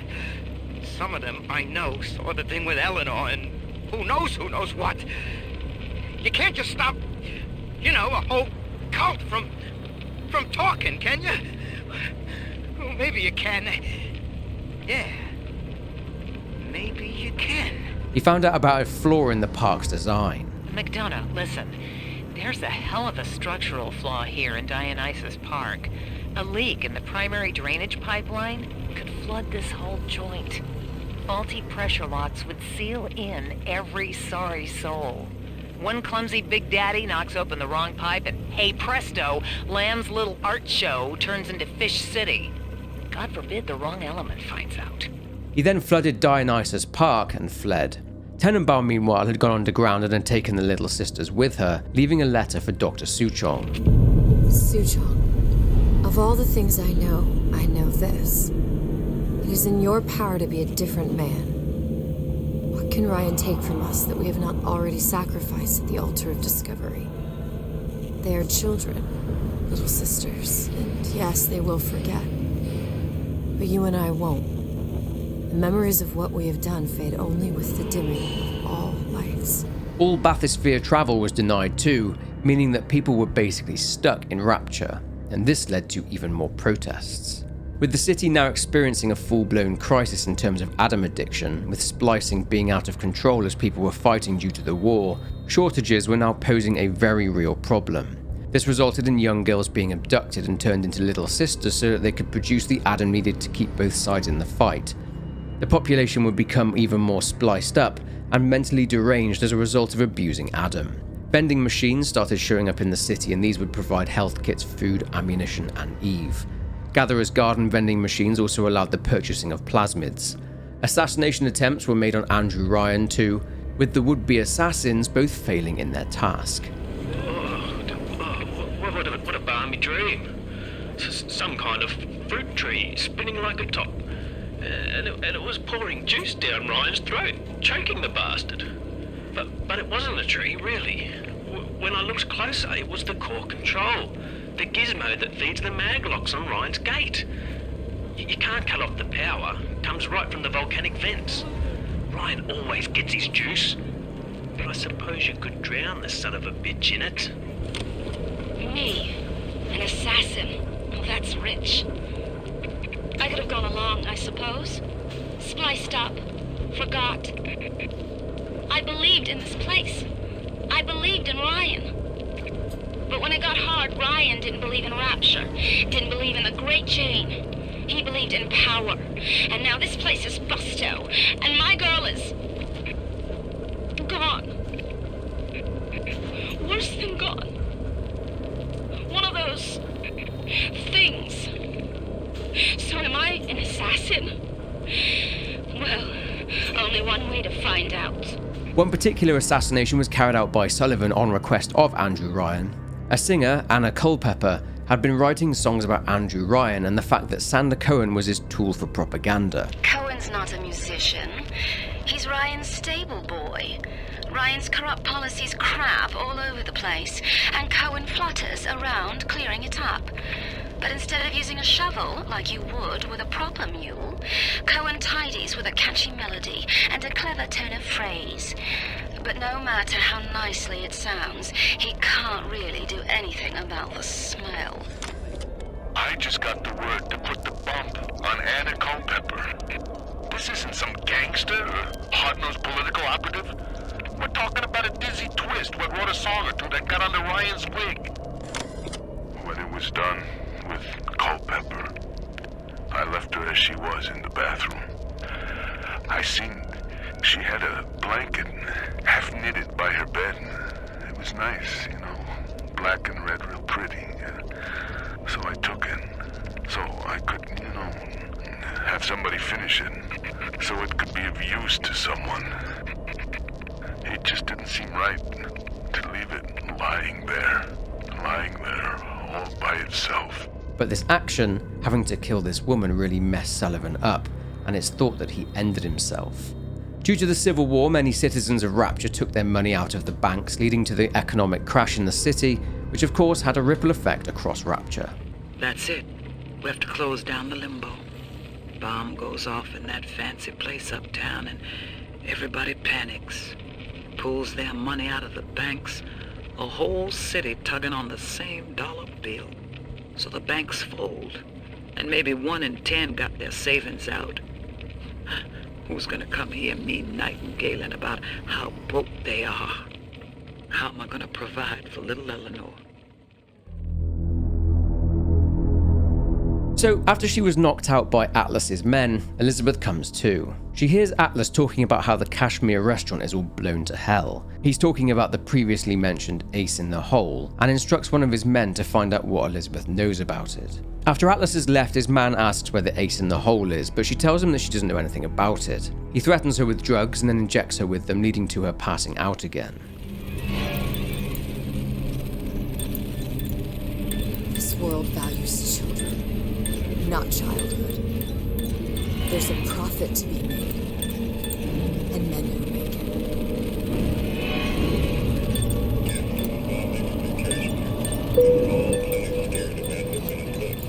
But only a fool counts out the right-thinking folks who enter Ryan's rapture. Atlas and Buzz have been pushed out upon weekends. They're on the run for Neptune. It's one thing starting for Atlas. Folks say it's only a matter of time till Atlas's entire mob comes out waving the white flag. 2 weeks. What? You've been down 2 weeks, love. Feckin' doctors. Better off hiring 1,000,000 monkeys. Our deal was to get you out of prison. What, did you expect me to win your war for you too? I'd tend to your own knitting if I were you.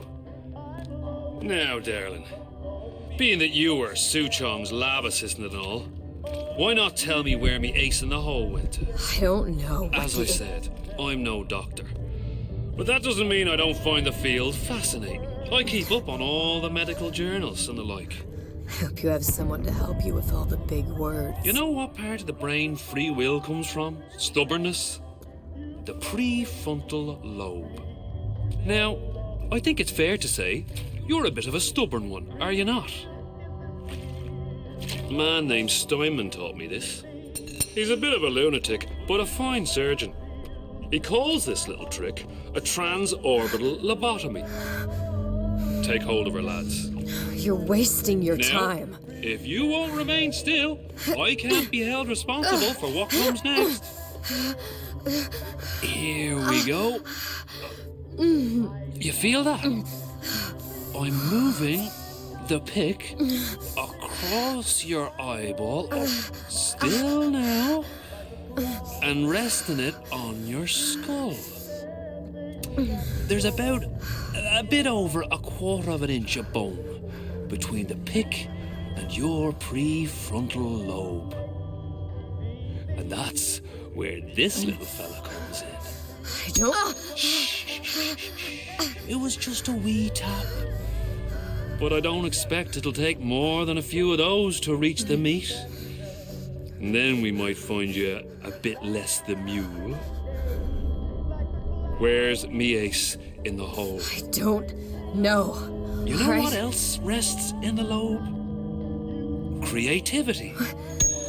Individuality. Personality. In short, what makes you, you. I'm just about through now. Last chance, pet. Where is the ace in the hole? Or what? When you'll put a hole in my head and take away my memories. You want to make me forget all this. You want to make me not care anymore. Go ahead. You'll be doing me a favor. Ah!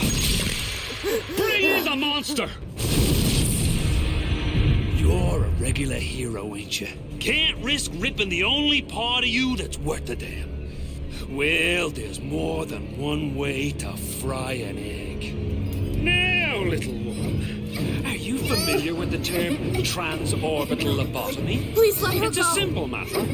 All I need to is insert this pig into your eye. Please, I don't know and give you anything. a few taps with me hammer. I don't know anything. Better to show by example. Please don't. I don't know anything. I don't know. Please. Shh, it's okay. It's okay. Listen, it's okay. I can't tell him what I don't know. Where are we? You saw all the doors. And what's behind all the doors? The ace in the hole. It's here. Yes. But I don't remember this place. You've never been here. Then how would The memories you lost, they weren't just of the past. You saw behind all the doors. Even the ones into the future. This is where I'm going. If you want. I don't like it here. It's a bad place. He's never gonna let me go, is he?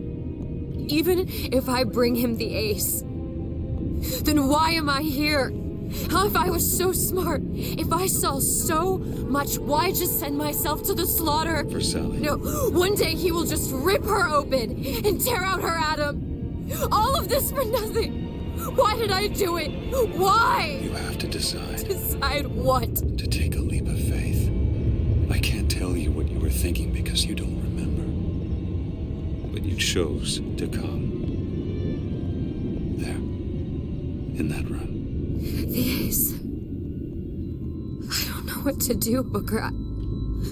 Booker? Booker! No, please. Please just don't leave me here! Booker!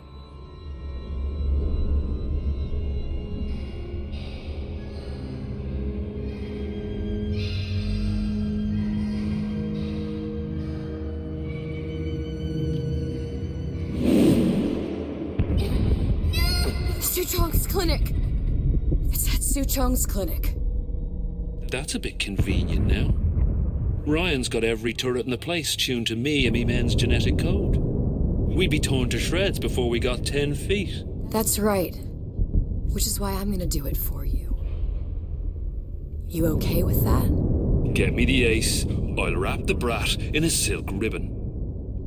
Bag her and bring her to my bathysphere.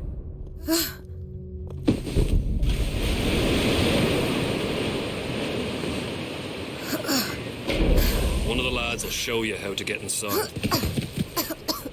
We'll be waiting for you where you come out. Shake a leg now. The Lord hates a laggard.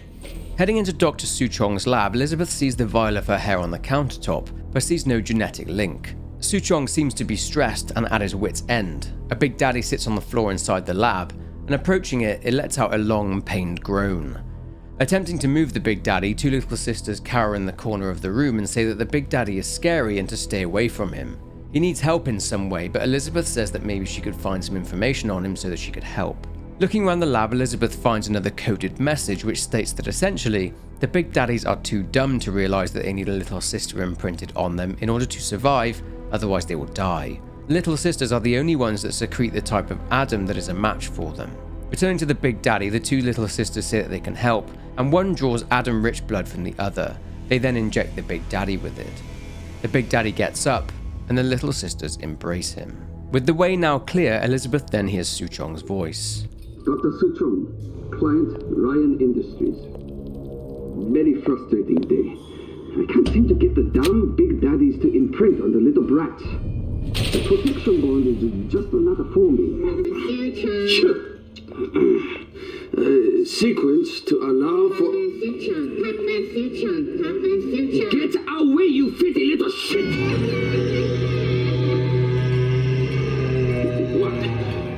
What are you doing? Get back! Get it back!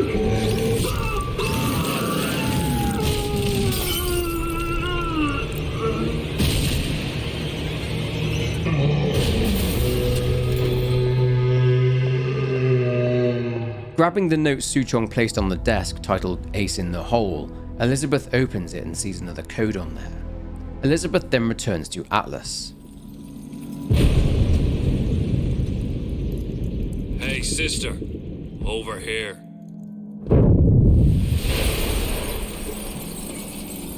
Do you have it? I have it. Give it over then. I'm keen to get this brat off me hands. You know what? Andrew Ryan said I was a rube. But he was wrong. I'm not the rube, Atlas. You are. No. We both know what happens next. Just get it over with. Well, love, if you insist.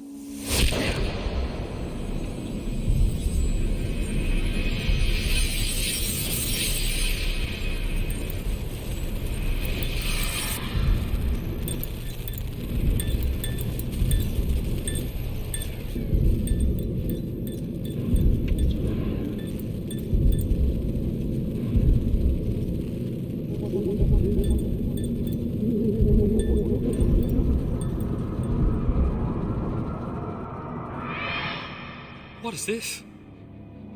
It's just a bunch of gibberish.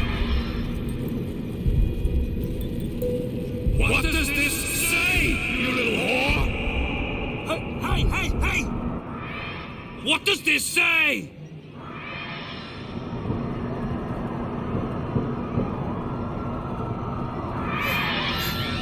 It says... Would you kindly...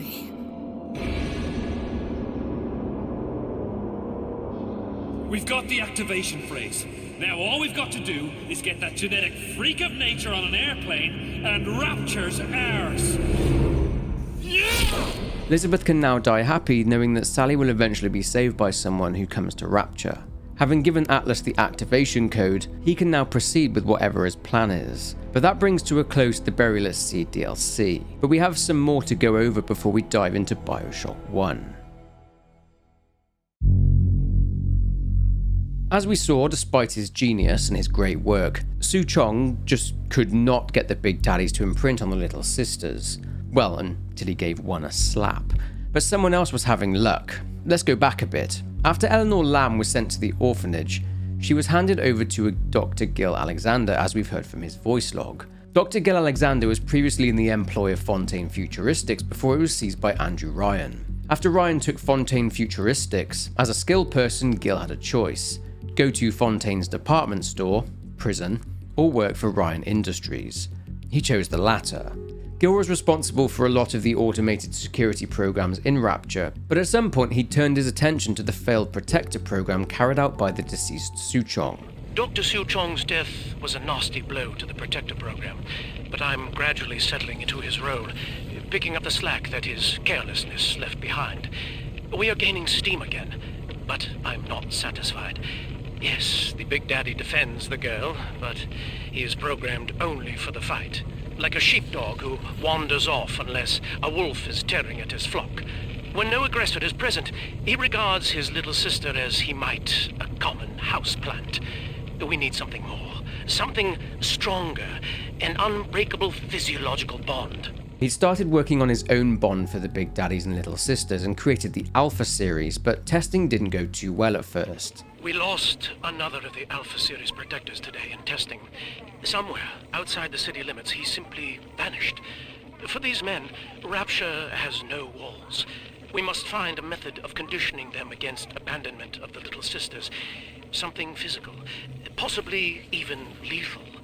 The lab aides are starting to call them Big Daddies. Perhaps there's some genius to that. Bonded pairs, connected by a love that kills. The Alpha series were designed to be a constant guardian of Little Sisters, but when trying to bond them, he was having issues too. He eventually found something that worked, the pair bond. Well, that's the end of the Alpha series. The pair bond simply worked too well. That madwoman Tannenbaum bit the company a hand, turning some of the bonded sisters human again. Others were lost to splicers. Either way, the trauma proved too much for the bonded protectors, resulting in unreasoning rage or coma. We can harness their suicidal aggression as foot soldiers, but no more, I'm afraid. Today I saw one kneeling near a gatherer's garden and crying. A Big Daddy would need to be by the Little Sister at all times, otherwise he would slip into a coma. This leads us on to the first Big Daddy that was successfully pair bonded with a Little Sister, the previously mentioned Subject Delta. Subject Delta was a former deep-sea diver that stumbled across Rapture. He would be quite renowned for this all across Rapture, and would be known as Johnny Topside. Subject Delta's just a serial number, amigo. I did a lot of digging on you for a feature once. They used to call you Johnny Topside. Found the city all on your own in a diving bell. Real shame what they did to you. Now, you were just a deep-sea explorer with iron cojones, pal. The public gave you the nickname, but Ryan was sure you were a spook, so his people locked you up, erased your damn name. Goodbye, Johnny Topside. Hello, Subject Delta. After he was used to test out plasmids for the public, he would eventually be turned into a Big Daddy and would bond with a Little Sister. The first time this had happened for Dr. Gil. The pair bond is a success. If somehow an Alpha series wanders too far from his Little Sister, our physical failsafe kicks in, a chemical trigger that induces coma. It is a symbiotic relationship enforced by the girl's pheromone signature. The first successful candidate was Delta, I believe. It is unfortunate that poor Dr. Suchong will not be here to raise a glass. The Little Sister that Delta was bonded to, as also mentioned, was Sofia Lamb's daughter, Eleanor. But this is where we now jump into the game that kicked this franchise off. It's now the year 1960, and a man named Jack is on a plane flying over the Atlantic Ocean. He speaks about his parents and he has a gift from them, asking him not to open it until what seems to be an unknown date and time. Next thing we know, the plane is going down and crashes into the Atlantic Ocean. Jack narrowly avoids being killed or seriously injured by a section of the plane's fuselage, but ultimately survives and swims to the surface. The faint cries of survivors are heard, but Jack looks up and spots a large lighthouse right in front of him. Making his way round the flames, out of the sea and up the steps, he enters the door and sees a large statue of who we know to be Andrew Ryan. The message "No gods or kings, only man" is emblazoned across the large banner.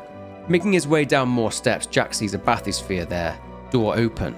He gets inside and pulls the lever, and a message plays.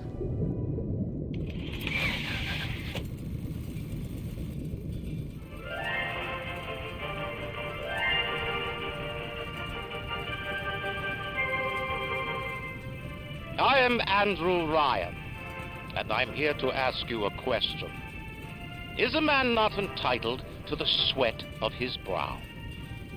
No, says the man in Washington, it belongs to the poor. No, says the man in the Vatican, it belongs to God. No, says the man in Moscow, it belongs to everyone. I rejected those answers.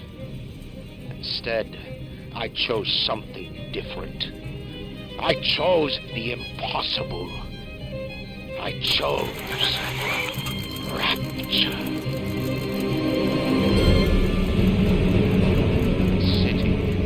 artist would not fear the censor, where the scientist would not be bound by petty morality, where the great would not be constrained by the small. And with the sweat of your brow, Rapture can become your city as well.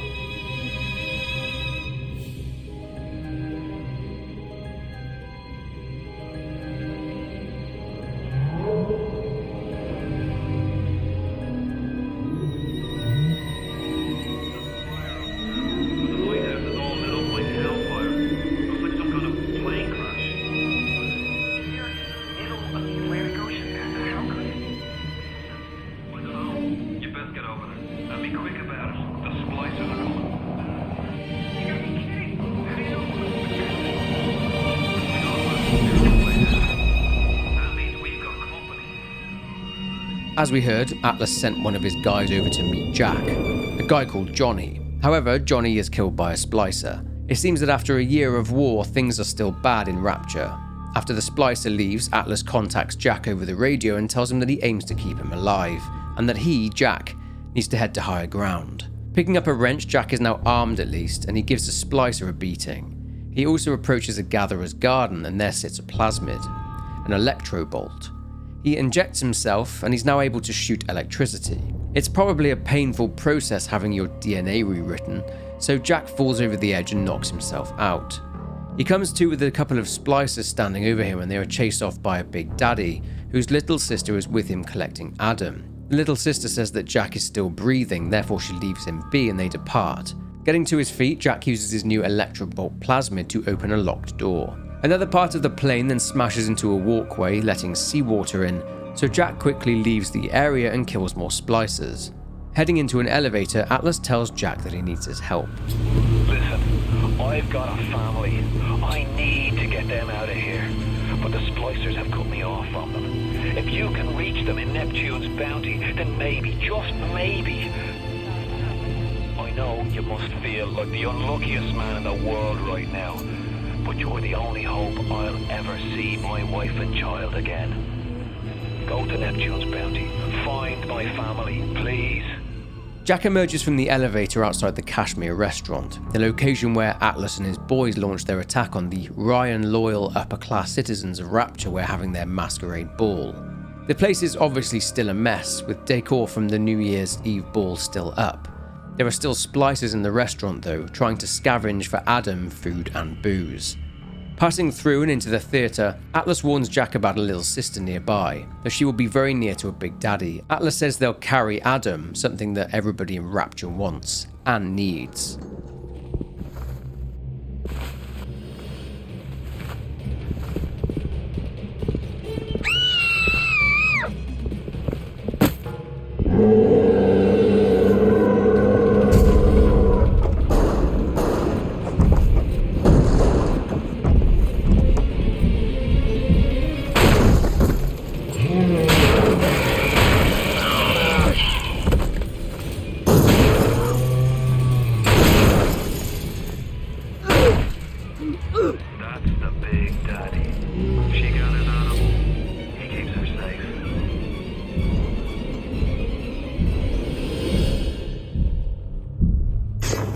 With that warning that trying to obtain Adam from a little sister will get you an arse kicking from her protector, Jack moves on and spots a Big Daddy corpse being looted by splicers.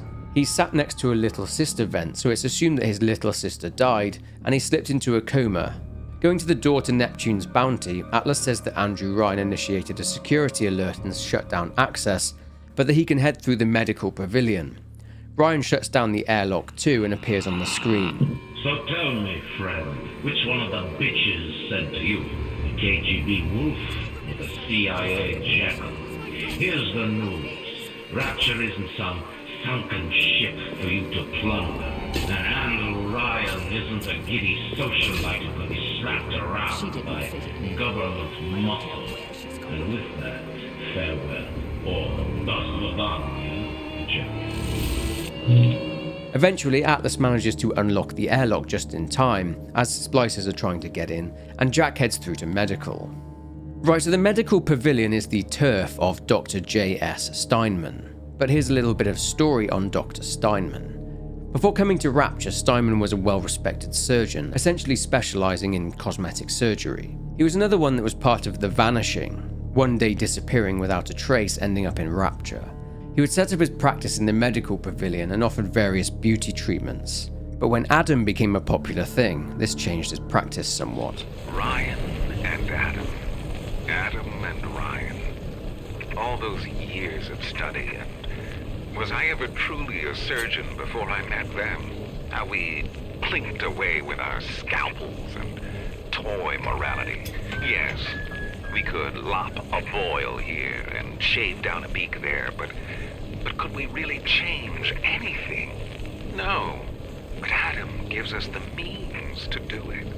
And Ryan frees us from the phony ethics that held us back. Change your look, change your sex, change your race. It's yours to change. Nobody else's. Adam presents new problems for the professional. As your tools improve, so do your standards. There was a time I was happy enough to take off a wart or two, or turn a real circus freak into something you can show in the daylight, but that was then, when we took what we got. But with Adam, the flesh becomes clay. What excuse do we have not to sculpt and sculpt and sculpt until the job is done? But Steinman would start to become unraveled due to his own Adam abuse. He would develop an obsession with the subject of human anatomy, even referring to himself as the Picasso of surgery.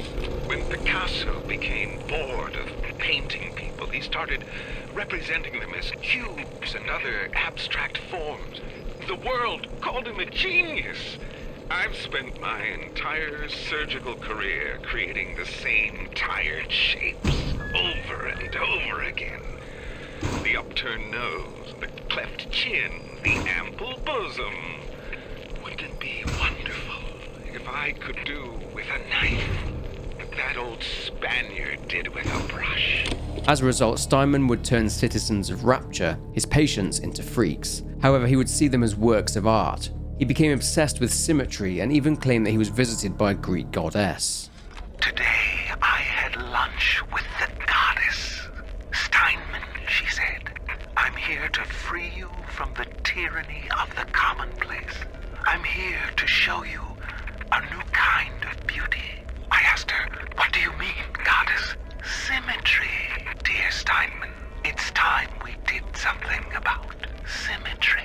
Aphrodite is walking the halls, shimmering like a scalpel. Steinman, she calls. Steinman, I have what you're looking for. Just open your eyes, and when I see her, she cuts me into 1,000 beautiful pieces.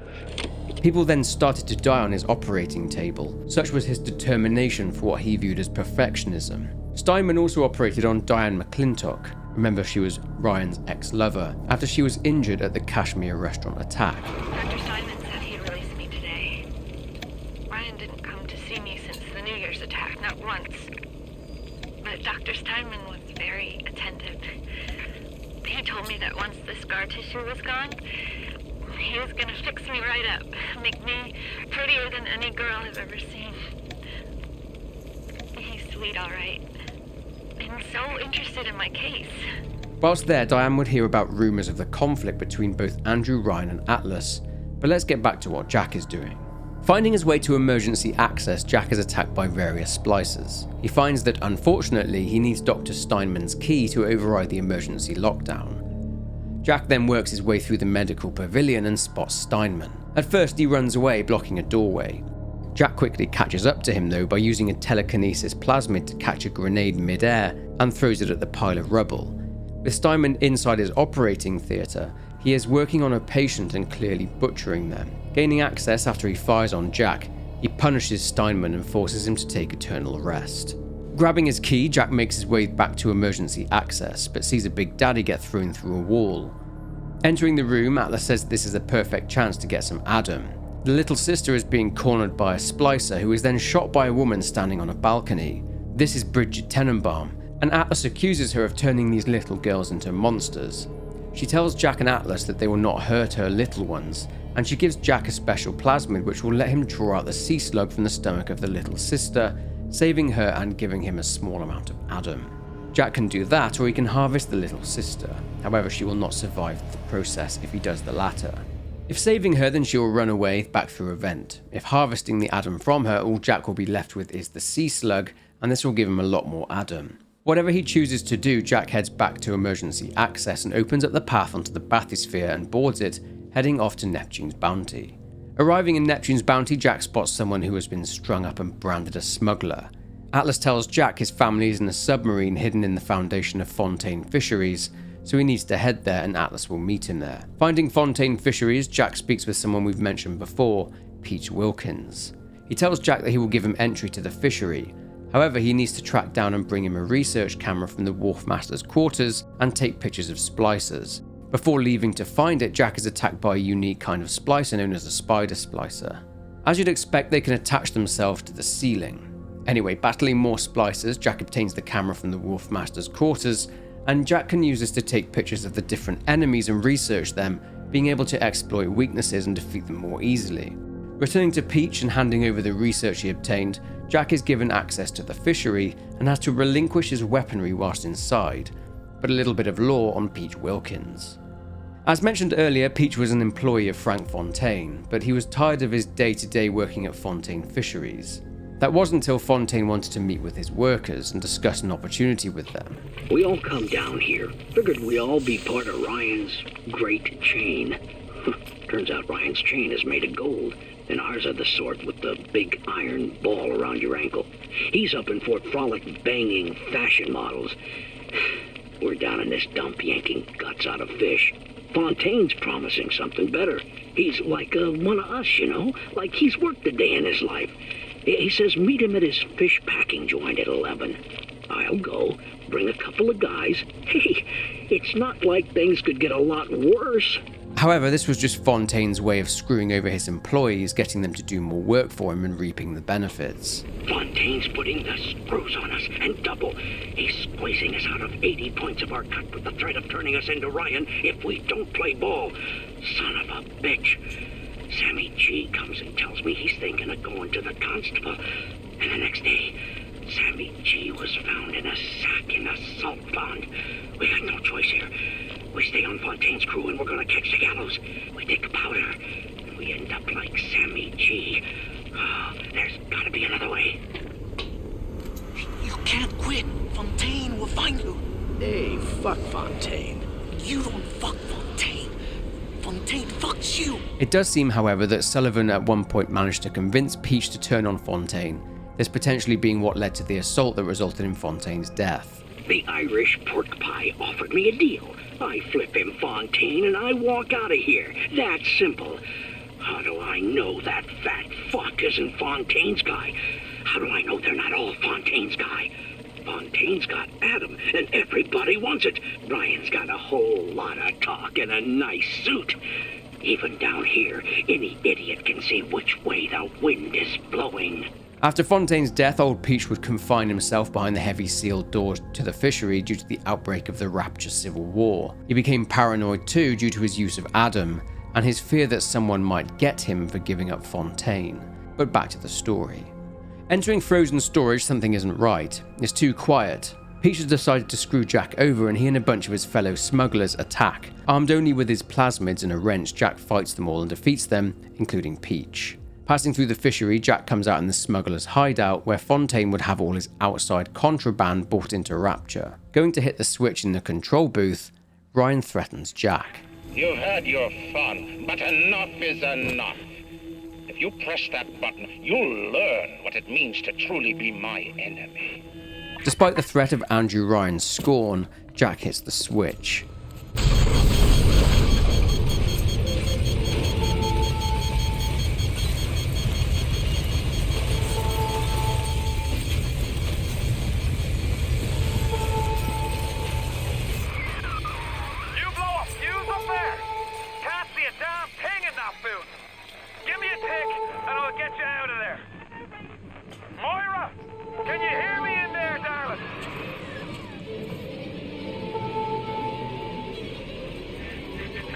So dark in here. If only your friend could look up and see. Maybe you could warn him. If only you could do something, anything. Except just stand here and watch you die. Splicers start flooding in and attacking. Atlas tells Jack to run and he'll fall back. Jack then heads to another airlock and to Arcadia. Ryan then speaks to Jack again. I came to this place to build the impossible. You came to rob what you could never build. A hum, gaping at the gates of Rome. Even the air you breathe is sponged from my account. Well, breathe deep, so later you might remember the taste. Emerging in the tea garden, Jack is now in Arcadia, which is essentially an oxygen farm. The trees and plants here produce the majority of Rapture's breathable air. Right now, though, ever since the Civil War, it's become very overgrown. It was designed and created by a renowned botanist named Julie Langford. Again, another one of the brilliant minds that went missing during the Vanishing. She created this arboretum for Andrew Ryan. She built it as a work of pride and was glad she could provide something beneficial to the city. But Ryan, well, he had other plans. Today, Arcadia was closed off to all but paying customers. The man hires me to build a forest at the bottom of the ocean and then turns a walk in the woods into a luxury.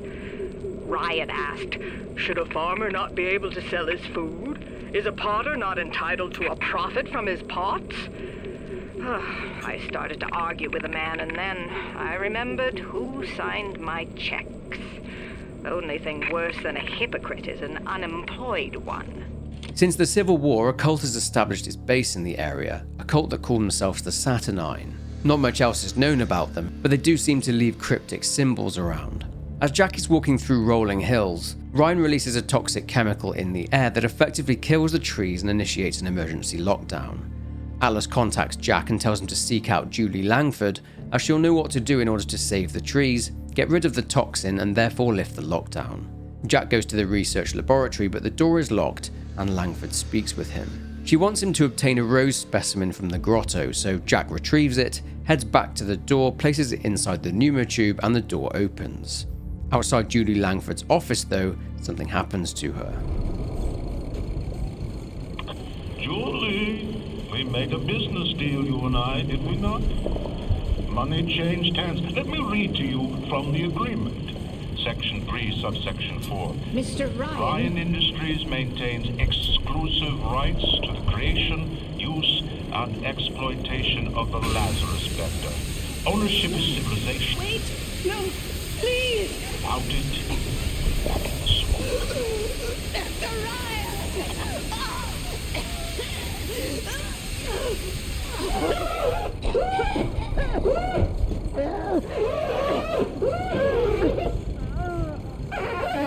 Using the code to gain access to her office, Julie is dead, but she left a note on the Lazarus Vector Ryan mentioned.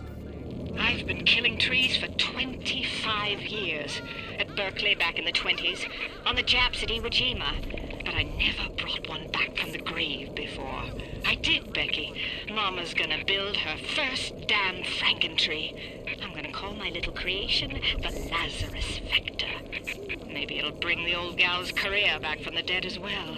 What's the point of being a damn genius if the only ones around to appreciate it are a bunch of spliced up morons? I've cracked the Vector, or at least I'm 99% certain I have. I just need a bud of Rosa gallica to confirm my analysis. Distilled water, a bit of chlorophyll, and enzymes extracted from Apis mellifera. That's right, sweetheart. Honeybee spit. Thankfully, all these things are there in the farmer's market or thereabouts, so Jack gets to work in finding them all. The majority of Houdini splicers that can make themselves invisible for a time, have chlorophyll solution on them, so that's not a problem. Distilled water is lying around, so that's also pretty easy to find. But the bees are more of a challenge, and Jack needs to force them into their hives so that they don't attack him. Despite this threat and being attacked by more splicers, he manages to obtain what he needs. Using a U-Invent machine, a contraption developed by Fontaine Futuristics, Jack combines the ingredients he got and creates the Lazarus Vector. Returning to Langford's office, inserting it into the misting controller, this disperses it and saves the trees, and this in turn lifts the lockdown and heads through the now unlocked doorway into the Rapture Metro, and Ryan apparently has it all figured out. Why are you so resistant to the traditional methods of separating a man from his soul? You're not CIA, are you? You belong to Atlas, the one roach I can't seem to exterminate. Don't worry. I just need time to find the proper poison. Jack then boards another bathysphere, which will take him to Fort Frolic. Fort Frolic is the entertainment district of Rapture. It's the stomping ground of someone we've already met, Sander Cohen. So on the surface, due to the eccentricities of his work, Sander Cohen often found himself being censored, if you like, to appease the sensitivities of the public. This greatly frustrated him, so when he heard about Ryan's Rapture and the Great Chain ideal, this was all he needed to make the move to Rapture. He would be Ryan's propaganda tool, something that, as mentioned earlier, was highlighted by certain artists that got silenced for their troubles. Cohen would oversee Fort Frolic for Andrew Ryan, and after Fontaine's orphanages were shut down upon his death, Cohen would take in the Little Sisters. But when Ryan buried all of Fontaine's pals in that department store, someone had to find a home for all those freshly minted orphans.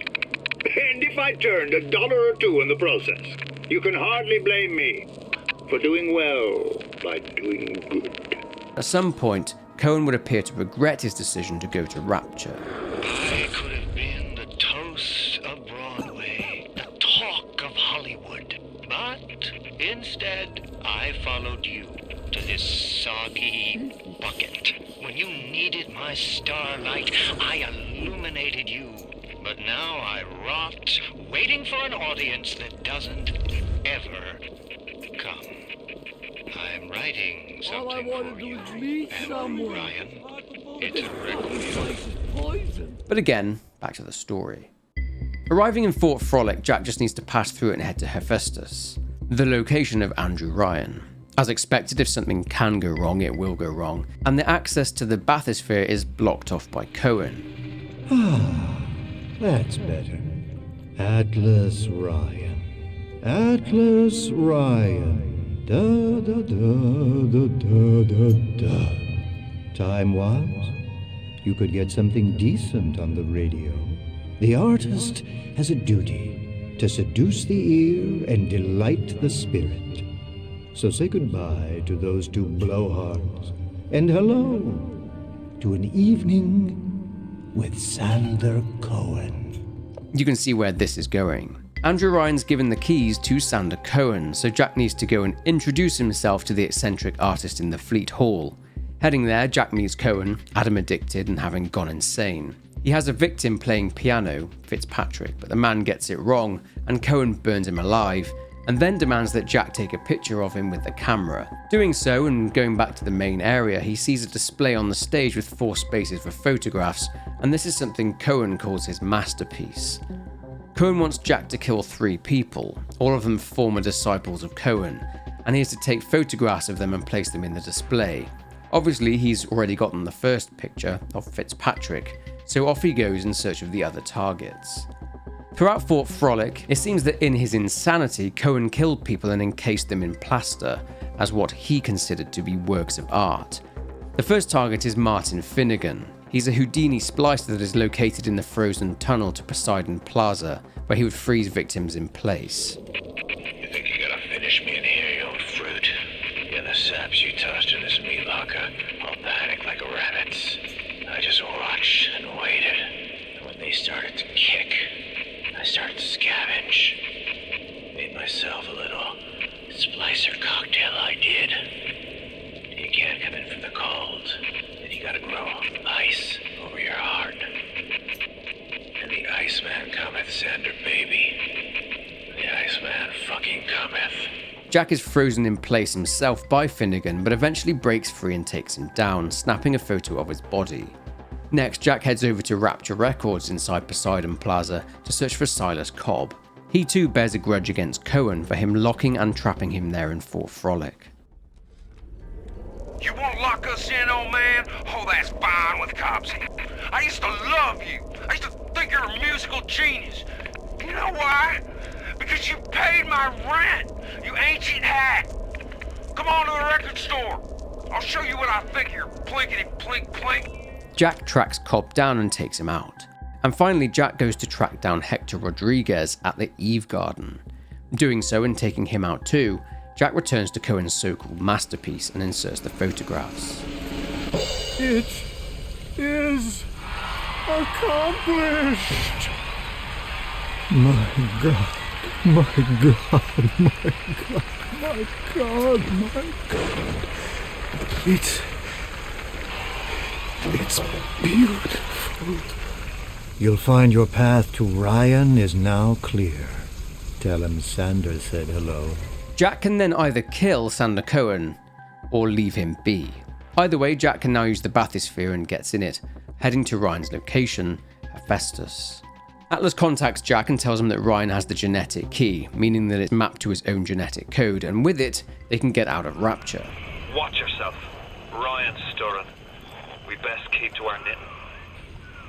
It's time to either run the table or go home empty. Ryan's got the genetic key to Rapture. We get that from him, and we get out of this hellhole. We don't, then you and I are ghosts. Now, would you kindly head to Ryan's office and kill the son of a bitch? It's time to finish this. At the entrance to Andrew Ryan's office, Jack sees a load of people have been killed and strung up. Ryan likely strung these people up because of their attempts to kill him, as one of the people strung up is a woman called Anya Andersdotter, whose final recording we heard earlier on. Another of these was Bill McDonough, who I earlier mentioned was a former member of the Central Council until he quit in protest over the seizing of Fontaine Futuristics. He was Ryan's head contractor, a very trusted position. It seems that he too made a move on Ryan at some point. I never killed a man, let alone a mason. But this is what things come to. I don't know if killing Mr. Ryan will stop the war, but I know it won't stop while that man breathes. I love Mr. Ryan, but I love Rapture. If I have to kill one to save the other, so be it. Jack discovers that an electromagnetic defense system has sealed the door shut to the office. Jack heads into the Hephaestus core in order to find a way to get inside. Thankfully, someone who was planning to do Ryan in had almost finished building an EMP bomb in the Hephaestus core. Finding the missing parts for this bomb, Jack installs them and the bomb is ready. But before using it, he needs to redirect magma flow in geothermal control so that any water anxiously waiting to get into Rapture will be boiled away so that he can reach the Hephaestus core. Doing that and holding off the splicers, the job is done. Taking the now usable elevator to the core, Jack places the bomb next to the core and shuts it down. Heading back over to the electromagnetic device, Jack hits the breaker and it opens the door. Jack is in Rapture Central Control and hears the voice of Andrew Ryan. Even in the Book of Lies, sometimes you find truth. There is indeed a season for all things. And now that I see you, flesh to flesh and blood to blood, I know I cannot raise my hand against you. But know this, you are my greatest disappointment. Does your master hear me? Atlas, you can kill me, but you will never have my city. My strength is not in steel and fire. That is what the parasites will never understand. A season for all things. A time to live and a time to die. A time to build and a time to destroy!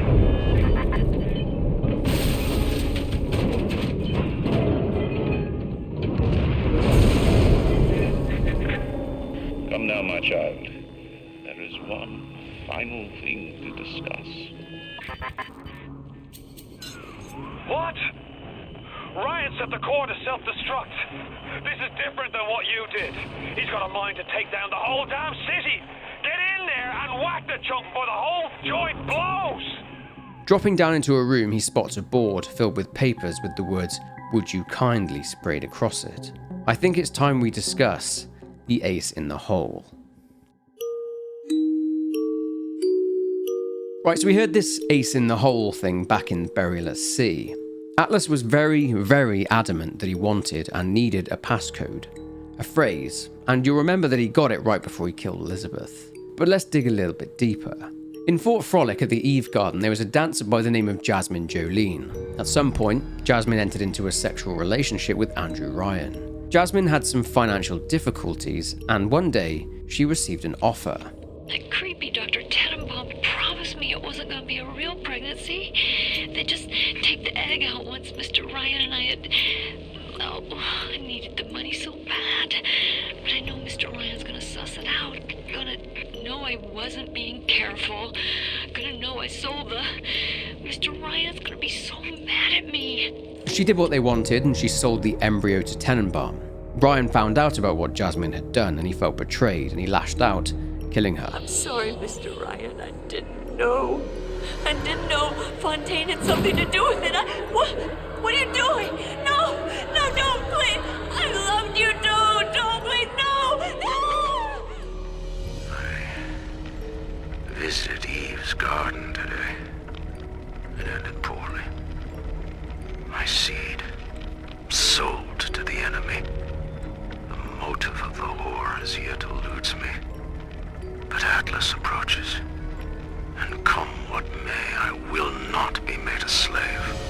This embryo was Fontaine's plan B, if Andrew Ryan ever gained the upper hand in their war. The child would be born and would be genetically engineered at Fontaine Futuristics with the use of Adam in order to grow faster. This experiment was overseen by both Tenenbaum and Suchong. Advanced deployment, Lot 111, Dr. Suchong, client Fontaine Futuristics.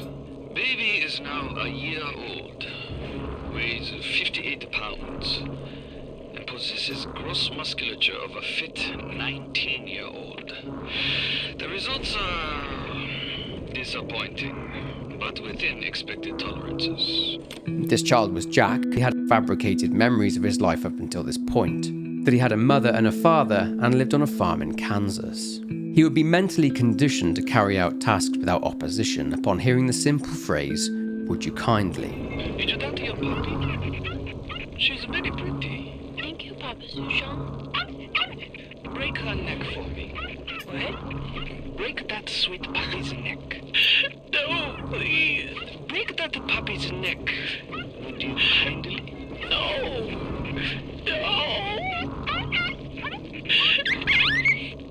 Very good. Prior to Fontaine's death, Jack was taken away from Rapture in a bathysphere, becoming Frank Fontaine's very own sleeper agent. Problem was that Suchong wouldn't tell Fontaine the trigger phrase. Suchong, I'm gonna make this clear as can be, so we don't have any miscommunications. Where the hell is the ace in the hole? You think you can stiff Frank Fontaine? I paid good money for state-of-the-art weaponry. I ain't losing this war just because you found yourself a higher bidder. I can promise you, I ain't never been one to lose with dignity. When the time had come, Jack boarded a plane to visit his so-called cousins in England. But the gift is key. The words "Would you kindly" were written on the gift tag and a set of coordinates. This is the moment that Jack held up the plane and crashes into the Atlantic, leading to the start of the game's events. And these were also events seen by Elizabeth before she died. On arrival, you'll note that the bathyspheres were shut down and only Andrew Ryan could use them as they were matched to his genetic code. However, Jack was able to use these bathyspheres as his genetic code matches that of Andrew Ryan. But throughout Jack's journey through Rapture, after not initially knowing where Jack came from or who sent him, Andrew Ryan eventually susses it out and hints at it to Jack. A man builds a city at the bottom of the sea. That's a marvel. Another man happens to be on a plane that crash lands on the same city in the middle of the ocean. Why, that sounds more like a miracle. So far away from your family, from your friends, from everything you ever loved. But for some reason, you like it here. You feel something you can't quite put your finger on. Think about it for a second, and maybe the word will come to you. Nostalgia. Jack then heads into the office to confront Andrew Ryan. The assassin has overcome my final defense, and now he's come to murder me. In the end, what separates a man from a slave. Money? Power? No. A man chooses. A slave obeys. You think you have memories. A farm. A family.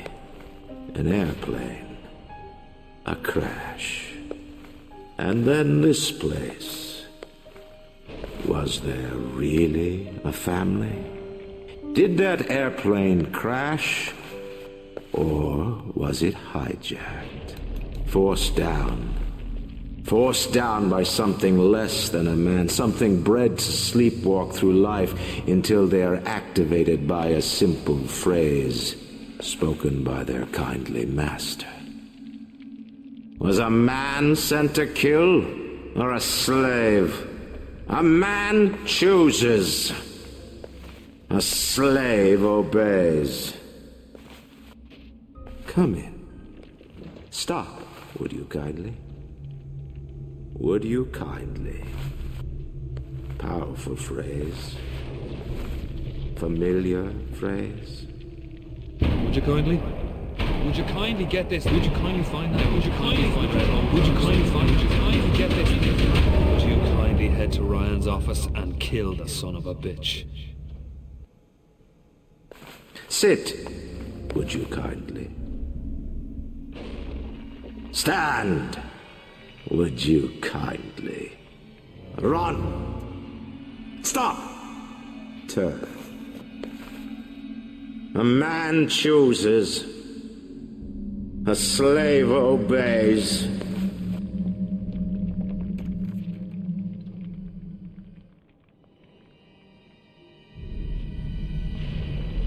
Kill!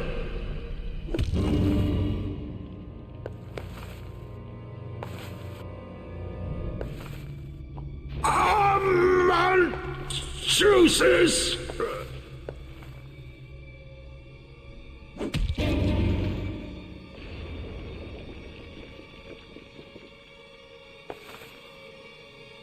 A slave obeys!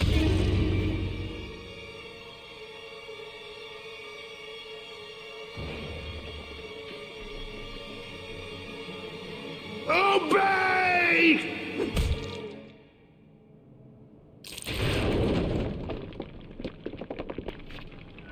Hurry now! Grab Ryan's genetic key! Now would you kindly put it in that goddamn machine? Running to the machine, Jack places the keycard into it, and the real face of Atlas is revealed. Nice work, Bio.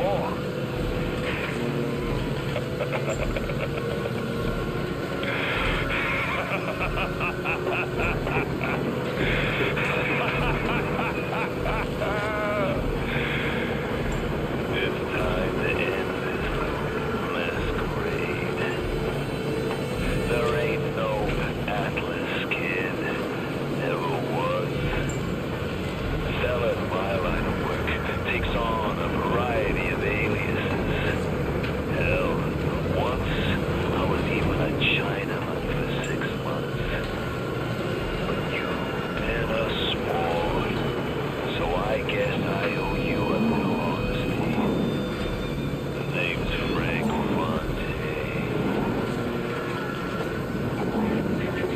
I gotta say, I had a lot of business partners in my life, but you, of course, the fact that you were genetically conditioned to bark like a cocker spaniel when I said, would you kindly, might have had something to do with it, but still. As soon as that machine finishes processing the genetic key you just fished off Ryan, I'm gonna run Rapture tits to toes. You better, pal. You know what they say? Never mix business with friendship. Thanks for everything, kid. Don't forget to say hi to Ryan for me. So it's revealed that Fontaine, or Atlas, used the whole "my family is in danger and were killed by Ryan" to strengthen Jack's ill will towards the tyrant. With that bombshell, Jack needs to escape Rapture Central Control. Outside the room, he is met by Little Sister. Following her, she leads into a vent, and dropping out of the other side of the vent, Jack finds himself in a room full of little sisters. He then meets Bridget Tenenbaum. As mentioned earlier, Tenenbaum experienced a moral crisis. What makes something like me? I look at genes all day long, and never do I see the blueprints of sin. I could blame the Germans, but in truth I did not find tormentors in the prison camp, but kindred spirits. These children I brutalized have awoken something inside that for most is beautiful and natural, but in me is an abomination. My maternal instinct. One of the children came and sat in my lap. I push her off. I shout, "Get away from me!" I can see the Adam oozing out of the corner of her mouth, is thick and green. Her filthy hair hanging in her face, dirty clothes, and that dead glow in her eye. I feel hatred, like I never felt before, in my chest, bitter, burning fury. I can barely breathe. And suddenly I know, it is not this child I hate. She was being made to continue her work at Ryan Industries after Ryan had seized Fontaine Futuristics. Rumours amongst the citizens of Rapture in regard to her being responsible for the Little Sisters were quickly covered up by Andrew Ryan, who would ensure that she and her genius were shown in a favourable light.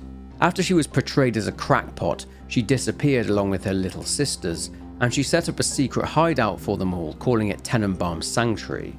But back to Jack. Welcome back, child. Welcome to the city where you were born. You are angry at Fontaine, yes? Now you know the truth. You are his tool, brought back to Rapture to save him.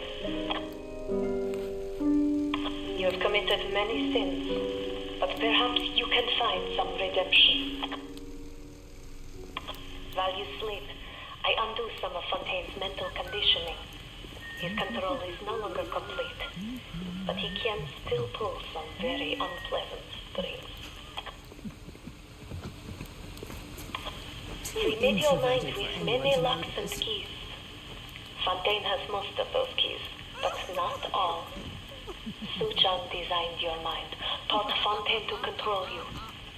You might find answers in Suchong's flat in Mercury Suites.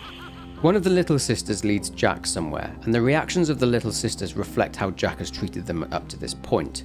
He is led to the sewers underneath Olympus Heights. After, Fontaine contacts him and tries to use the "would you kindly," but is dismayed to find out that the conditioning has been partially removed. He then speaks the word Code Yellow, and something happens to Jack. Basically, Fontaine just told Jack's head to stop his heart beating. It'll take some time to kill Jack, but he has enough time to remove the conditioning completely.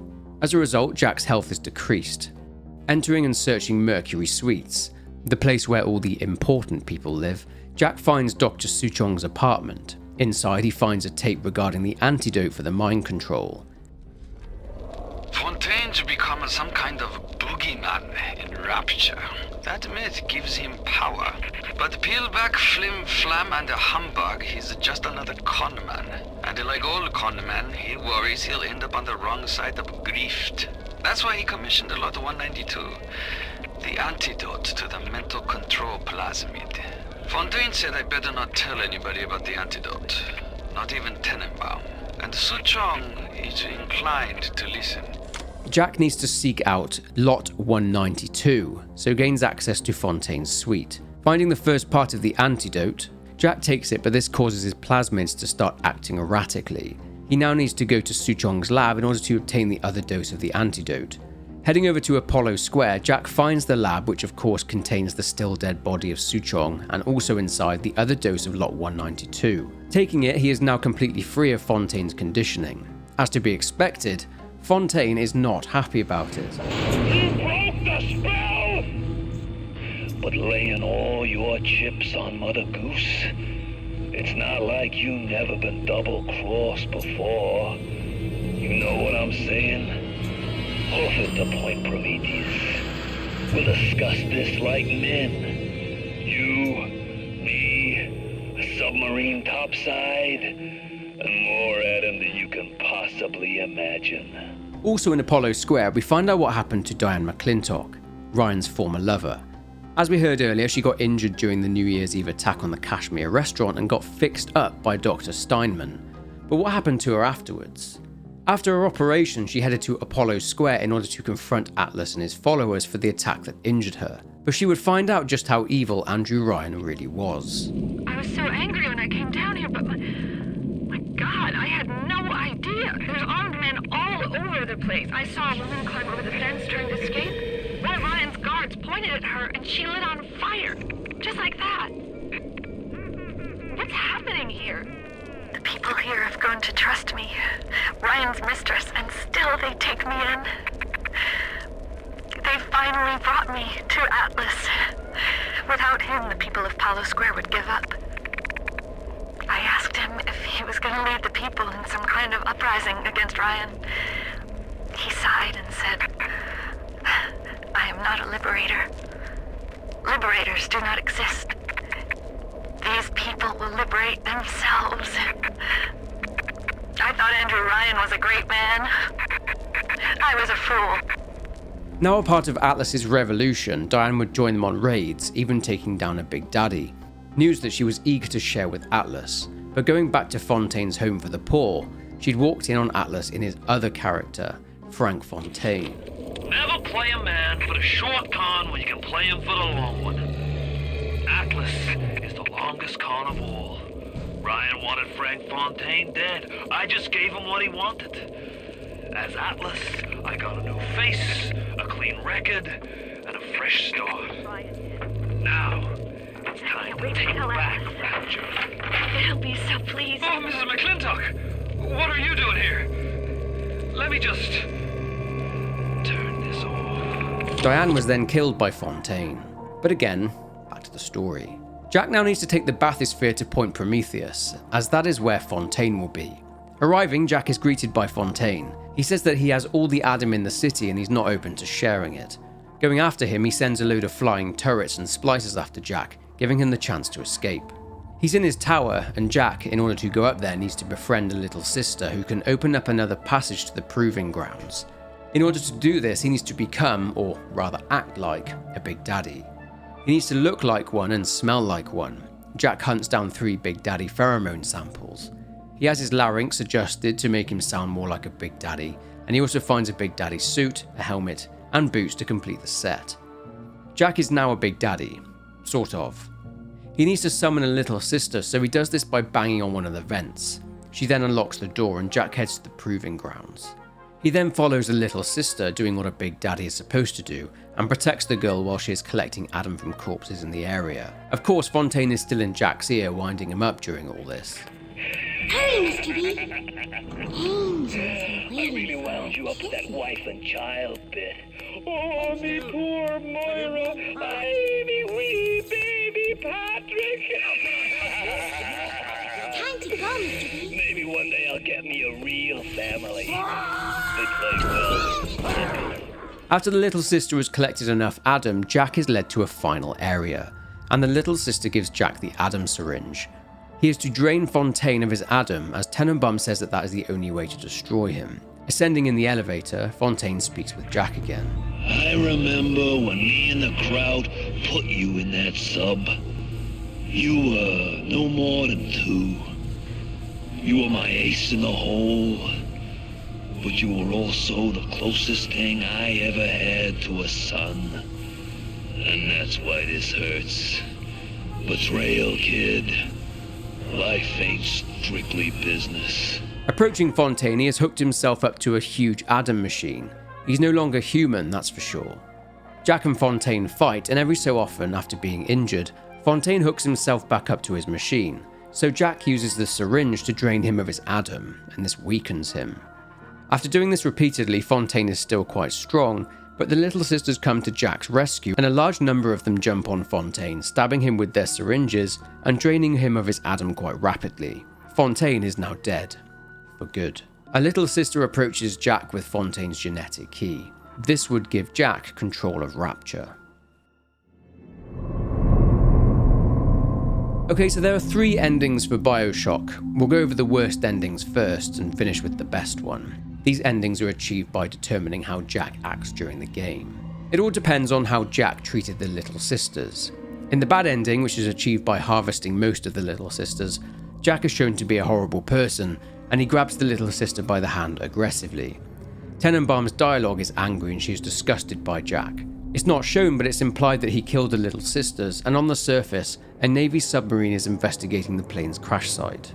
A load of bathyspheres surface and a group of splicers emerge, killing all the sailors, and it's revealed that Rapture, now considered to be under the control of Jack, now possess a nuclear weapon. For the sad ending, it's the same, but Tenenbaum's dialogue is a little bit more, well, sad, and this is achieved by harvesting all of the Little Sisters. But for the good ending, in which Jack saved all of the Little Sisters, Jack declines the genetic key, thereby turning down control of Rapture. He takes a group of 5 Little Sisters to the surface, and one of these girls is Sally. Elizabeth saw that Jack would eventually save Sally, and despite dying, as mentioned, she was happy that Sally would be saved. Jack then goes on to adopt the girls, becoming a father to them all, and they go on to live normal lives. When Jack is old and dying, he is shown to be surrounded by his family. The game then ends. But which ending is canon? Well, they all are. This is because each ending is one potential outcome in a different universe. The Sea of Doors, remember? Alright, it's now the year 1968. After the deaths of Andrew Ryan and Frank Fontaine, this created a power vacuum in Rapture, and Sofia Lamb, who had previously broken out of Persephone, has now risen up and taken control of Rapture. Because of this, as the Civil War has now ended, the cult of Lamb, or the Rapture family, have now become the dominant power in the city. They even had a belief that Jack was viewed as a sort of god because of the punishment he dished out to Andrew Ryan. Lord, what more do you wish of me? Your wretch of a servant waits for word. I have followed the letter of the Holy Mother Lamb, though she will not tell me the day of your return. I watched as you smote down the false father, Andrew Ryan, who tempted us away from your radiant gaze. But ye would not speak to me, Lord. I have built for you this great temple, and gathered your flock, yet still you were silent. Will you not strike me poor brother blind, so he may at last behold your glory, as was done to Paul on the road to Damascus? I am alone, Lord, alone, and waiting for a sign. At some point after Jack's time in Rapture, Tenenbaum had left Rapture with the remainder of the Little Sisters, and this caused pandemonium as the Adam-addicted, spliced-up citizens of Rapture became even more unstable, and Adam was in extremely short supply. Due to this, Dr. Gil Alexander had to create a new Big Daddy named the Rumbler, which is much stronger than previous models, and has superior firepower, using rockets and mini-turrets which it deploys during fights. Dr. Alexander would also create Big Sisters. These were made up from Little Sisters that had grown up, basically. The Little Sisters are getting older, which is troubling. As they reach adolescence, they become aggressive, feral. Worse, the Adam they ingest contains traces of lethal plasmids left over from the war. The splicers are becoming far more effective predators as well. Our Big Daddies are falling left and right. Perhaps the elder sisters could be trained to sniff out the lost Adam and reclaim it for us. Yes, from what I've seen, they certainly wouldn't have to wait for the culprit to die. They were no longer capable of producing Adam, but their bodies had become tall and very powerful. What's more is that they are completely insane. The Big Sisters would be used to protect any Little Sisters that remained. Sofia Lamb would jump on this and controlled an army of Big Sisters. But Harry, weren't the Little Sisters taken by Tenenbaum? Yes, dedicated viewer who has made it this far into the video, but the Big Sisters would travel to the surface and would kidnap children. These kidnappings are best seen through an ARG that supported the story of Bioshock 2 called There's Something in the Sea, which followed Mark Meltzer, the father of one of these kidnapped children, in the search for his daughter, which we'll be looking at later in the video. Tenenbaum then returned to Rapture. Lamb would send splicers to attack her sub, and she is now hiding somewhere in the city. I am back in Rapture after so many years. The little ones I rescued are grown up and think of me no more. After what I once did to them, it was a joy to be forgotten. But now, all around the world, children vanish by the sea, kidnapped. And so I return, in fear of what I already know. Someone is making new little ones, continuing my work, my sins. Even if I am to die for it, I must stop them. Anyway, Lamb revived the Protector program too, and something pretty mad also happened to Dr. Alexander, but that's something we'll get to later on in the story. But let's now move on to the next game in the series, and the final one in this video, Bioshock 2.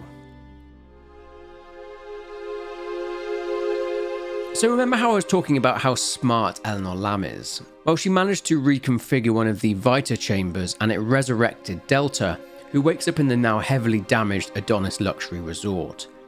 He is contacted by Bridget Tenenbaum, who tries to speak with him but his signal is too weak. Delta's natural instinct is to do one thing, and that is to search for his little sister Eleanor. He later spots a big sister jumping off of a pillar and disappearing. The walls are plastered with the image of Sofia Lamb, indicating the power that both her and her followers have and how Rapture has changed. Near to a gatherer's garden machine, Delta has a vision of a now older Eleanor, who refers to him as father, and says that she's had a little sister leave him a gift up ahead. It's an electrobolt plasmid, and will allow him to power up certain things.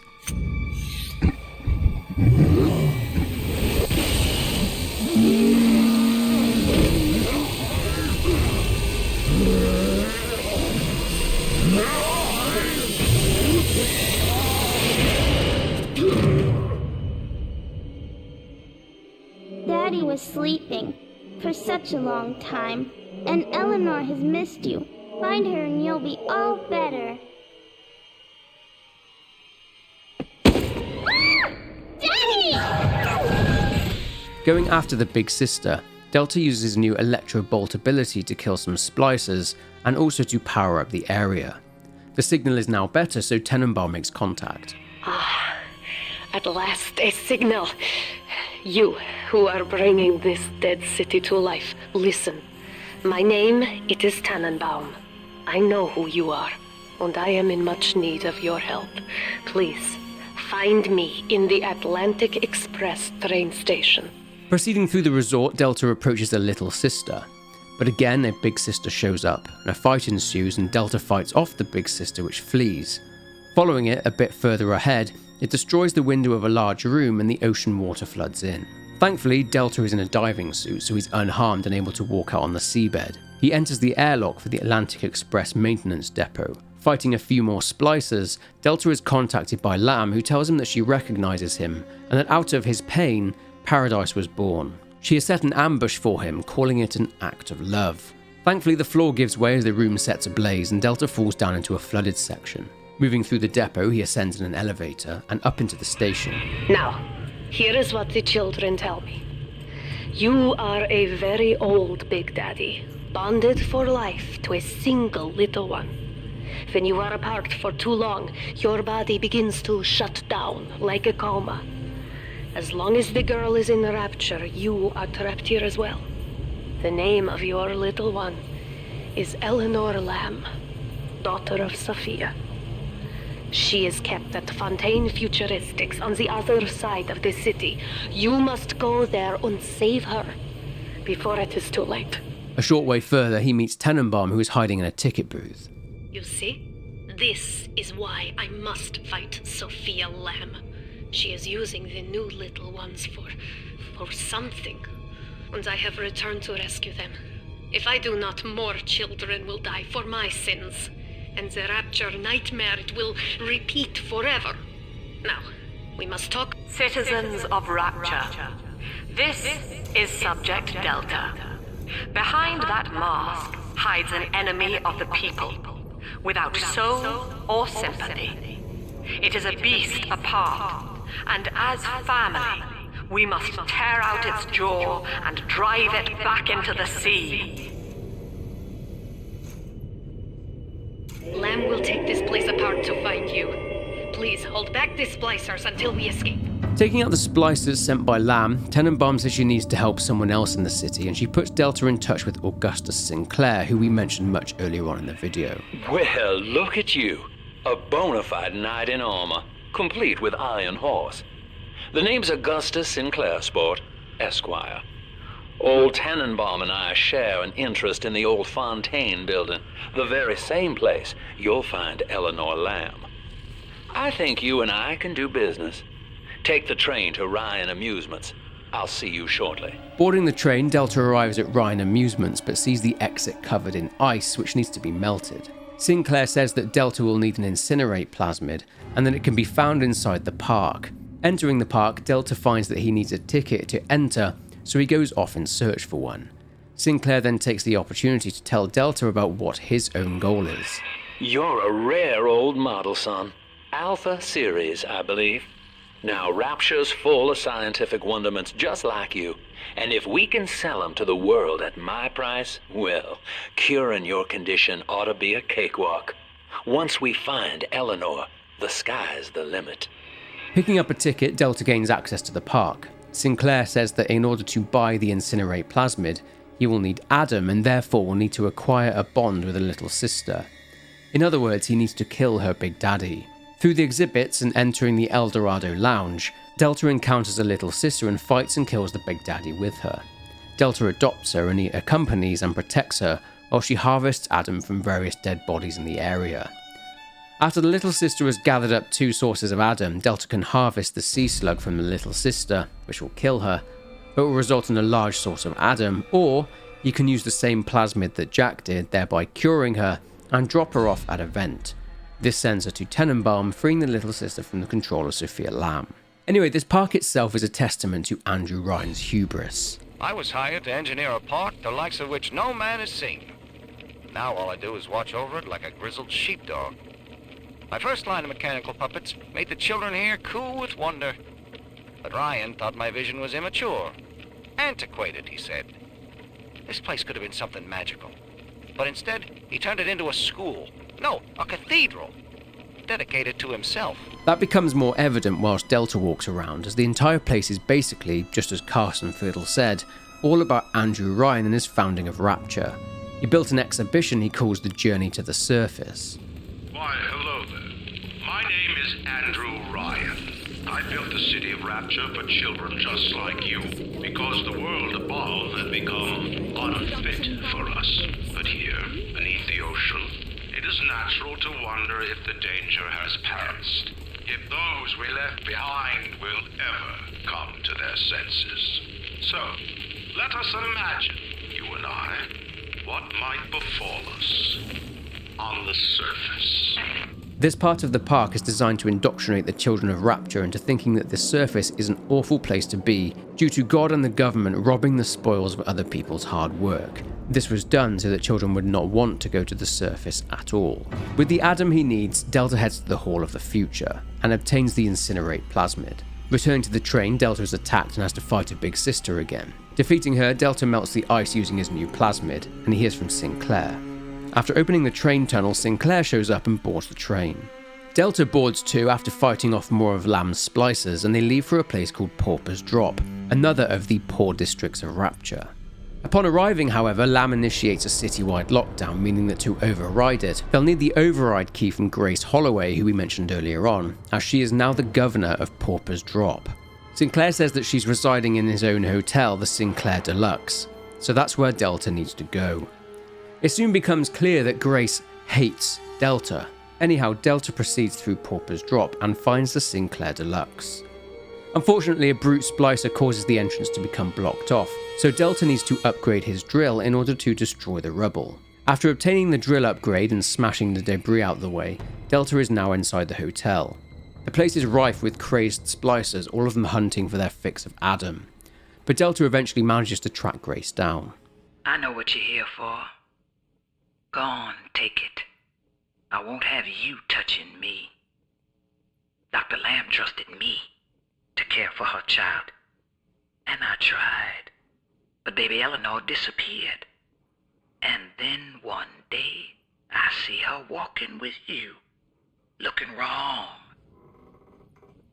And when I tried to hold her, you knocked me down. Broke my jaw. So I'm ready, baby snatcher.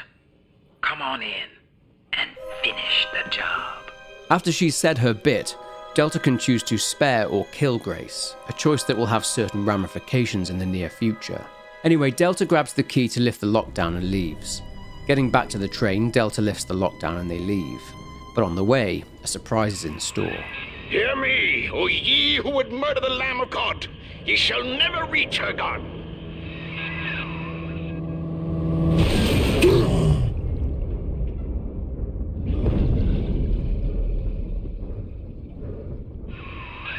Kid, come on, wake up now.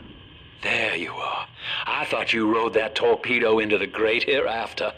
I'm in Dionysus Park now. Train cars are shambles, leaking air. Whole damn place is flooded and sealed. But there's a pumping station back there on Siren Alley, and I believe you could jerry-rig it to drain the park out. That'd let you stroll right inside. Get to those pumps, and hurry. Moving into what's known as Siren Alley, Delta needs to track down the pumping station. As you've already guessed, Siren Alley is under the control of Father Simon Wales. The place itself used to be the Architects and Builders Quarter, being a place frequented by the upper-class citizens of Rapture. It's not long until Delta comes across the spliced-up mess that is Father Simon Wales. Approaching the door to the next area, it's locked with a code, and Simon's brother, who remember is called Daniel, knows that code, and Daniel is located at a place called the Pink Pearl, which is a brothel that he runs. Earlier, I'd mentioned the Rapture bank crash. Well, after the crash and the economy tanking, many citizens from Siren Alley, desperate for money, ended up offering themselves to Daniel Wales to become a pimp, hence why Siren Alley now resembles a pleasure district. I do love Siren Alley. The kind of place you go to scratch an itch you're ashamed of, even in a town with no laws. But that's not why I favor it. The place started out as the Masons' Quarter, all builders and architects, proper as you please. And it just tickles me when someone in a fancy hat falls in the mud. Like a lot of the ladies down here, Siren Alley was born with a more respectable name, but only God remembers what it was. It doesn't take Delta much time at all to track down Daniel Wales, and after confronting and killing him, Delta retrieves the code for the door. Returning to the door, Delta uses the passcode, and after surviving huge waves of attacking splicers sent by a very angry Simon Wales, Delta proceeds into Plaza Hedone. Moving through Frank Fontaine's closed and deserted Little Sisters orphanage, Delta reaches the pumping station and discovers that it has been turned into Simon Wales's church, and it's here that he would deliver his Sunday services. He is currently preaching up a storm, and Delta is attacked by Wales and his band of crazy splicers. Annihilating them all, including the preacher, Delta obtains the key. Using it, he diverts the emergency pumps. Unfortunately, Sofia Lamb decides to overload the pumps, causing the place to flood quickly. Delta makes it back to the airlock and across the seabed to the airlock to Dionysus Park, which has now been drained. As we discussed earlier, Sofia Lamb had set up Dionysus Park as an artist's retreat, but you'll remember that Dionysus Park was flooded by Stanley Poole when he'd heard that Lamb had escaped from Persephone. But anyway, Delta heads through Dionysus Park and has to contend with Houdini splicers whilst hearing Sofia Lamb talking about how the life of the people's daughter, who is Eleanor, is in Delta's hands. Delta then hears the screams of a man. We need to break from the plot for a minute or 10 to talk about someone named Mark Meltzer. Mark's story was covered in the form of an ARG campaign, which built some backstory for Bioshock 2. So earlier I'd mentioned Sofia Lamb sending big sisters to the surface in order to capture or kidnap young girls to turn into little sisters. One person who noticed a stark increase in these girls being kidnapped was Mark Meltzer. Mark lived in New York and developed an obsession with working out who was responsible for these kidnappings. One of the reports details the mother mentioning seeing a red light attached to the kidnapper's head. Mark started to notice a pattern in the girls being abducted, along with reports of red lights being spotted along the shoreline. He had been reporting his findings on these strange happenings to the authorities, but they all assumed he was a crackpot, with the Philly Observer even telling him to seek help. The kidnappings were reported as a sea creature being responsible. Mark's materials were sent to the Office of Naval Intelligence by the government, and he later received a letter back from a Lieutenant Commander Roscoe Inman, which itself mentions an investigation on their end relating to unexplained nautical phenomena. They were interested in Mark's research. Mark would later warn Roscoe of a potential landing near St. John in New Brunswick, and it turns out that he was right. On the 28th of September 1967, Mark staked out the area and snapped a photo of a big sister, though at the time, he didn't know what it was. However, Mark was nervous about the thought that the big sister had followed him. He was right. as in October of 1967, Mark's own daughter Cindy is abducted from Mark and his wife Amanda's holiday home in Maryland.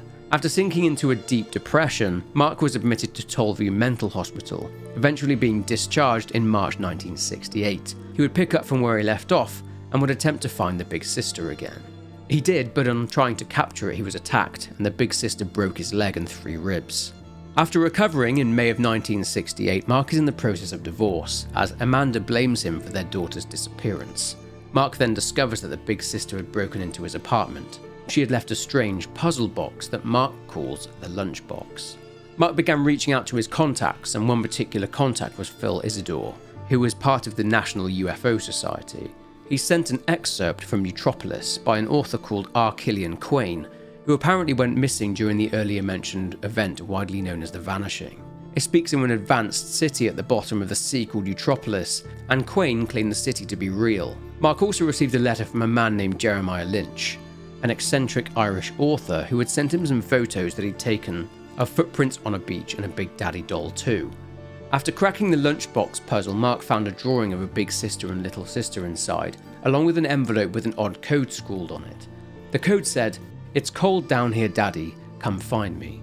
Also inside is a mask very similar to the ones worn by the citizens of Rapture during the New Year's masquerade ball at the Kashmir. Mark would receive letters from contacts of Jeremiah Lynch offering help in Mark's search for his daughter and the other missing girls. Mark then cracks on researching the Vanishing. Some of what he finds are people's disappearances being linked to Soviet abductions. Mark starts to find useful information, like research into the disappearance of Bridget Tenenbaum. He discovered that some people believe that these people who disappeared left in order to start their own private society. One of these people was a woman named Celeste Roger, who started researching the disappearance of her own father, Jean-Louis Roger. She considered that he, along with everyone else, had been summoned to a spiritual kingdom called Shambhala. She led an expedition to the Himalayas with other people who had lost their loved ones to the Vanishing, but an avalanche killed everyone, except for Celeste, who was the sole survivor. Mark would write to her, eager to know more about the Vanishing, but she was reluctant to share anything. After Mark apologizes, she writes him again, and a name would come up. Lutwidge. A man who was involved in the Vanishing, and not only that, wished to obscure and block any and all investigations into the Vanishing. Celeste writes that Lutwidge had purposely led her astray in her search for answers, even forging documents in her father's writing in order to deceive her, leading to that fateful expedition to the Himalayas. Mark later relocates to a new office and writes to Jeremiah Lynch to tell him about this move, and for him to stop sending him information on Atlantis and Lemuria. He would draw pictures of the creature that he'd seen, trying to work out what the hell it was and why it chose to let him live. Mark discovers an article about a group of people that were gathered on the beach of Turtle Bay and vanished after a red light appeared under the surface of the water. One person from this group that went missing was Kybers, who built the EMP bomb. Mark then finds out about the disappearance of Julie Langford. Mark then receives an angry message from Jeremiah Lynch about being frozen out. Well, I thought I had finally reached you, but apparently it's some bloody machine I'm speaking with again. Hello? Hello? Well, I suspect that I've been left a bit high and dry in the ongoing investigation, haven't I? I do wish you'd let me know your current status, for I've got a number of leads that may be worth pursuing. In fact, I've just posted you a book regarding the North Atlantic Triangle. I'm sure you'll find it of interest. It's, how shall I put it, a popular book? A lurid little paperback, in fact. But I do believe the author has stumbled onto some really vital information. Do be in touch, Mr. Meltzer. Thank you. He would still continue to work with Lynch, who would direct him to a book by an author called Carleton Reed, called The Frozen Triangle, about the zone of the unknown, where ships are lost and never found. Mark then receives a strange record in the post, and listening to it, he hears the words, "Come find me." Mark starts to wonder where this Rapture is. He surmises that finding Lutwidge is the only way to find Rapture. He finds excerpts from a magazine called The Monthly Undergrounder, which feature Lutwidge, full name Orrin Oscar Lutwidge, and detail his disappearance while searching for true Rapture. He is described as an inventor of puzzle boxes. Considering his connection to Celeste, the puzzle box, and to this Rapture that Mark was trying to research, this was a good lead to follow up.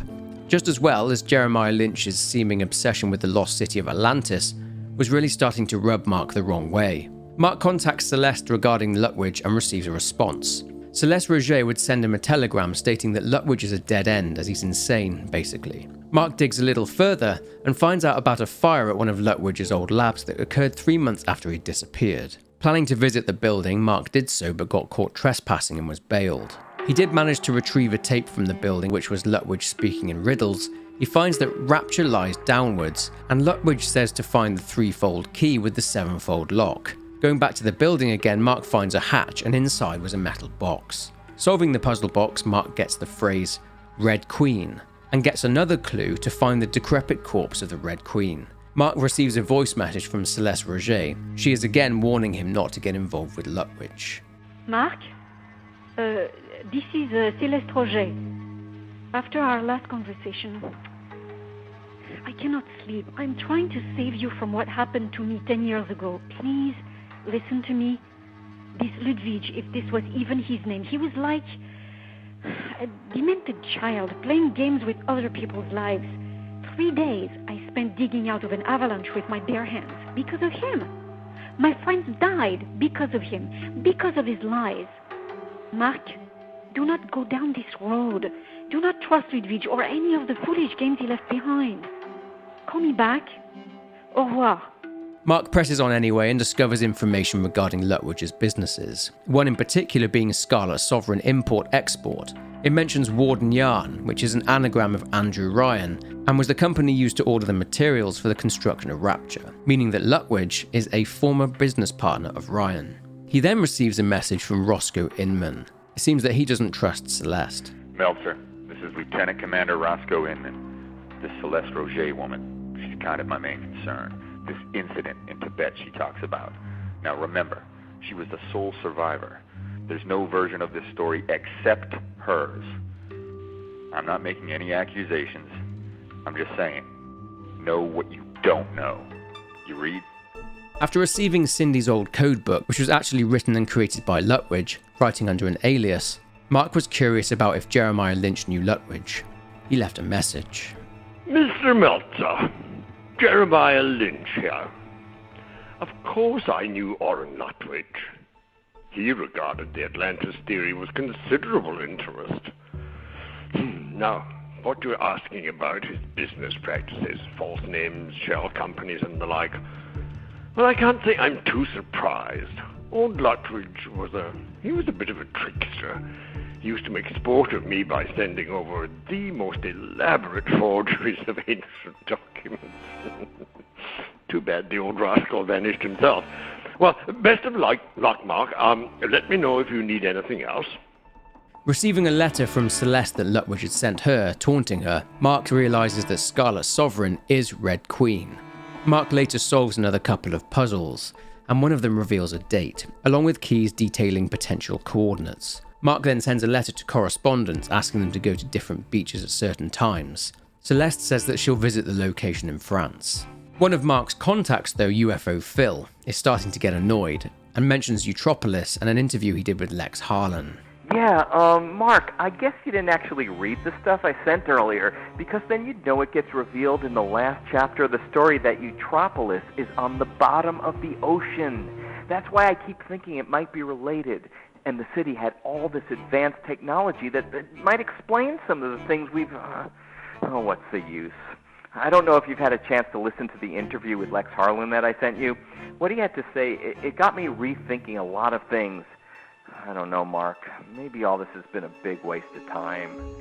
Mark then becomes very interested in the book from Jeremiah Lynch that he'd initially written off, as it talks about the plausibility of an island rising up out of the sea. A couple of days later, though, Mark heads to Jones Beach and discovers that on his beach, along with 9 other beaches, dozens of bottles of wine featuring the label Arcadia Merlot from the Worley Winery have washed up. The label is of particular interest as it features a city on it. Mark later discovers a letter written by Lutwidge which appears to mention that Andrew Ryan failed to honour the terms of a business contract, and Lutwidge wanted to chase him over this and was trying to find out where Rapture was. He also says that he purposely led both Celeste and the US government away from Rapture.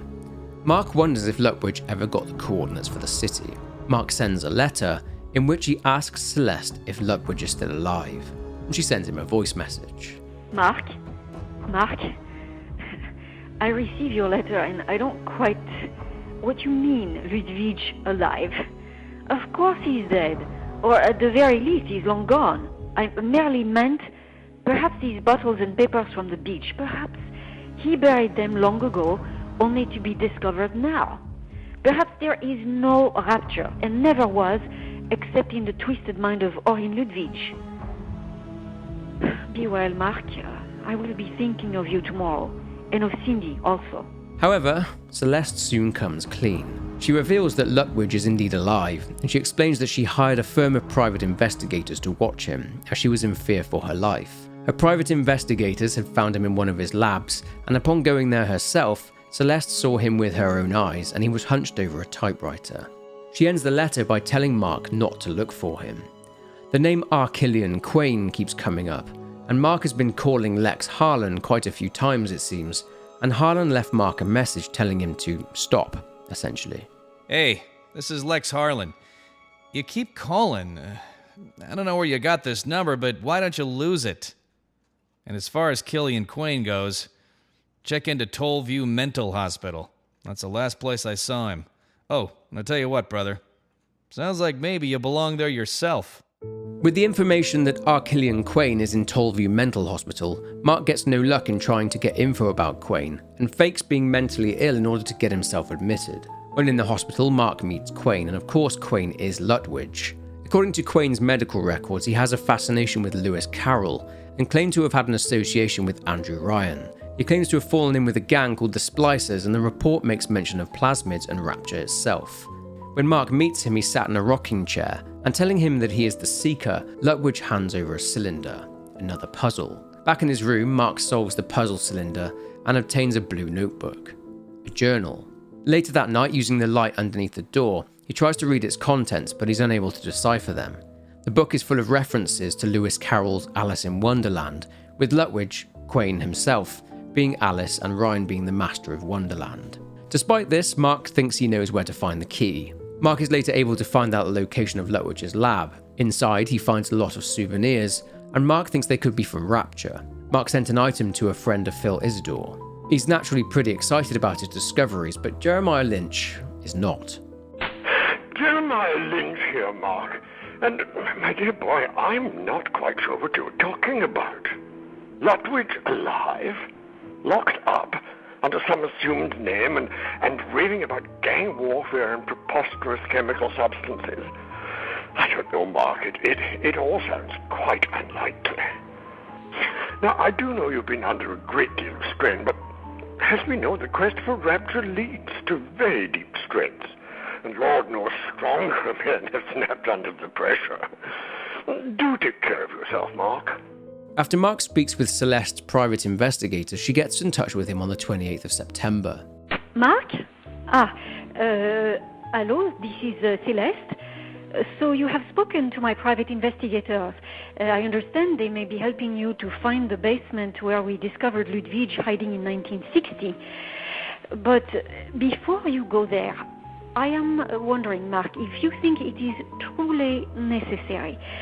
By then, Lutwidge was quite insane. I doubt that you will find anything of use.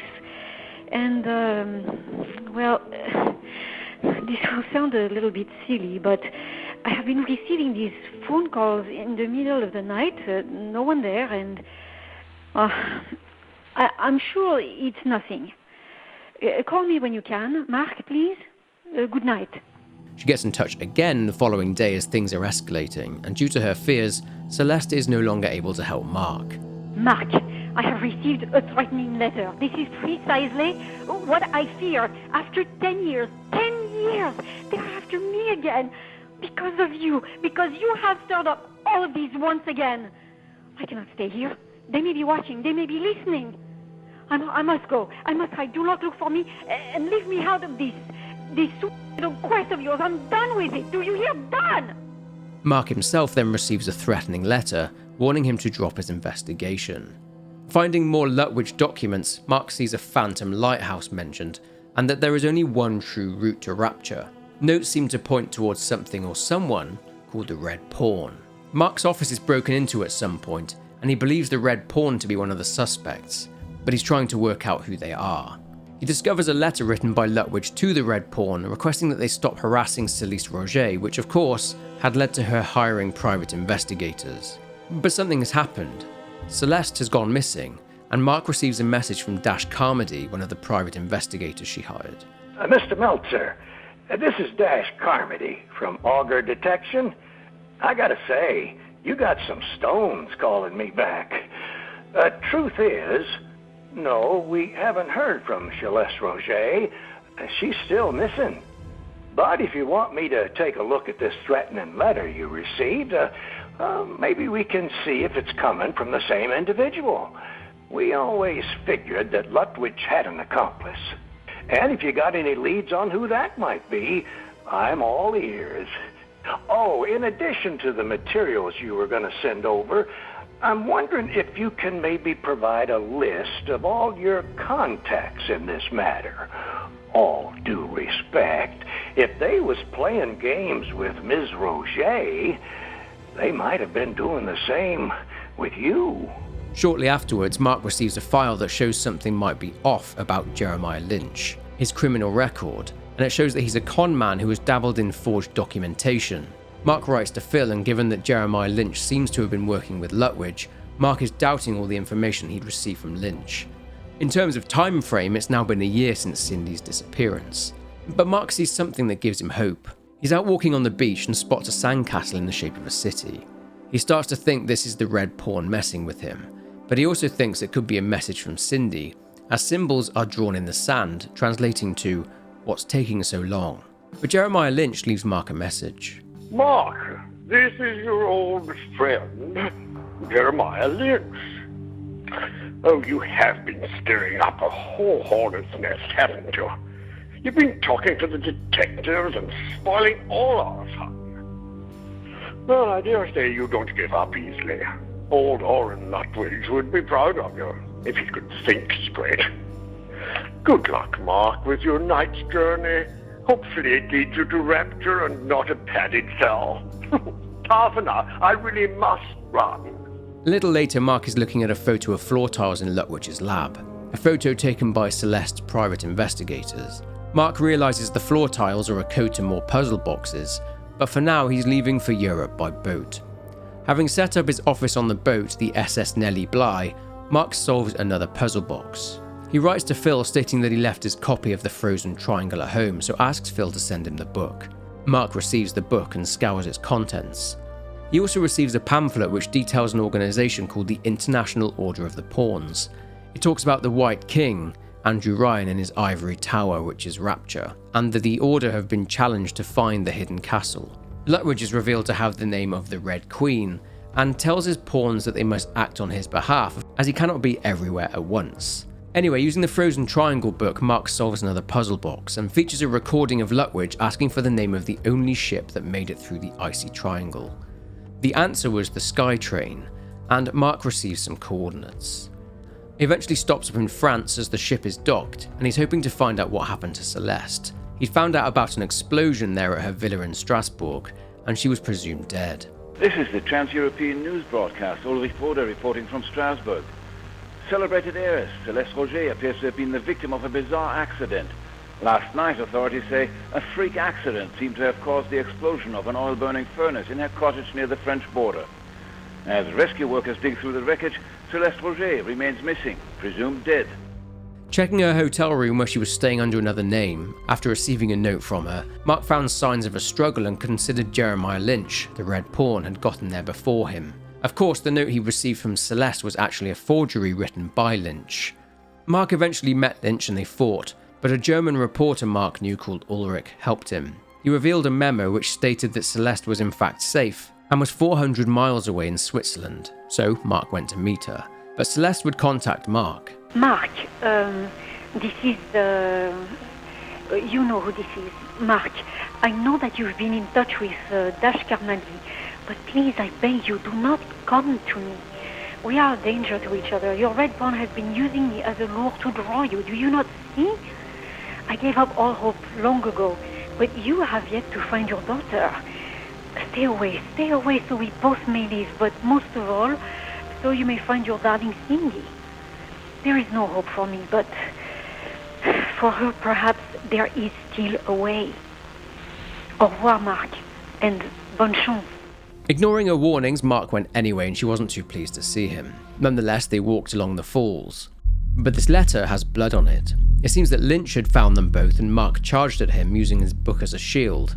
Lynch, however, shot Mark in the shoulder, and grabbing the gun dropped by Lynch, Celeste shot him, causing her to run off. But Mark would receive a gut punch in the form of a message from Celeste. I am so sorry for the role I played in the Red Pawns game. He's been threatening me, dogging my steps from the very first moment you first contacted me. In my own way, I tried to warn you, but you would not listen. I tried to run, but in the end he found me and I was weak. The explosion in Strasbourg, the letter in Paris, this all happened because I collaborated with Jeremiah Lynch. I helped to lure you close to him. I thought the only way to be rid of him forever was to help him get whatever it is he wants from you. You did not fail me. It was I who failed you. Run, Mark, run to Cindy. And if by some miracle you ever encounter the truth of what became of my father, do not tell me. I do not wish to know.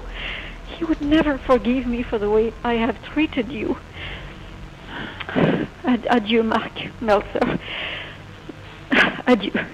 Mark writes to Phil again, telling him that he got everything he needed from the Red Pawn, Jeremiah, which was the book.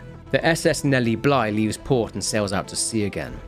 Mark looks at the book with the clue and thinks it's more mystical BS, with the Phantom Lighthouse being mentioned again. Jeremiah Lynch then leaves a message saying that he'll go to Tollview and torture the city's coordinates out of Lutwich. Alas, Mark, a shame you resorted to violence. You and I would have made such a marvelous team of treasure hunters. And it is such a pity about Miss Roger. Well, never mind that. You've slowed me down, I'll admit. But wounds heal. And your misadventures with Orrin Lutwidge at the asylum gave me a magnificent notion. So I'm calling you from New York City. I suspect old Orrin's not as barking mad as he plays. Just let his mind clear, provide the proper motivation, and he'll give up the coordinates, whether he wants to or not. However, Mark sees a report about Lutwidge's escape from Tollview after he'd killed one of the orderlies.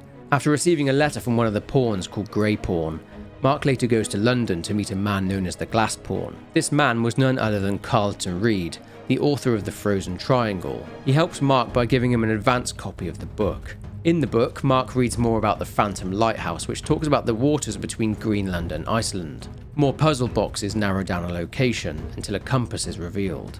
As the ship gets closer to Rapture, the compass starts flashing very fast. And at some point, the ship is attacked by splicers who ascended using a bathysphere, and a spider splicer tried to attack Mark, but he escapes using a dinghy while the crew attempt to fight the splicers. Eventually, Mark uses the dinghy to head through the mist and enters the lighthouse, journeying down into Rapture to try and find his daughter. Shortly before Delta was revived by Eleanor and Tenenbaum, Mark Meltzer arrived in Rapture. Barely made it down alive. But here it is. And it's real. Rapture. This is where that thing took my poor baby girl. From what I saw in the sub, most of the city's in ruins. But there were lights here and there. And shapes moving. I'm rambling, scared, I guess. But maybe, if I find this Dr. Lamb I keep hearing over the PA, I'll find Cindy too. These people are hooked on some kind of genetic wonder drug called Adam. I've read the word splicer scribbled on walls like a warning. One of them cornered me and Christ, his face. I had a gun, but I choked. And then out of nowhere, we both heard this singing. And he took off like hell on wheels. It sounded like a kid. A little girl. Cindy's alive. I know it in my gut. I found one of those children at last. Filthy dress, all alone. I approached her, praying that it was my little girl. But she was gorging herself on blood from a corpse. It wasn't her. I stared, just reeling. And then that skinny, armored freak that took Cindy jumped me, shrieking like an animal. I escaped, but could Cindy have become one of those things? I've got to find her, now more than ever. This Lamb woman's powers of manipulation are almost scary. Her people are using the girls from the surface to gather Adam from Lamb's followers. It's in the blood. And eventually they give themselves over. Like dying is an honor. I'd almost feel sorry for them if they didn't have my daughter. I'm going to find Lamb and take Cindy back one way or another. Lamb's followers are blinded by her promises. But it's clear that this religion she's cooked up is an elaborate front for some insane science experiment. She's twisting these girls into slaves, bringing Adam back to Lamb's science facility, Fontaine Futuristics. I've got to find it. I've heard the splicers mumbling that Alexander is the ferryman. Mark, after his journey through Rapture, would find Cindy. I found her. Found Cindy by this rusted carousel. But she was just standing there, staring, waiting for the music. And she doesn't even recognize me. What have they done to her? Listen to her. The man in the moon is a girl, Mr. Bubbles. Listen, if anyone hears this, I have to know how to cure her. No, get back. She's my little girl. There's more to Mark's story, but we'll find out his fate a bit later on. But for now, back to Bioshock 2. During his journey through Dionysus, Delta is contacted by none other than Stanley Poole. Well, hello, boys. The name's Stan Poole, Rapture Tribune. Quality paper. Before the locals stopped reading and started finding other uses for it. Anyway, I'm looking to cut a deal, fellas. Come by the train station. I'm here in the booth. Going to meet Poole, Delta discovers that he's locked the train car and locked himself in the ticket booth. Basically, since he flooded the park, he's terrified that the Little Sisters, since the memories are contained within Adam, will give Lamb information about what he did after they have collected Adam from the citizens that Stanley killed. He wants Delta to deal with the Little Sisters in the park, and he'll let Delta leave. Finding each of the Little Sisters and choosing what to do with them, Eleanor shares her own memories of what Stanley did. Delta learns all about Stanley and him selling Eleanor because she posed a threat, along with him flooding the park and killing everyone. But after finding this out, Delta is contacted by Sofia Lamb. Subject Delta, I have known for years of Stanley's betrayal here, and had forgiven him. But in compromising Eleanor now, he seals his fate. You see, it was Stanley who turned you into Ryan. He is responsible for what you have become. The security booth is open now. You may have your revenge. Sweet Jesus. Lamb knew? And she just let me hang myself out the... Oh, God. No. Come on, pal. The train's ready. Just let me live. Lamb then opens the door to the ticket booth and Delta can make the choice whether to either kill Stanley Poole or to let him be. With the train now unlocked, Delta and Sinclair move on to Fontaine Futuristics. Sinclair then tells Delta something. This is it, Chief. End of the line. If I'm right, Eleanor's mama's using Adam to force all Rapture's minds and memories into the poor girl. Lamb reckons it'll make that child a saint.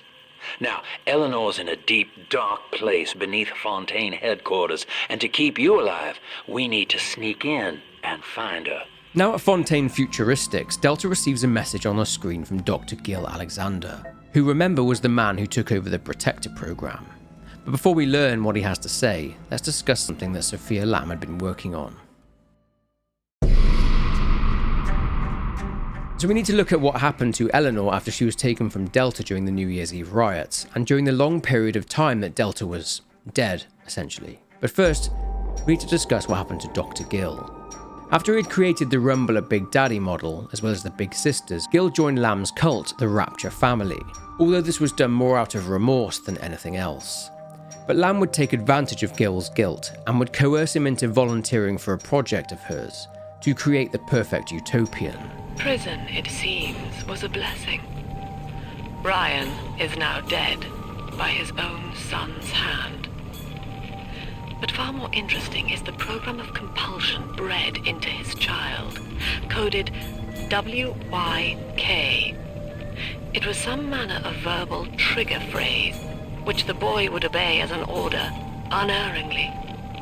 In a way, this sad thing, this half-man, had escaped the self.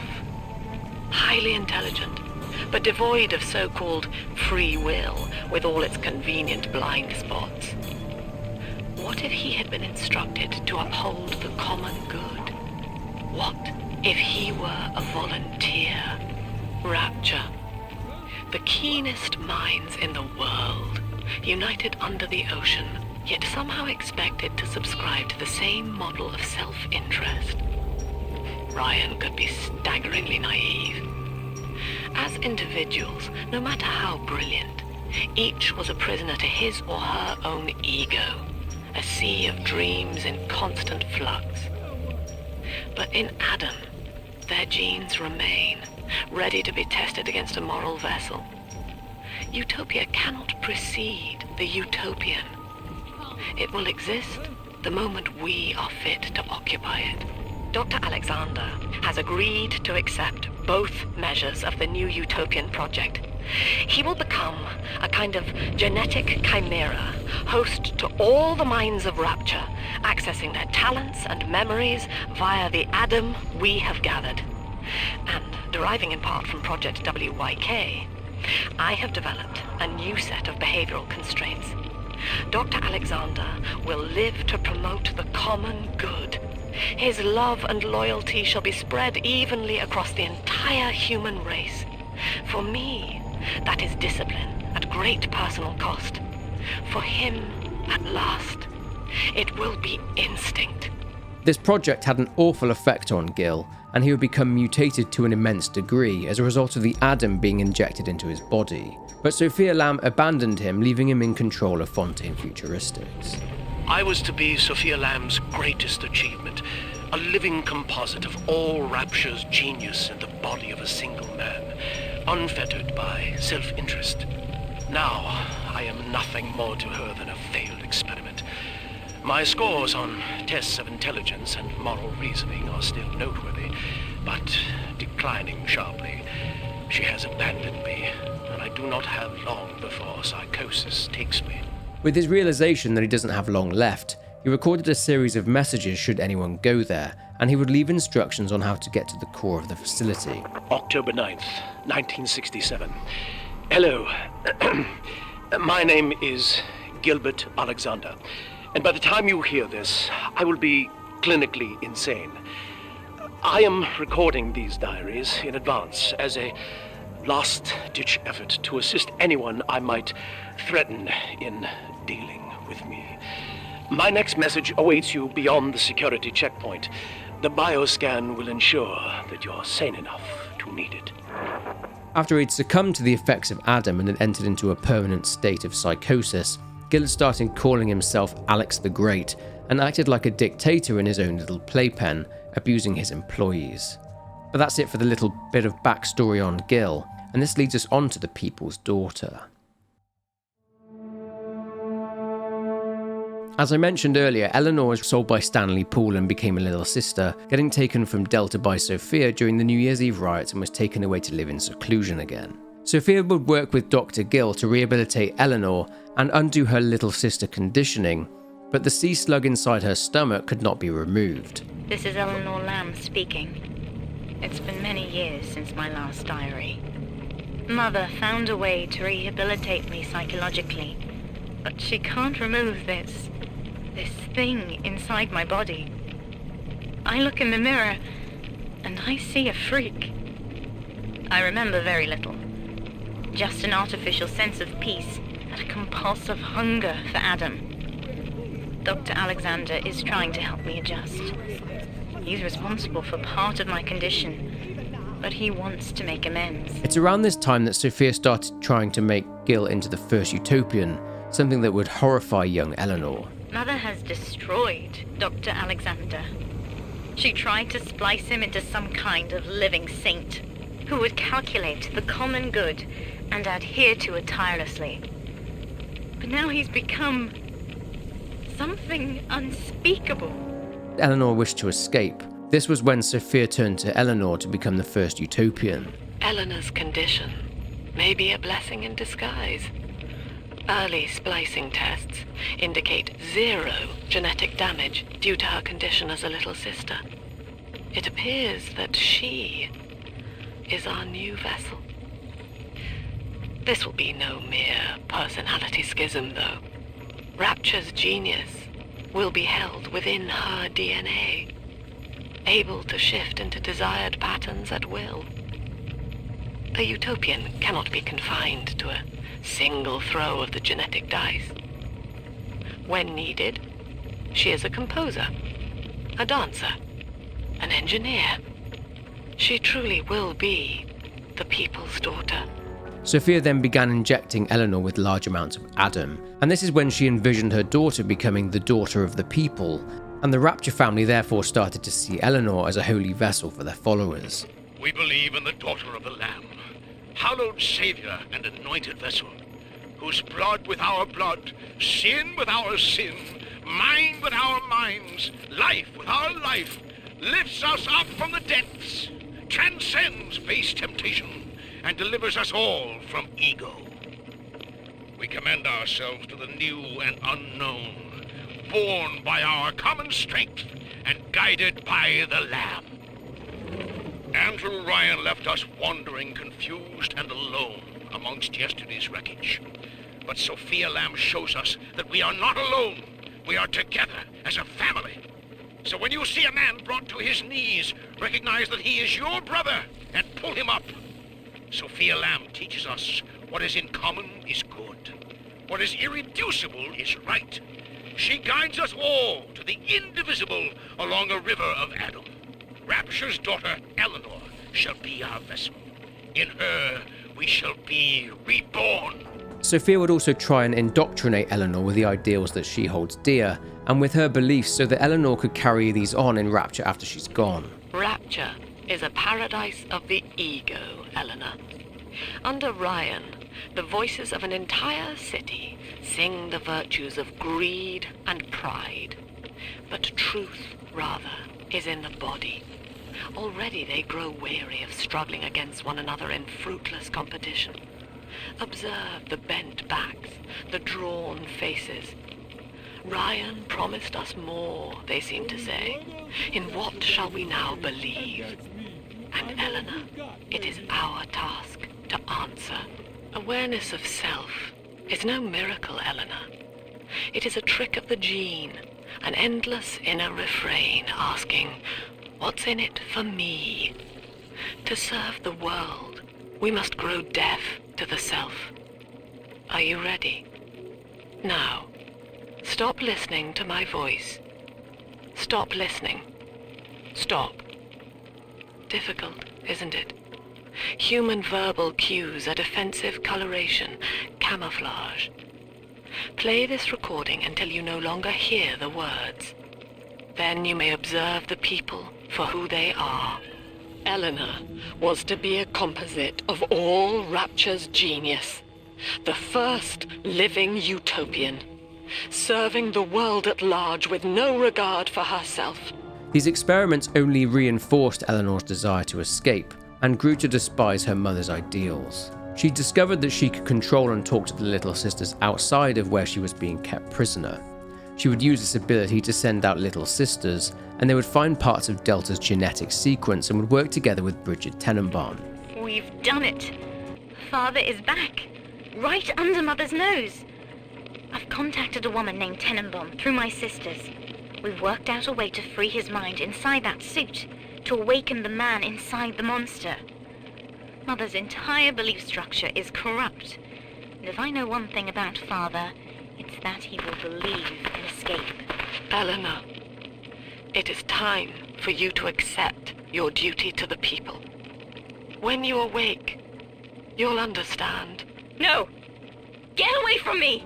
This then leads us into the start of the game, where Delta is revived at the Vita Chamber. But Lamb at some point found out about Eleanor helping Delta, so accelerated her treatments. And as we've heard from Sinclair, Sofia is currently using Adam on Eleanor in an attempt to upload memories into her. So Delta needs to hurry and save her. But now we've uncovered a little bit more of the lore, let's get back to the plot again.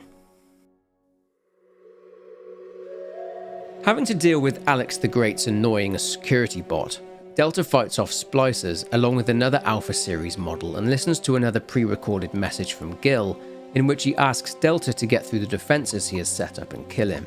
Grabbing a voice recorder with a password on it, Agnes Day, Delta gets through the first door using it, but finds that he cannot use the bioscanner to get into the security office, as Alex the Great has set up 4 signal relays on security panels located within Fontaine Futuristics, so Delta needs to remove these relays. Finding and removing these signal relays whilst being attacked from all sides by crazy splicers and automated security bots, Delta heads back to the security office and uses the passcode to gain entry. Inside, Delta hears from Gil again. Hello again. I must assume by now that you're willing to help end my life. In exchange, I have prepared a friendly security escort for you. Now, there's a switch in here which will allow you access to the real laboratories where what's left of me awaits you. Please, use it. Using the switch, Delta heads outside and finds a fuel pump. This is a disguise as it's a doorway to where Eleanor should be. Only thing is that Delta needs a genetic key to open it, and he'll get it from Alex the Great. Heading through an airlock, as he cannot use the pump entrance yet, Delta moves into Fontaine's Plasmid Research and Development building. I'm afraid the lights in here sting my eyes terribly now. Until you arrive to deal with me, they will remain off. Please, locate the breakers and flip them, and then return here to restore power. After flipping the breakers and restoring power, Alex the Great reveals himself. He's a grotesque mass of flesh, and Gil's pre-recorded message states that Delta needs to retrieve enough Adam-infused plants so that he can lure Alex the Great out. Searching the research and development areas, Delta finds 3 more Adam-infused plants that he needs, and as expected, he is attacked by splicers and other Alpha Series Big Daddy models. It's also down here that Delta meets and can choose to fight Mark Meltzer, who is protecting his daughter Cindy. They have been somewhat tragically reunited. Ask yourself, Mr. Meltzer, is it better to be summarily executed as an outsider caught within these grounds, or to be united not just with your daughter Cindy, but with the Rapture family as well? The choice is yours. I urge you to accept the Protector program. You will live by her side and remember nothing beyond your love for her. I wasn't the first to find Rapture, you crazy bitch. And I won't be the last. You do whatever you want to me. As long as I'm with Cindy, I'm a happy man. This closes off the Mark and Cindy storyline. Luring Alex out by using the plants, Delta takes a gene sample off of Alex the Great and produces the genetic key that he needs. Before he leaves, Delta has another choice to make. He can press the disposal button, which will kill Alex the Great and therefore Gil Alexander, or he can walk away, leaving him there. Either way, Delta uses the genetic key in order to enter an airlock and descends to Persephone. Delta is now very near to Eleanor. Entering the atrium, Delta sees Eleanor in a glass tank protected by a quarantine seal. Pulling the switch, Sofia Lamb again tries to stop Delta by sending 2 big sisters to kill him, but he manages to defeat them both. Afterwards, Delta enters the quarantine chamber. Your signal's breaking up. I can see or hear a thing.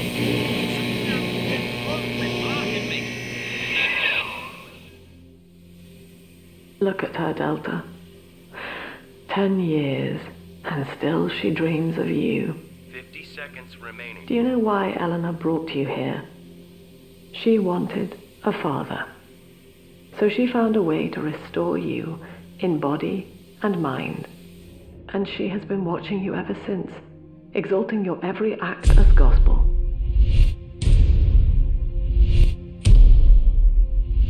The girl lying on that bed is no longer my child, nor my life's work. She is a monster, shaped by you alone. Just as she has always wanted. 20 seconds remaining. But there is one detail of your mutual bond she failed to account for. Your body was designed to lapse into a coma when her heart ceases to beat. Eleanor, forgive me.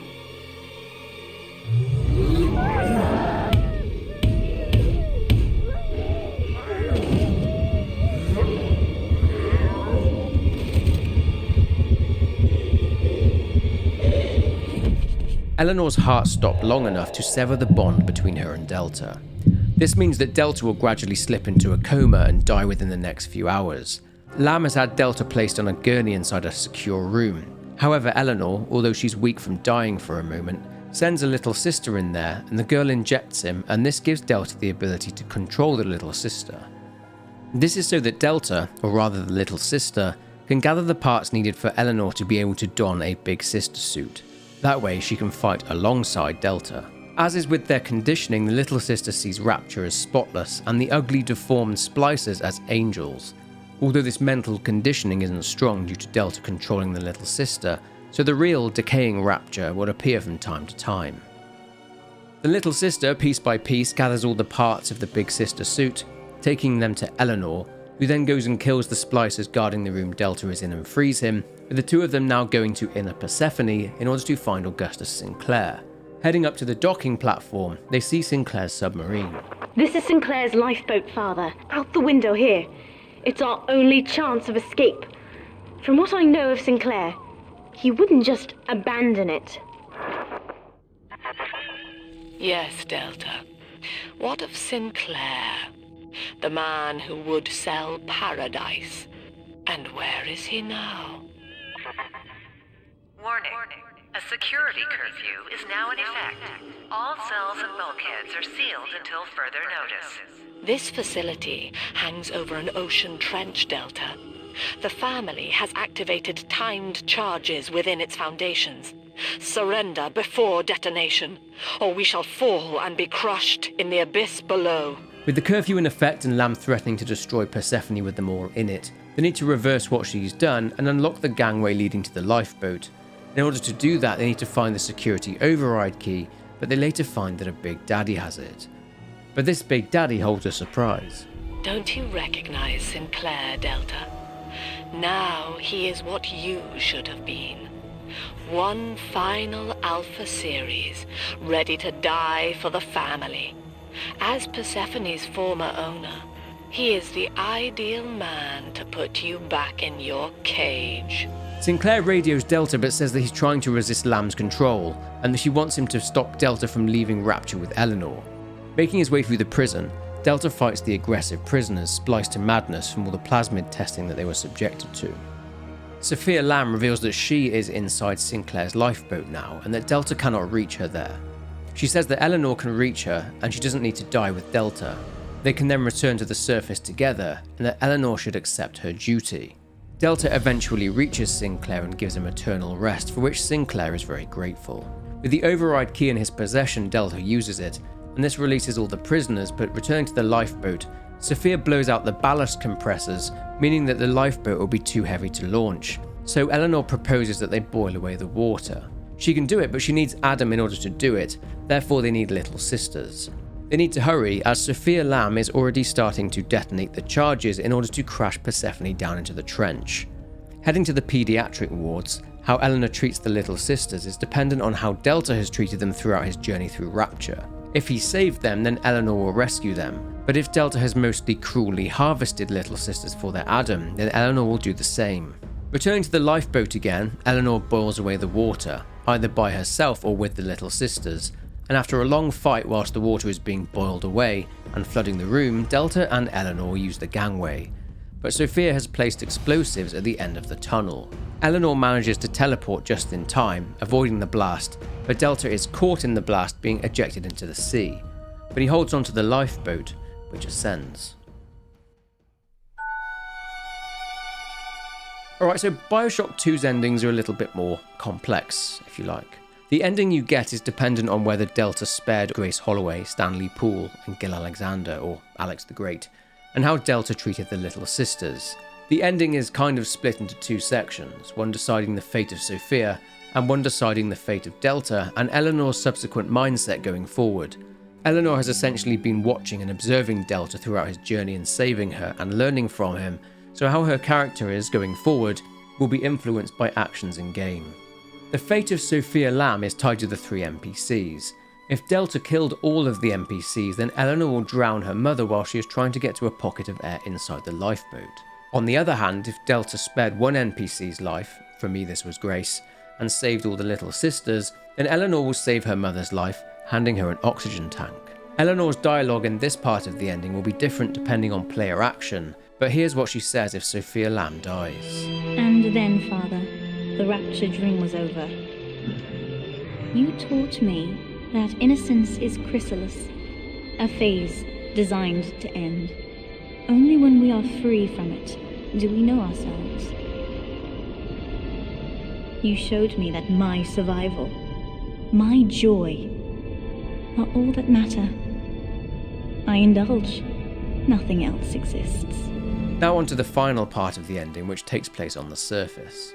This part consists of a bad ending, a neutral or choice ending, and a good ending. The bad ending is achieved if Delta harvested every single little sister he came across in Rapture. The Rapture dream is over, and in waking, I am reborn. You may not have wanted me, Father, but you defined me.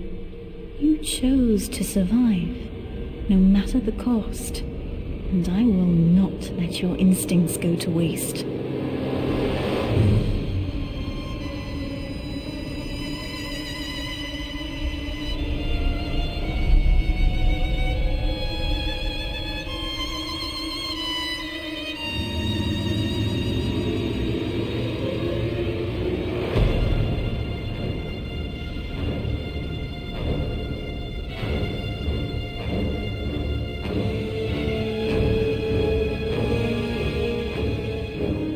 You will always be with me, Father. Your memories, your drives. When I need you, you'll be there, whispering from my shoulder.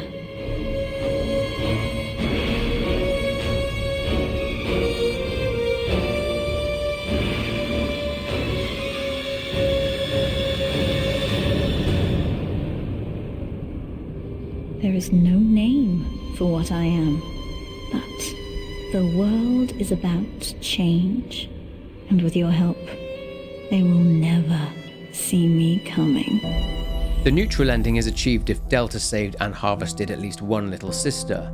When on the surface, Eleanor goes to withdraw Delta's Adam, but she instead gives him a choice: to sacrifice himself, which plays out the bad ending, or a selfish ending where Delta saves himself, but refuses to let Eleanor implant his memories in her, leaving her sad and confused.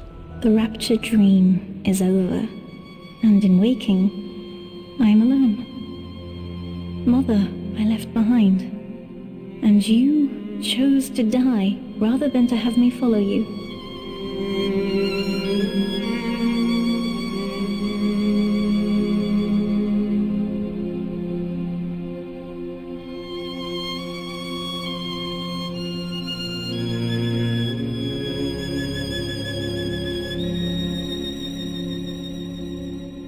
You gave me the greatest gift of all. Something I have never had.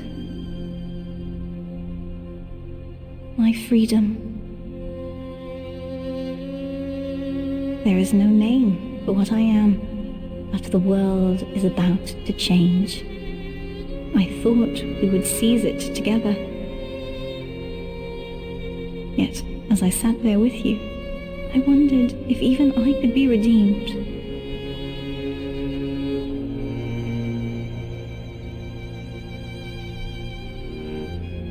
Your sacrifice gave me hope. But Father, wherever you are, I miss you. Finally, the good ending, or best ending, involves Delta saving every single little sister. The Rapture dream is over, but in waking, I am reborn. This world is not ready for me, yet here I am. It would be so easy to misjudge them. You are my conscience, Father, and I need you to guide me.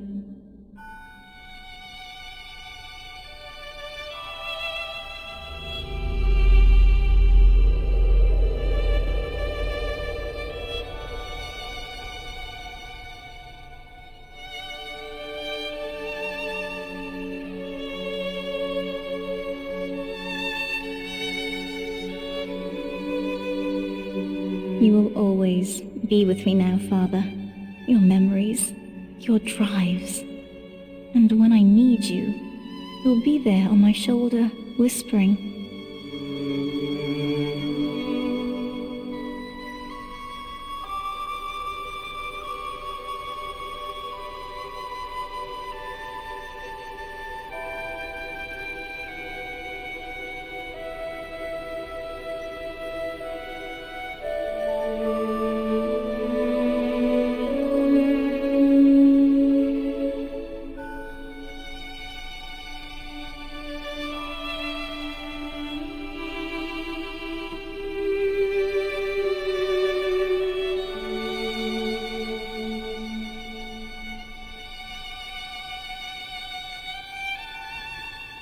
If Utopia is not a place, but a people, then we must choose carefully, for the world is about to change.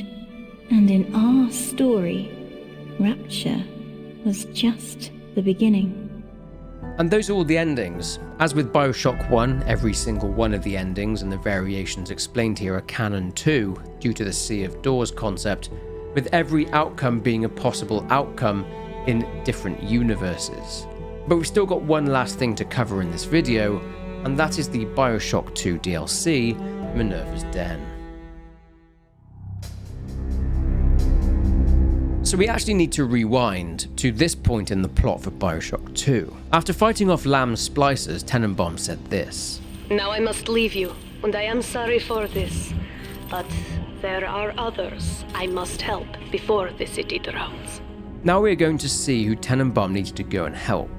So Rapture runs on many automated processes, and these were in turn run from a part of Rapture known as Minerva's Den. In the early days of Rapture's construction, two men, Charles Milton Porter and Reed Wall, founded the Rapture Central Computing Corporation. Deep within Minerva's Den lies a machine nicknamed the Thinker, which is the brain of Rapture and one which controls the automated processes. However, Porter and Wall would clash in their proposed use of this machine. But let's discuss some backstory on Charles Milton Porter. Porter was a gifted mathematician and was chosen by Alan Turing himself to work as part of his code-breaking team in London during World War II. Charles had a wife named Pearl, who unfortunately got killed in the first Blitz on London. Charles then drew the attention of Andrew Ryan, who remember was looking for the brightest minds in the world to populate Rapture. From the moment he got there though, he'd drawn the ire of Andrew Ryan on account of him bringing a massive bronze statue of the Thinker, a sculpture by Auguste Rodin, who is a man considered the founder of modern sculpture. The Thinker statue is thought to symbolize deep thought, contemplation, philosophy, and humanity's capacity for physical and mental effort.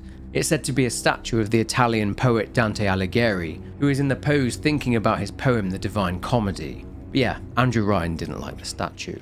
It has come to my attention that a certain prominent bronze figure has been installed in Minerva's Den.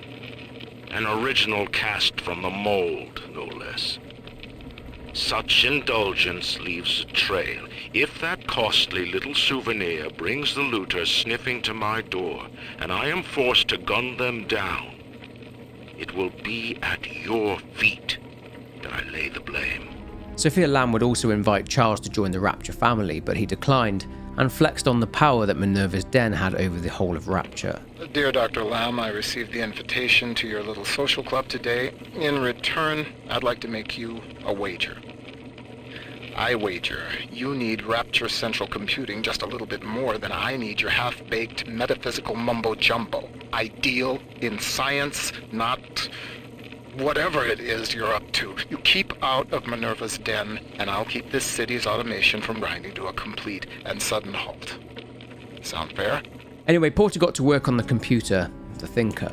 Mr. Ryan hired me to build a computer that could keep an entire city running on time. The Rapture Operational Data Interpreter Network. Folks call it the Thinker for short. We've harnessed the power of Adam even in this, allowing the mainframe to process data at the speed of thought. In other words, it thinks for us. Yes. And with the completion of the independent reasoning processor, it may finally think for itself. If Turing could see me now. Pearl's death opened up a kind of hole in my mind. But eventually I got around to reflecting on Alan and his intelligence test for machines. I remember grinning about the idea that I could beat it. Design a machine capable of replicating Turing himself. And wouldn't that show the old man? But then suddenly I realized I wasn't really thinking about replicating Alan at all. I was thinking about Pearl. Porter and Wall, as I mentioned, didn't agree with each other's use of this machine. Wall saw that the machine could accurately predict certain things that could make him rich. Porter and I are partners, but he's wasting that machine. In off hours, I've been using it to predict the outcomes of baseball games, and it is incredibly accurate. Apply such equations to Rapture's markets. This thing is the money-making grail. But Porter, I have heard them feeding it recordings of his dead wife. The fool wants to turn the Thinker into a person. I could not imagine a sadder fate for such a perfect machine. As you've heard, Charles wanted to use the machine to replicate Pearl. He'd brought things from the surface, memories of his life with Pearl, and he would feed these, in a sense, to the machine. The Thinker's independent reasoning processor has been running for several months now. Standardized intelligence test scores continue to rise, beginning daily voice synthesis test. Good morning, Thinker. How are you? Acceptable. Request to continue most recent conversation topic. Pearl Porter. Oh, my late wife. Yes, I'd love to tell you all about her. I have a number of old audio recordings we made together that you could listen to, if you'd like. Acceptable. Begin input of data regarding Pearl Porter. You took the words right out of my mouth, friend. I believe I'm done feeding audio recordings and personal anecdotes to the Thinker. I am set to test the personality duplication function. Target personality, Pearl Porter. Thinker, are you ready? Yes, Milton. Starting test. Hello, Pearl. Hello, Milton. How have you been? Just wonderful, Milton. I've missed you, though. It's been so long. Pearl, No, this isn't right. It isn't her. Thinker, stop the test. But what's the matter, Milton? Oh, God. Don't you still love me? Oh, God, I said end function, Thinker. Now! It's over. Now, bear in mind that this was happening before Fontaine and Ryan had come to blows. So Reed Wall, wanting complete control of the Thinker, devised a plan and he would arrange for Porter's removal. Porter thinks his talking computer is harmless fun. It talks like a man. This is a simple toy? No. I have heard that Ryan is becoming paranoid about this Fontaine character. If Porter were implicated as a criminal, I would have the Thinker to myself. As it was meant to be. Keep tinkering, Porter. Your time will come. Well, Thinker, Ryan's secret police are on their way. They cooked up some kind of evidence against me. Treason, they say. I've heard what happens to folks who get disappeared, come back as one of those metal daddies. So I'm leaving you with something to cogitate on in my absence. Inputting Rapture Departure Protocol. Figure a way to get yourself out of this city, Thinker. You've got to live on, no matter what happens to me. You'll find a way. Just as he'd planned, Reed Wall was placed in charge of the machine and Minerva's den itself. Charles, on the other hand, was sent to Persephone as a prisoner, and this leads us into the plot for Minerva's den. At the same time as Delta's mission in Rapture to reunite with Eleanor Lamb, Bridget Tenenbaum had reactivated a Big Daddy, another of the Alpha series named Subject Sigma. Sigma has been tasked with helping Charles Porter obtain the blueprints for the Thinker from Reed Wall, as Tenenbaum has identified the Thinker as being crucial in finding the cure for Adam's sickness. After some searching, I made contact with Charles Milton Porter in Minerva's den. A productive exchange. Clearly, Rapture is no place to continue my research. But Porter says that if he can find a way to return to the surface, along with the programming for his mainframe, we could then rebuild the machine and work together towards the cure. I have located an Alpha series to assist him. Subject Sigma. I must return to the surface. If Sigma is successful in Minerva's den, then the cure for Adam's curse is on its way. It is only a matter of time. However, as Sigma is approaching Minerva's den, Reed Wall detonates the tunnel, and this ejects Sigma down onto the ocean floor. Porter then makes contact with Sigma. Hello? Mr. Sigma? Can you hear me? The name's Porter. Charles Milton Porter. Doc Tenenbaum tells me you're here to help us get the Thinker out of Rapture. It's not going to be easy, but nothing worth doing ever is. You should be able to get inside through an airlock. Fighting off various splicers loyal to Reed, Sigma activates the power and makes his way to Minerva's den's executive wing and to Charles Porter's office, receiving a punch card for Operations Access. However, the route to Operations Access is blocked off, and Sigma needs a specific plasmid called a gravity well plasmid, which according to Porter, will be located in a place called Airtight Archives. However, to get there, Sigma needs an electrobolt plasmid, which will be located in a place called McClendon Robotics. So, plenty to do. As instructed, Sigma makes his way to McClendon Robotics and retrieves the electrobolt plasmid, along with a hack tool. Using this to hack a door, Sigma goes to Airtight and obtains the gravity well. Using that and proceeding through the now unlocked door, Sigma has made it to Operations. Upon arriving, Sigma is asked by Porter to obtain a signal beacon from a sunken bathysphere in a junkyard, as the plan is to reprogram the beacon in Reed Wall's office, which will be in the programming wing. They need to do this because if they escape, Sofia Lamb's systems will fire torpedoes at their bathysphere. After retrieving the beacon and reprogramming it in Reed's office, Sigma has reached the core, where the Thinker is located. Reed is there too, but he's concerned, as the machine has not yet calculated how his and Sigma's confrontation will end. Not yet, Sigma! I am still crunching the numbers! Let's go back to the parameters that Porter built into the Thinker. So, I'm leaving you with something to cogitate on in my absence. Inputting Rapture Departure Protocol. Figure a way to get yourself out of this city, Thinker. You've got to live on, no matter what happens to me. You'll find a way. As you heard, Porter programmed the Thinker to find a way out of the city. Reaching the core itself, Sigma is requested to go to a code printing machine and to confirm his genetic identity. However, Reed shuts the Thinker down, and of course, this would affect the whole of Rapture. He and Sigma fight, and Sigma defeats the spliced at Reed. Retrieving the Administrator punch card from Reed's body, Sigma reactivates the Thinker. Mainframe reactivated. Confirming user's genetic identity. Genetic identity confirmed. Alpha series. Subject Sigma. Former identity. Charles Milton Porter.